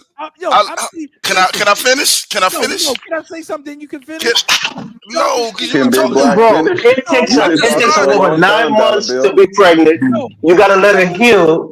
You know, Hold another on, six or Man, 8 months Elvis, before she hold can on. have This is what another it is. baby. One Listen, at a Elvis, no listen. one time, believes that This y'all. shit is when what you it say is. it. I was just talking. I was This is talking for what like it two. is. I talked for I'm 1 telling minute, and you then you. about my family. I'm giving you an insight You and talking about experience people that you didn't meet. You said I met right my after grandfather. slavery. You didn't meet Hey, them hey, people. let one Come on, man. person finish, then You know, all man, y'all can you're cook. Hold on, ignorant, man. let one You know what person it finish, is? You're y'all. ignorant and Did you you Everybody just meet cook. the don't even know you're grandmother that ignorant. gave birth to 40 children? Dollar Bill, Hold on, yes or one no? person My at a father knew time, his great y'all. One at a grandmother. time, man. Did One you at a know her? time. My, Like One at a are you time. again. an One at a idiot time. or you an Let me imbecile? finish. Which Let me one are finish. you? Let me Hold up. finish. One Or at a you're time. just a One at a time. I moron? want to hear. It helps Colin, to can I listen Big and Black. finish? Hold experience. up. Hey, y'all. Colin, I can want I to One hear at a Big. finish? time. I I'm want not to hear gonna try Big to Black, and educate I a want to hear fool no Dollar more. Bill. Hey, one at a That'll time. make It me a helps to fool. listen and experience. Y'all people Yeah. Okay. listening. Y'all don't know shit and don't want to know shit. You had families, right? That you had patriarchy all through the family, right? People knew their mother, their fathers, their grandparents, you know, knew their mothers and fathers, right? And you also had matriarchies in you know, in black society, even through marriage. I don't come you from had, matriarchies. I come from Okay. black men who marry black women from at least from slavery to the present generation to today. That's what I That's come nice. from. But Dollar Bill, in but I'm my saying if family, you have the longest standing person in the family with all the power influence was a woman. So Not where in my the family, fuck sir. is and they were Not married in my women. family, So where sir. the fuck did you Not in your my shit family, is sir. only Maybe in your circumstantial family. to your life. Maybe in your It's not in family. math, Not in nigga. my family, sir. It's Not not in in my math. family. Dollar Bill, it's not in math. My grandfather Well, that's left. you. My Great grandma grandfather. was the god of the family, nigga. Not listen. That's you. Maybe Dollar because maybe because you came from those type of families, broken Dollar down, Bill, broke up Dollar families. Bill. I didn't. I'm just Your telling you the truth. family is only your family. I didn't come from broken families, bro. That's not only that could be something That's not a broken family, Dumbo. I can trace my ancestry back Nigga, to I can trace my slavery. ancestry too. They're all Okay, married. hold on. Let me put You want a let me hand put clap this. for that? Hold on. Do And I got I come from I don't patriarchy. have to drop everybody down Matriarchy to the trace right up. trace your I don't have lineages to go back to. drop everybody right down, but let me say this, right? Now, all due respect to both sides right here, I'm saying like this. I took pride in the fact that every food that was on my table was made by my father or my grandfather. Whatever table I ate at was that. You know, there was no welfare, there was no state or nothing like that that put food on our table. It was done by somebody working, a man working, and putting that food on the table. When I was a kid, I was provided for. You know, so that's what I'm saying. Now, some people say, okay, if Big Mama and Grandma was out there doing that, hey, more power to them. But I know for a fact of the matter is the situation is all those families, they rely on the state, they rely on whatever, you know, and That's you true. know that That's fair. so, you That's know, fair. But again, you have patriarchy, and also in those patriarchal I came from families, a right? patriarchy. And a lot of those patriarchal families, I got to push back a little. Dollar Bill. A lot of those, it wasn't no How color can you purple push type back of. on me? Because when you're talking about some of the patriarchal families, right? You maybe just your experience about you know you couldn't All look I your was telling you was my family, not yours, not okay. no one else's But family. I'm saying you had And you can't patriarchal tell me families Okay, well then, about that hold my ran on. family. well. Then Big That's Black, But you what had Dollar Bill is saying, and that is his family. Women are treated like cattle. They were No, beaten on, no, raped, man, you're an abused, and ignorant nigga, everything man. else. I can't talk That's to you, Dollar bro. Bill's family. That's not Thank what you, he Dollar said. You know Bill, what? for That's not That's what telling he not us. what I said. said. You just butthurt that I'm just telling the truth about my family. You And just you know said what? what you No, just said. I'm You were telling talking you. about you You know what related it to is? color You know He purple what it to said, your is? family. sorry, Mister. Look, let me tell you something, right, Jonathan. Back in the days, right, like me personally, I forgive my grandfather, my foster, because I know sometimes them type of black men were hard. The world they lived in, you know, Exactly. they were hard. You know, my father was a hard man. That's why I am the way I am. He was a hard man. You know, it was hard to please, whatever like that, man. Father used to whip my ass, man. You know. And the bottom line is this: same to my grandfather. And these were tough men, you know. But they said, "Yeah, I'm gonna make a man out of you." You know what I'm saying? So, bye. You know, they toughened me up when I was a kid, you know. And the bottom line is, that's right. Women, you know, just and sometimes when you see your daddy sitting over in the corner, everybody knows, shut up. He don't want to be talked to, you know. And Dollar Bill, I want you to elaborate on this 40 He pulls out, children. That was he pulls out the that was a basketball, no, the very football. don't do that. no, Don't no, do that. no. Don't do that. I'm being serious, man. I'm not trying to start Let nothing. me just say something to you guys, and I But want you those of to you who don't have that experience, you I know. want you to understand what slavery was about in America. I And, laugh. and see, you know, people can laugh all you want to. So slavery was in You telling us America. some shit like we don't know about it. You know what it is, man? You don't have any respect, bro. You know, I It's talked not to Kyle about about that. respect. You I'm telling us some always shit trying. like we don't know about it. I'm Let me always tell trying. you about You're why not the only. slavery existed You're in not the America. only. I'm We've talking been about hearing my about family. it, How reading you gonna about it, argue with watching me? about it How all are our you damn going to lives, argue Dollar with Bill. me He's talking about about his my own family? family, Jonathan. How are you gonna tell me about my family? Okay, how are So you gonna now, try to dismiss my experiences? How you gonna do that when you didn't even live long enough? Black women had a heart of slavery, so Black women had Yeah, no and not agency only over. that, black people had a All right, heart man. in slavery. yeah, All black right, people Really? are you both. know Yeah, everything. both. You know everything, okay? You only been here for 35 years. I've been working longer than you've been living. Doesn't mean a damn thing. It means a whole lot. And the reason why you feel that way is because you don't have that connection to the soil or to the family. That's why you feel that way. Because you have no respect, because you don't know what it's like to be under Dollar that Bill, type of if I patriarchy. hear some bullshit come out of somebody's mouth, this ain't Africa, nigga. I don't In have to which you say can any say dumb bullshit. shit, and I May I just be say like, "You something? my elder now." Am I saying anything that's bullshit? And You if said I'm a saying lot of something, things that was bullshit, and I I was did. quiet Hey, because What I did I was no say? already What hearing did I disrespect, say? bullshit. bro. No My, So disrespect. let's If get I into ask the a question and categorical. somebody had 40 kids, is that possible to anybody on the platform? You shut yo, the yo, dog. You know what, Elvis? I had to hold my mouth and tell you to shut up because you don't No, know anything. I'm asking you a You question. don't I've know never anything seen it. about Is it African possible? American. Yes, it is Yes, it's possible. possible. You're such an All right, idiot. that's all I And want to women know. in It's possible. Africa It's have possible. more than that. I'll yield. I'll Hold up. yield. But John did always you tells got me, to remember, people used to marry younger. People used to marry yeah, they younger. used to get married at 15. Check this My out. The my bottom line, grandmother married John my did tells grandfather. me Yeah. that She was 12 Colin, you years can't old. He question was Fred about Hampton 15 or or anybody else 16. that live in the Colin, if you system. get married at 15 and have 40 kids every single year without a break, you'll Look, be I 56 on look, your but last check kid. this out. My grandmother told me I her know, she had 25 kids, siblings in her family. My grandmother, my father's mother, I you know know, they used to have And a lot of twins 49 run in my kids. children, Yeah, they used to have a family. lot of I ain't kids. They never never made And it heard. to 40. and God, twins, a woman in slavery. Oh, I mean, I just don't know, man, because you don't have a freaking elementary school education. Maybe you don't understand what slavery was. oh, Maybe she you had need a to read bunch of about the twins and antebellum triplets. South. I'm 3, telling 6, you that 9, twins run in my 14, family. 15. God Hold on, damn, hold that's on, hold really. on, hold on. Let me just say something real Whew. quick. You Not know not what? to you, Dollar I Bill. try to share Not to with you, you Dollar Bill. as a man, and you want to act like a child. But And that's the difference between a a man and a child. questions to ponder wrote. That's why, she don't fool with some black Americans because well, I guess how they treat Dollar Bill. Listen, It's we're not true. here for you. You're being No, no, disrespectful. No, don't get on the no, sister. no, no. Hold on, No, no, no, no, no, no, no, no. son. Because Don't she get should on have. her. Listen, She's telling listen. the truth. No, I'm you trying should. to tell you No. Let me something. say this. She shouldn't piss. You shouldn't piss like we shouldn't piss. Well, Okay. what? I'm What just are we gonna saying. do? We supposed we. Oh man, stop it. It's like we gotta put you on I'm the on her side. pedestal. No, Who said that? I'm on her side. You know why?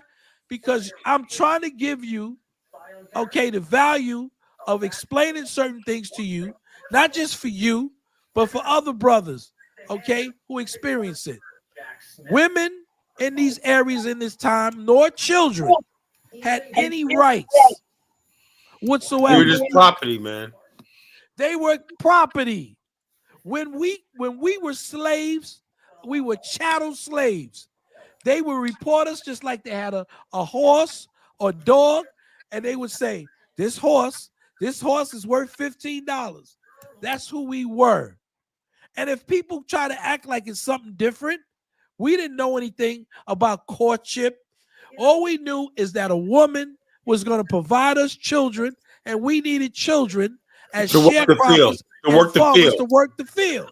Trust me, I could look. Check this out, Dollar Bill. When I was 9 years old, going down south in the summer, you think it was just a summer vacation? No, I had to work in a goddamn field. At Yes. 9 years old, coming down from North Carolina, from New York City in summer times. Why do you They think put that us the to school work. closed? Why do you think the school closed in June? The school closed in June in New Yeah, York because you so had to people go go down do work. south Kids could to work. reap the harvest. And I try to talk to these millennial Negroes. They think that I'm trying to make up stuff. And Elvis is such an idiot. You don't know about African American culture. I'm telling you, there are women who have probably had 100 children. I'm Okay, talking about biology, Dollar Bill. women. I'm not talking No, about you culture. don't. If Do it's you know? it Do you just know? saying possible. Can Do I you say Yo, If it's we something? saying Can might I it's say have something? to possible end for this mothers, shit. Shut up with Can I say biology. something to Elvis? Do you know Because that women Elvis had? don't get. Yeah, they was marrying at 14, 15. So from 15 to 50 let me something, do you the can have math. a It takes a child a woman year. 100 If you years talk to about have a child. twins, that doubles up. You know what I mean? So it's very possible. You know what I mean? Yes, yeah, Oh, no, I'm saying very I Well, agree. possible. it's Slavery Women is were very dying in possible. possible childbirth like crazy in those triplets days. If you and think But about I got, the I got a question for 40s, Dollar Bill though. come on, man. Your mic is echoing, Elvis. Your mic is echoing. But I got a question for Dollar Bill because Yes, my brother. I do understand it from Jonathan's perspective to a degree because everybody didn't go through those same issues or traumas. But Right. you do agree there's a lot of trauma that may have happened or may have happened to different generations, different people, or even if it's not seen as a trauma, it may have affected them in a certain way. It goes Of back to course. spirituality. How do you think we heal? How should we heal from these type of traumas? Because some of those same things, like life expectancy in Haiti too, was very young. People used to die at 30 something. You know I what I think mean? the Because we'll first thing get that worked to people death. need to do So is how do to we heal? acknowledge is the first thing that people need to do is acknowledge the truth. And Yeah, and Dollar Bill, I got the hold up. I got a statistic. It says the Guinness Book World Record of most singing by women. A woman had 69 children. yeah. That was in Oh my 1700s. God. Fuck. Wow. This See, you woman see, in Uganda had uh-huh. 44 children. Women used to in slavery, women used to have they didn't have the baby lying down. They had birthing stools, and they had some that they would stand up and have a baby. They would have a baby, okay, and then there were other women who were the mammies, but that's where you get the mammary gland from, who were nursing not just black children, but white children also.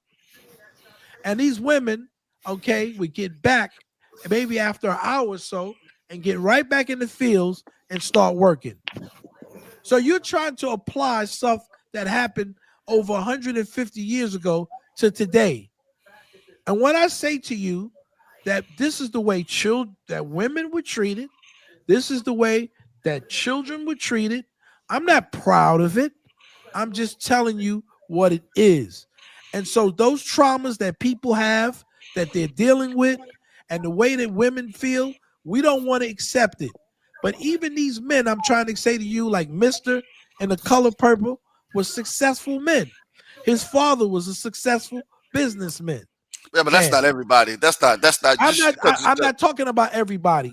I'm talking about people like my family, people who had land, who used to work the land, and they worked the land with their children, and their children and their women were nothing more, okay, to them than property. Even That's a people that fact. had land, not all of them were like that, man. I'm just telling you, this is what you don't understand that a lot of these men came out of slavery. A lot of these men had to fight to get their freedom. They didn't have time to know how women felt. They didn't know anything about those things. All they knew is that they made babies. They had to take care of the babies. They had to work. My father had been working since he was a child. At the age of 17 years old, my father voluntarily went to the service. And I'm trying to I'm putting my life Well, out. I mean, a lot of But us have similar experiences as far as like, I'm trying but to you can't indicate juxtapose that on I'm just not Black putting America. I'm That's not your I'm talking situation. Your about my story. Yeah, story. that's your Your story situation, is is what not I'm the That's saying. all I universal said. You story, can't Dollar Bill. because your I situation don't mean the said majority of Black men I went through that. I said this is And the my craziest thing is that you can look back in the past in which women were treated like, just bad people, and they were successful entrepreneurs. I swear to God, man, but I'm not trying to say that the the men words you're thought saying they were today treated. really ain't The kicking men like didn't that when think people know our history. my grandfather, let me just explain this. Yeah, I My mean, yeah. grandfather didn't think You he was a point out bad person. Listen, different my stories. grandfather did not think he was a bad person. My grandfather had about 13, 14, maybe more grandchildren. And when I talk to my older cousins, I got a couple that are still alive. They tell me about a grandfather I never knew. They tell me about a grandfather who would take all of his grandchildren out and take them swimming and do all kinds of things with them. I didn't know this grandfather because I lived in the North. So when my grandfather came to see me, I'm a Northern kid. I don't know anything about these Southern traditions. So I'm looking up at my grandpa. And when my grandpa turned around, don't look me in the eye. I was shocked. You understand what I'm talking about, Carla? I was shocked. The first time Oh, that I went exactly, to, man. Exactly. I went through that too, man. You when don't you go speak. down Hold on, you south the don't first laugh. time, you You don't get speak. You shocked. don't speak unless spoken to. Yo, those are hard ass black men coming out of slavery. Those are tough ass black men. You know, when you had to go to church, you had two types of clothes. man, you had to be clean, impeccable, everything. Black civilization in the South, the Carolinas, right there, probably one of the most advanced, orderly people that ever lived on this earth. Hey, Our family had is this time discipline over the machine youth, hour? Is this everything. time machine it's hour? history. This a broken time machine hour. Hold on. Reason why I say that. Hold on, Dollar I'm Bill. just Hold on, trying to Dollar tell you, Bill. this is Hold what on, it Dollar was. Bill. Hold on. You may say it's a time machine, whatever Hold like on, that. hold on. You want to know how I'm we asking- got to hold on. where Reason we why I'm are. asking this- You hold need on, to hold on, know hold on, where hold on, we Dollar came Bill. from. Reason why I'm saying is because Black American history is also Afrofuturism, right? You guys always go back. Hold on. You guys always go back 100 years, 50 years from now. Man, What you about know, the man. future? I knew you Hold come on, in here. Dollar Bill. I knew you come here with the smoke, trying to get the Dollar smoke. Bill. Because I will say this.